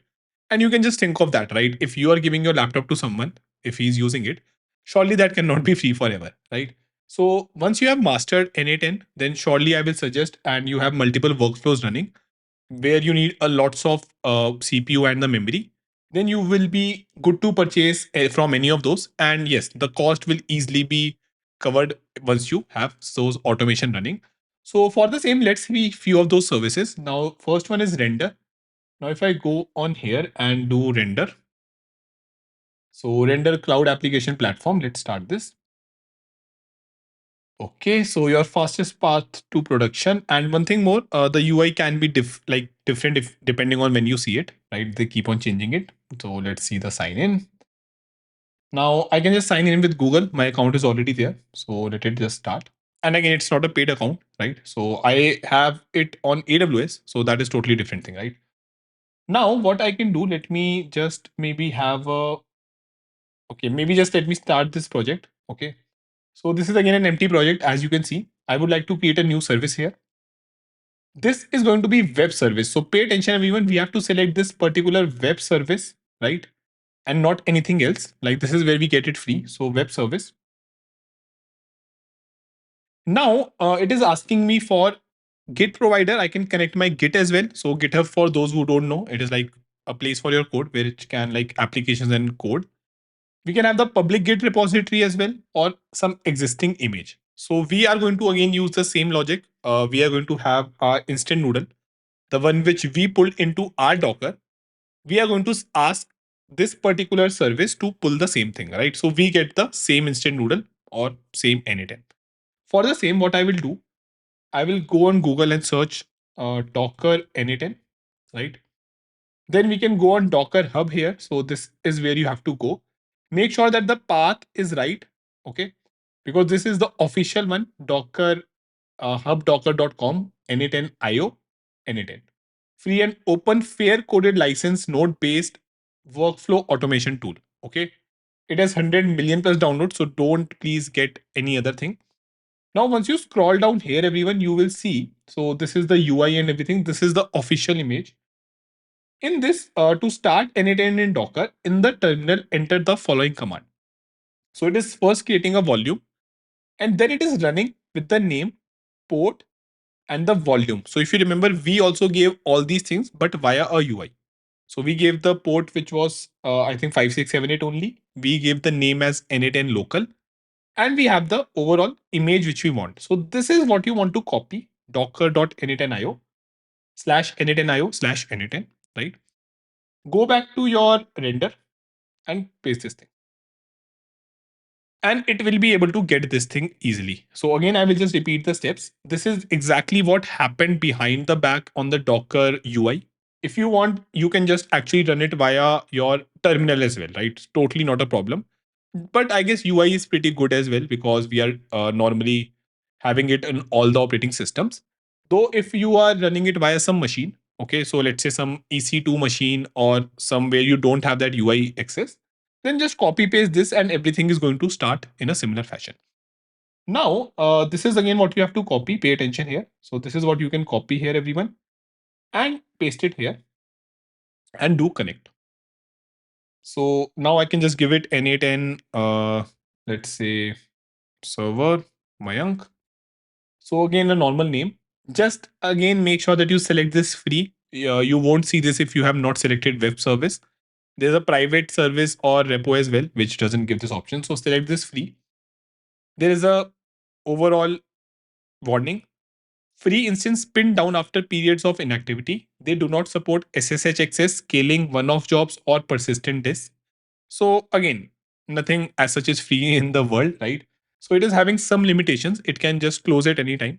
So let me go down, and environment variable again we don't want to set, and I guess nothing in the advanced as well, right? So I'm going to now click on this deploy web service, everyone, and let us deploy it. So let it deploy, and you are going to see something. So now it is running what we ask it in the backend. Similar kind of thing we will see. Just that I think first it will take the time to download that thing, right? So on someone else laptop or host or computer, first it will download that particular image. So I think it was some 1 GB in size. And then it's going to basically run that, right? So this is what is happening. And I think we can easily just wait as of time being. So let it run. You can see all the logs here. So it is saying some issue. There's some permission problem, not our issue. So it is just downloading many things. So let it start. And depreciation related shall be good. We will see how much time it will take. Else I will just quick on this particular step. Right. Skipping renewal or init because renewal is not due. So meanwhile this happen, everyone. What I can do is I can show you railway as well. So railway. And this is the one. Okay. So just have railway hosting. So it doesn't take you to the railway services of your company, railway.com. Again, similar thing, right? Let's see where it is. Yeah. Okay. So good thing that it has been started now, right? It is saying that the same has started on localhost 5678. Okay. Man, this is not there. Where it is? Well, I hope you understand this localhost is your machine's localhost, right? So we will have to go to the machine which is on render, and on it we can select on this port, right? So this is a little difference here. Don't fall for this thing. And this is where I hope you are able to understand what I was trying to explain you, that this is again some just other machine kept anywhere, right? So render is providing you that thing to access it. And again, these are exactly the same because in a way it is just running on that particular machine, right? Just click on this n8n server. Okay, let it run. I really hope it is not down that quickly. And we have the full thing running on a machine, which I can generally now start on any of the tabs. So let me start it from here as well. Since again it is now on the web, right? It can easily just start. Just one thing, it is very, very less in terms of RAM and CPU. So if you have a workflow which is requiring lots of traffic, it will fail. So with that, I can just again provide it few things. Mayank, then I can have Agarwal. Password can be something 5WA. So I'm just providing anything, shall be fine. Next. And you see that house, the same has started. Now, just do this get started. Don't fill it like I did it for the very first time. Get started. And let's skip it. We don't need some things. You will be doing send the key. I already have that. Yes. So the same thing you are seeing right in front of you, everyone. Now, again, very fabulous to test out your webhooks, everything. We can just do one thing. I think it's the community edition. I can go on personal and just select the dark theme and make it safe. So if I go back now, everyone, you can see that how I can start from scratch. Start from scratch. And it is just going to start it. Now it is pretty slow because the machine, I think, was having 512 MB and some one CPU core or something. Totally understood, right? Surely we cannot expect that a high-end machine will be available for free. And yes, now you can easily create anything which you want. So you can have a trigger. Then you can connect it to your Google Calendar maybe. Okay, so all these things you can easily just start and create new credential. I can just close this maybe. Or let's say, let me delete it. I can just have it connected to Gmail as well. So again, that's the information which we have. Send a message. So you can just create a new credential, send a message, have everything here. The best part is that you can also have agents related thing. So AI agent. Just like how your n8n works, now I'm genuinely assuming that you know about n8n. And yes, now you can have anything the way it is normally on the n8n. Once you have the trial, you get all the things here as well, right? So with that, everyone, I hope this thing is clear. And at least you have understood the whole process that how can we again send an image, right, and have it on the server. So what we can do, we can go here and I can mark this as done as well. So render is fine. Now, one thing here, I actually checked and Railway has actually discontinued the way through which we can have multiple services. So render as of now is a good way of checking this out, right? It's totally free as I've shown you. And yes, I think these cover all the ways. Now, of course, there can be other websites as well. You can let me know in the comments and I can surely cover the same, which gives free credits. With the paid one as well, it is going to be exactly the same. So let's say if you do start with DigitalOcean, Hostinger or Heroku, there as well, they will be just providing you that you can give the image and you can get started. So the process which I asked you to understand, that is going to be the same. And this, I guess, is the easiest way through which you can get started with anything. I have covered on the trial that how can you start with this particular 14-day free trial. Then we covered that how we can do the same on our local as well. So using Docker on the local, and then on the cloud servers, that what are the options we have. Surely AWS, DigitalOcean, Hostinger, Heroku are there. And I showed you Render, which provides you with those free credits, the way you can run it, right? Though the machine is going to be surely very, very uh, weak, right? So that's not a problem, I hope. But yeah, once we have mastered that, we can surely buy the new machine. So many surelys should be great. So yeah, with that, everyone, I really hope that you have understood all about n8n and how you can run it in multiple ways. As I said, it is a awesome framework which is going to be very much helpful in building those automations. Great, everyone. So that was all from my side. Now I'm pretty sure you have all the skills, understanding, and confidence to build your own n8n automations as well as integrate agents into them to make them smarter. Further, we also saw that how can we create applications from the automation which we have created to serve the real life business purpose. After that, we also saw how we can host n8n locally as well as on cloud, which will be very helpful when you genuinely move and have your 14-day trial period over. So make sure to test it out as well. Now, this overall is a foundation, and I believe that you have all the skills now to make complex workflows as well. And for the same, I will be putting up videos on my channel every week where I will be covering those complex use cases in different domain. So make sure to subscribe to my channel. I have put in a lots of effort in this video. Though I have taught people around different agentic workflows and frameworks like Ordogen, ADK by Google, I still believe that n8n is the easiest way for anyone to start their journey into the world of AI, be it students or be it professional. So, with that, I really hope that you liked all the way we have discussed things here. Do make sure to share this video to everyone in your network. Like that video so that it reaches out to the maximum number of people. And I will see you in future with more such complex use cases. Thank you.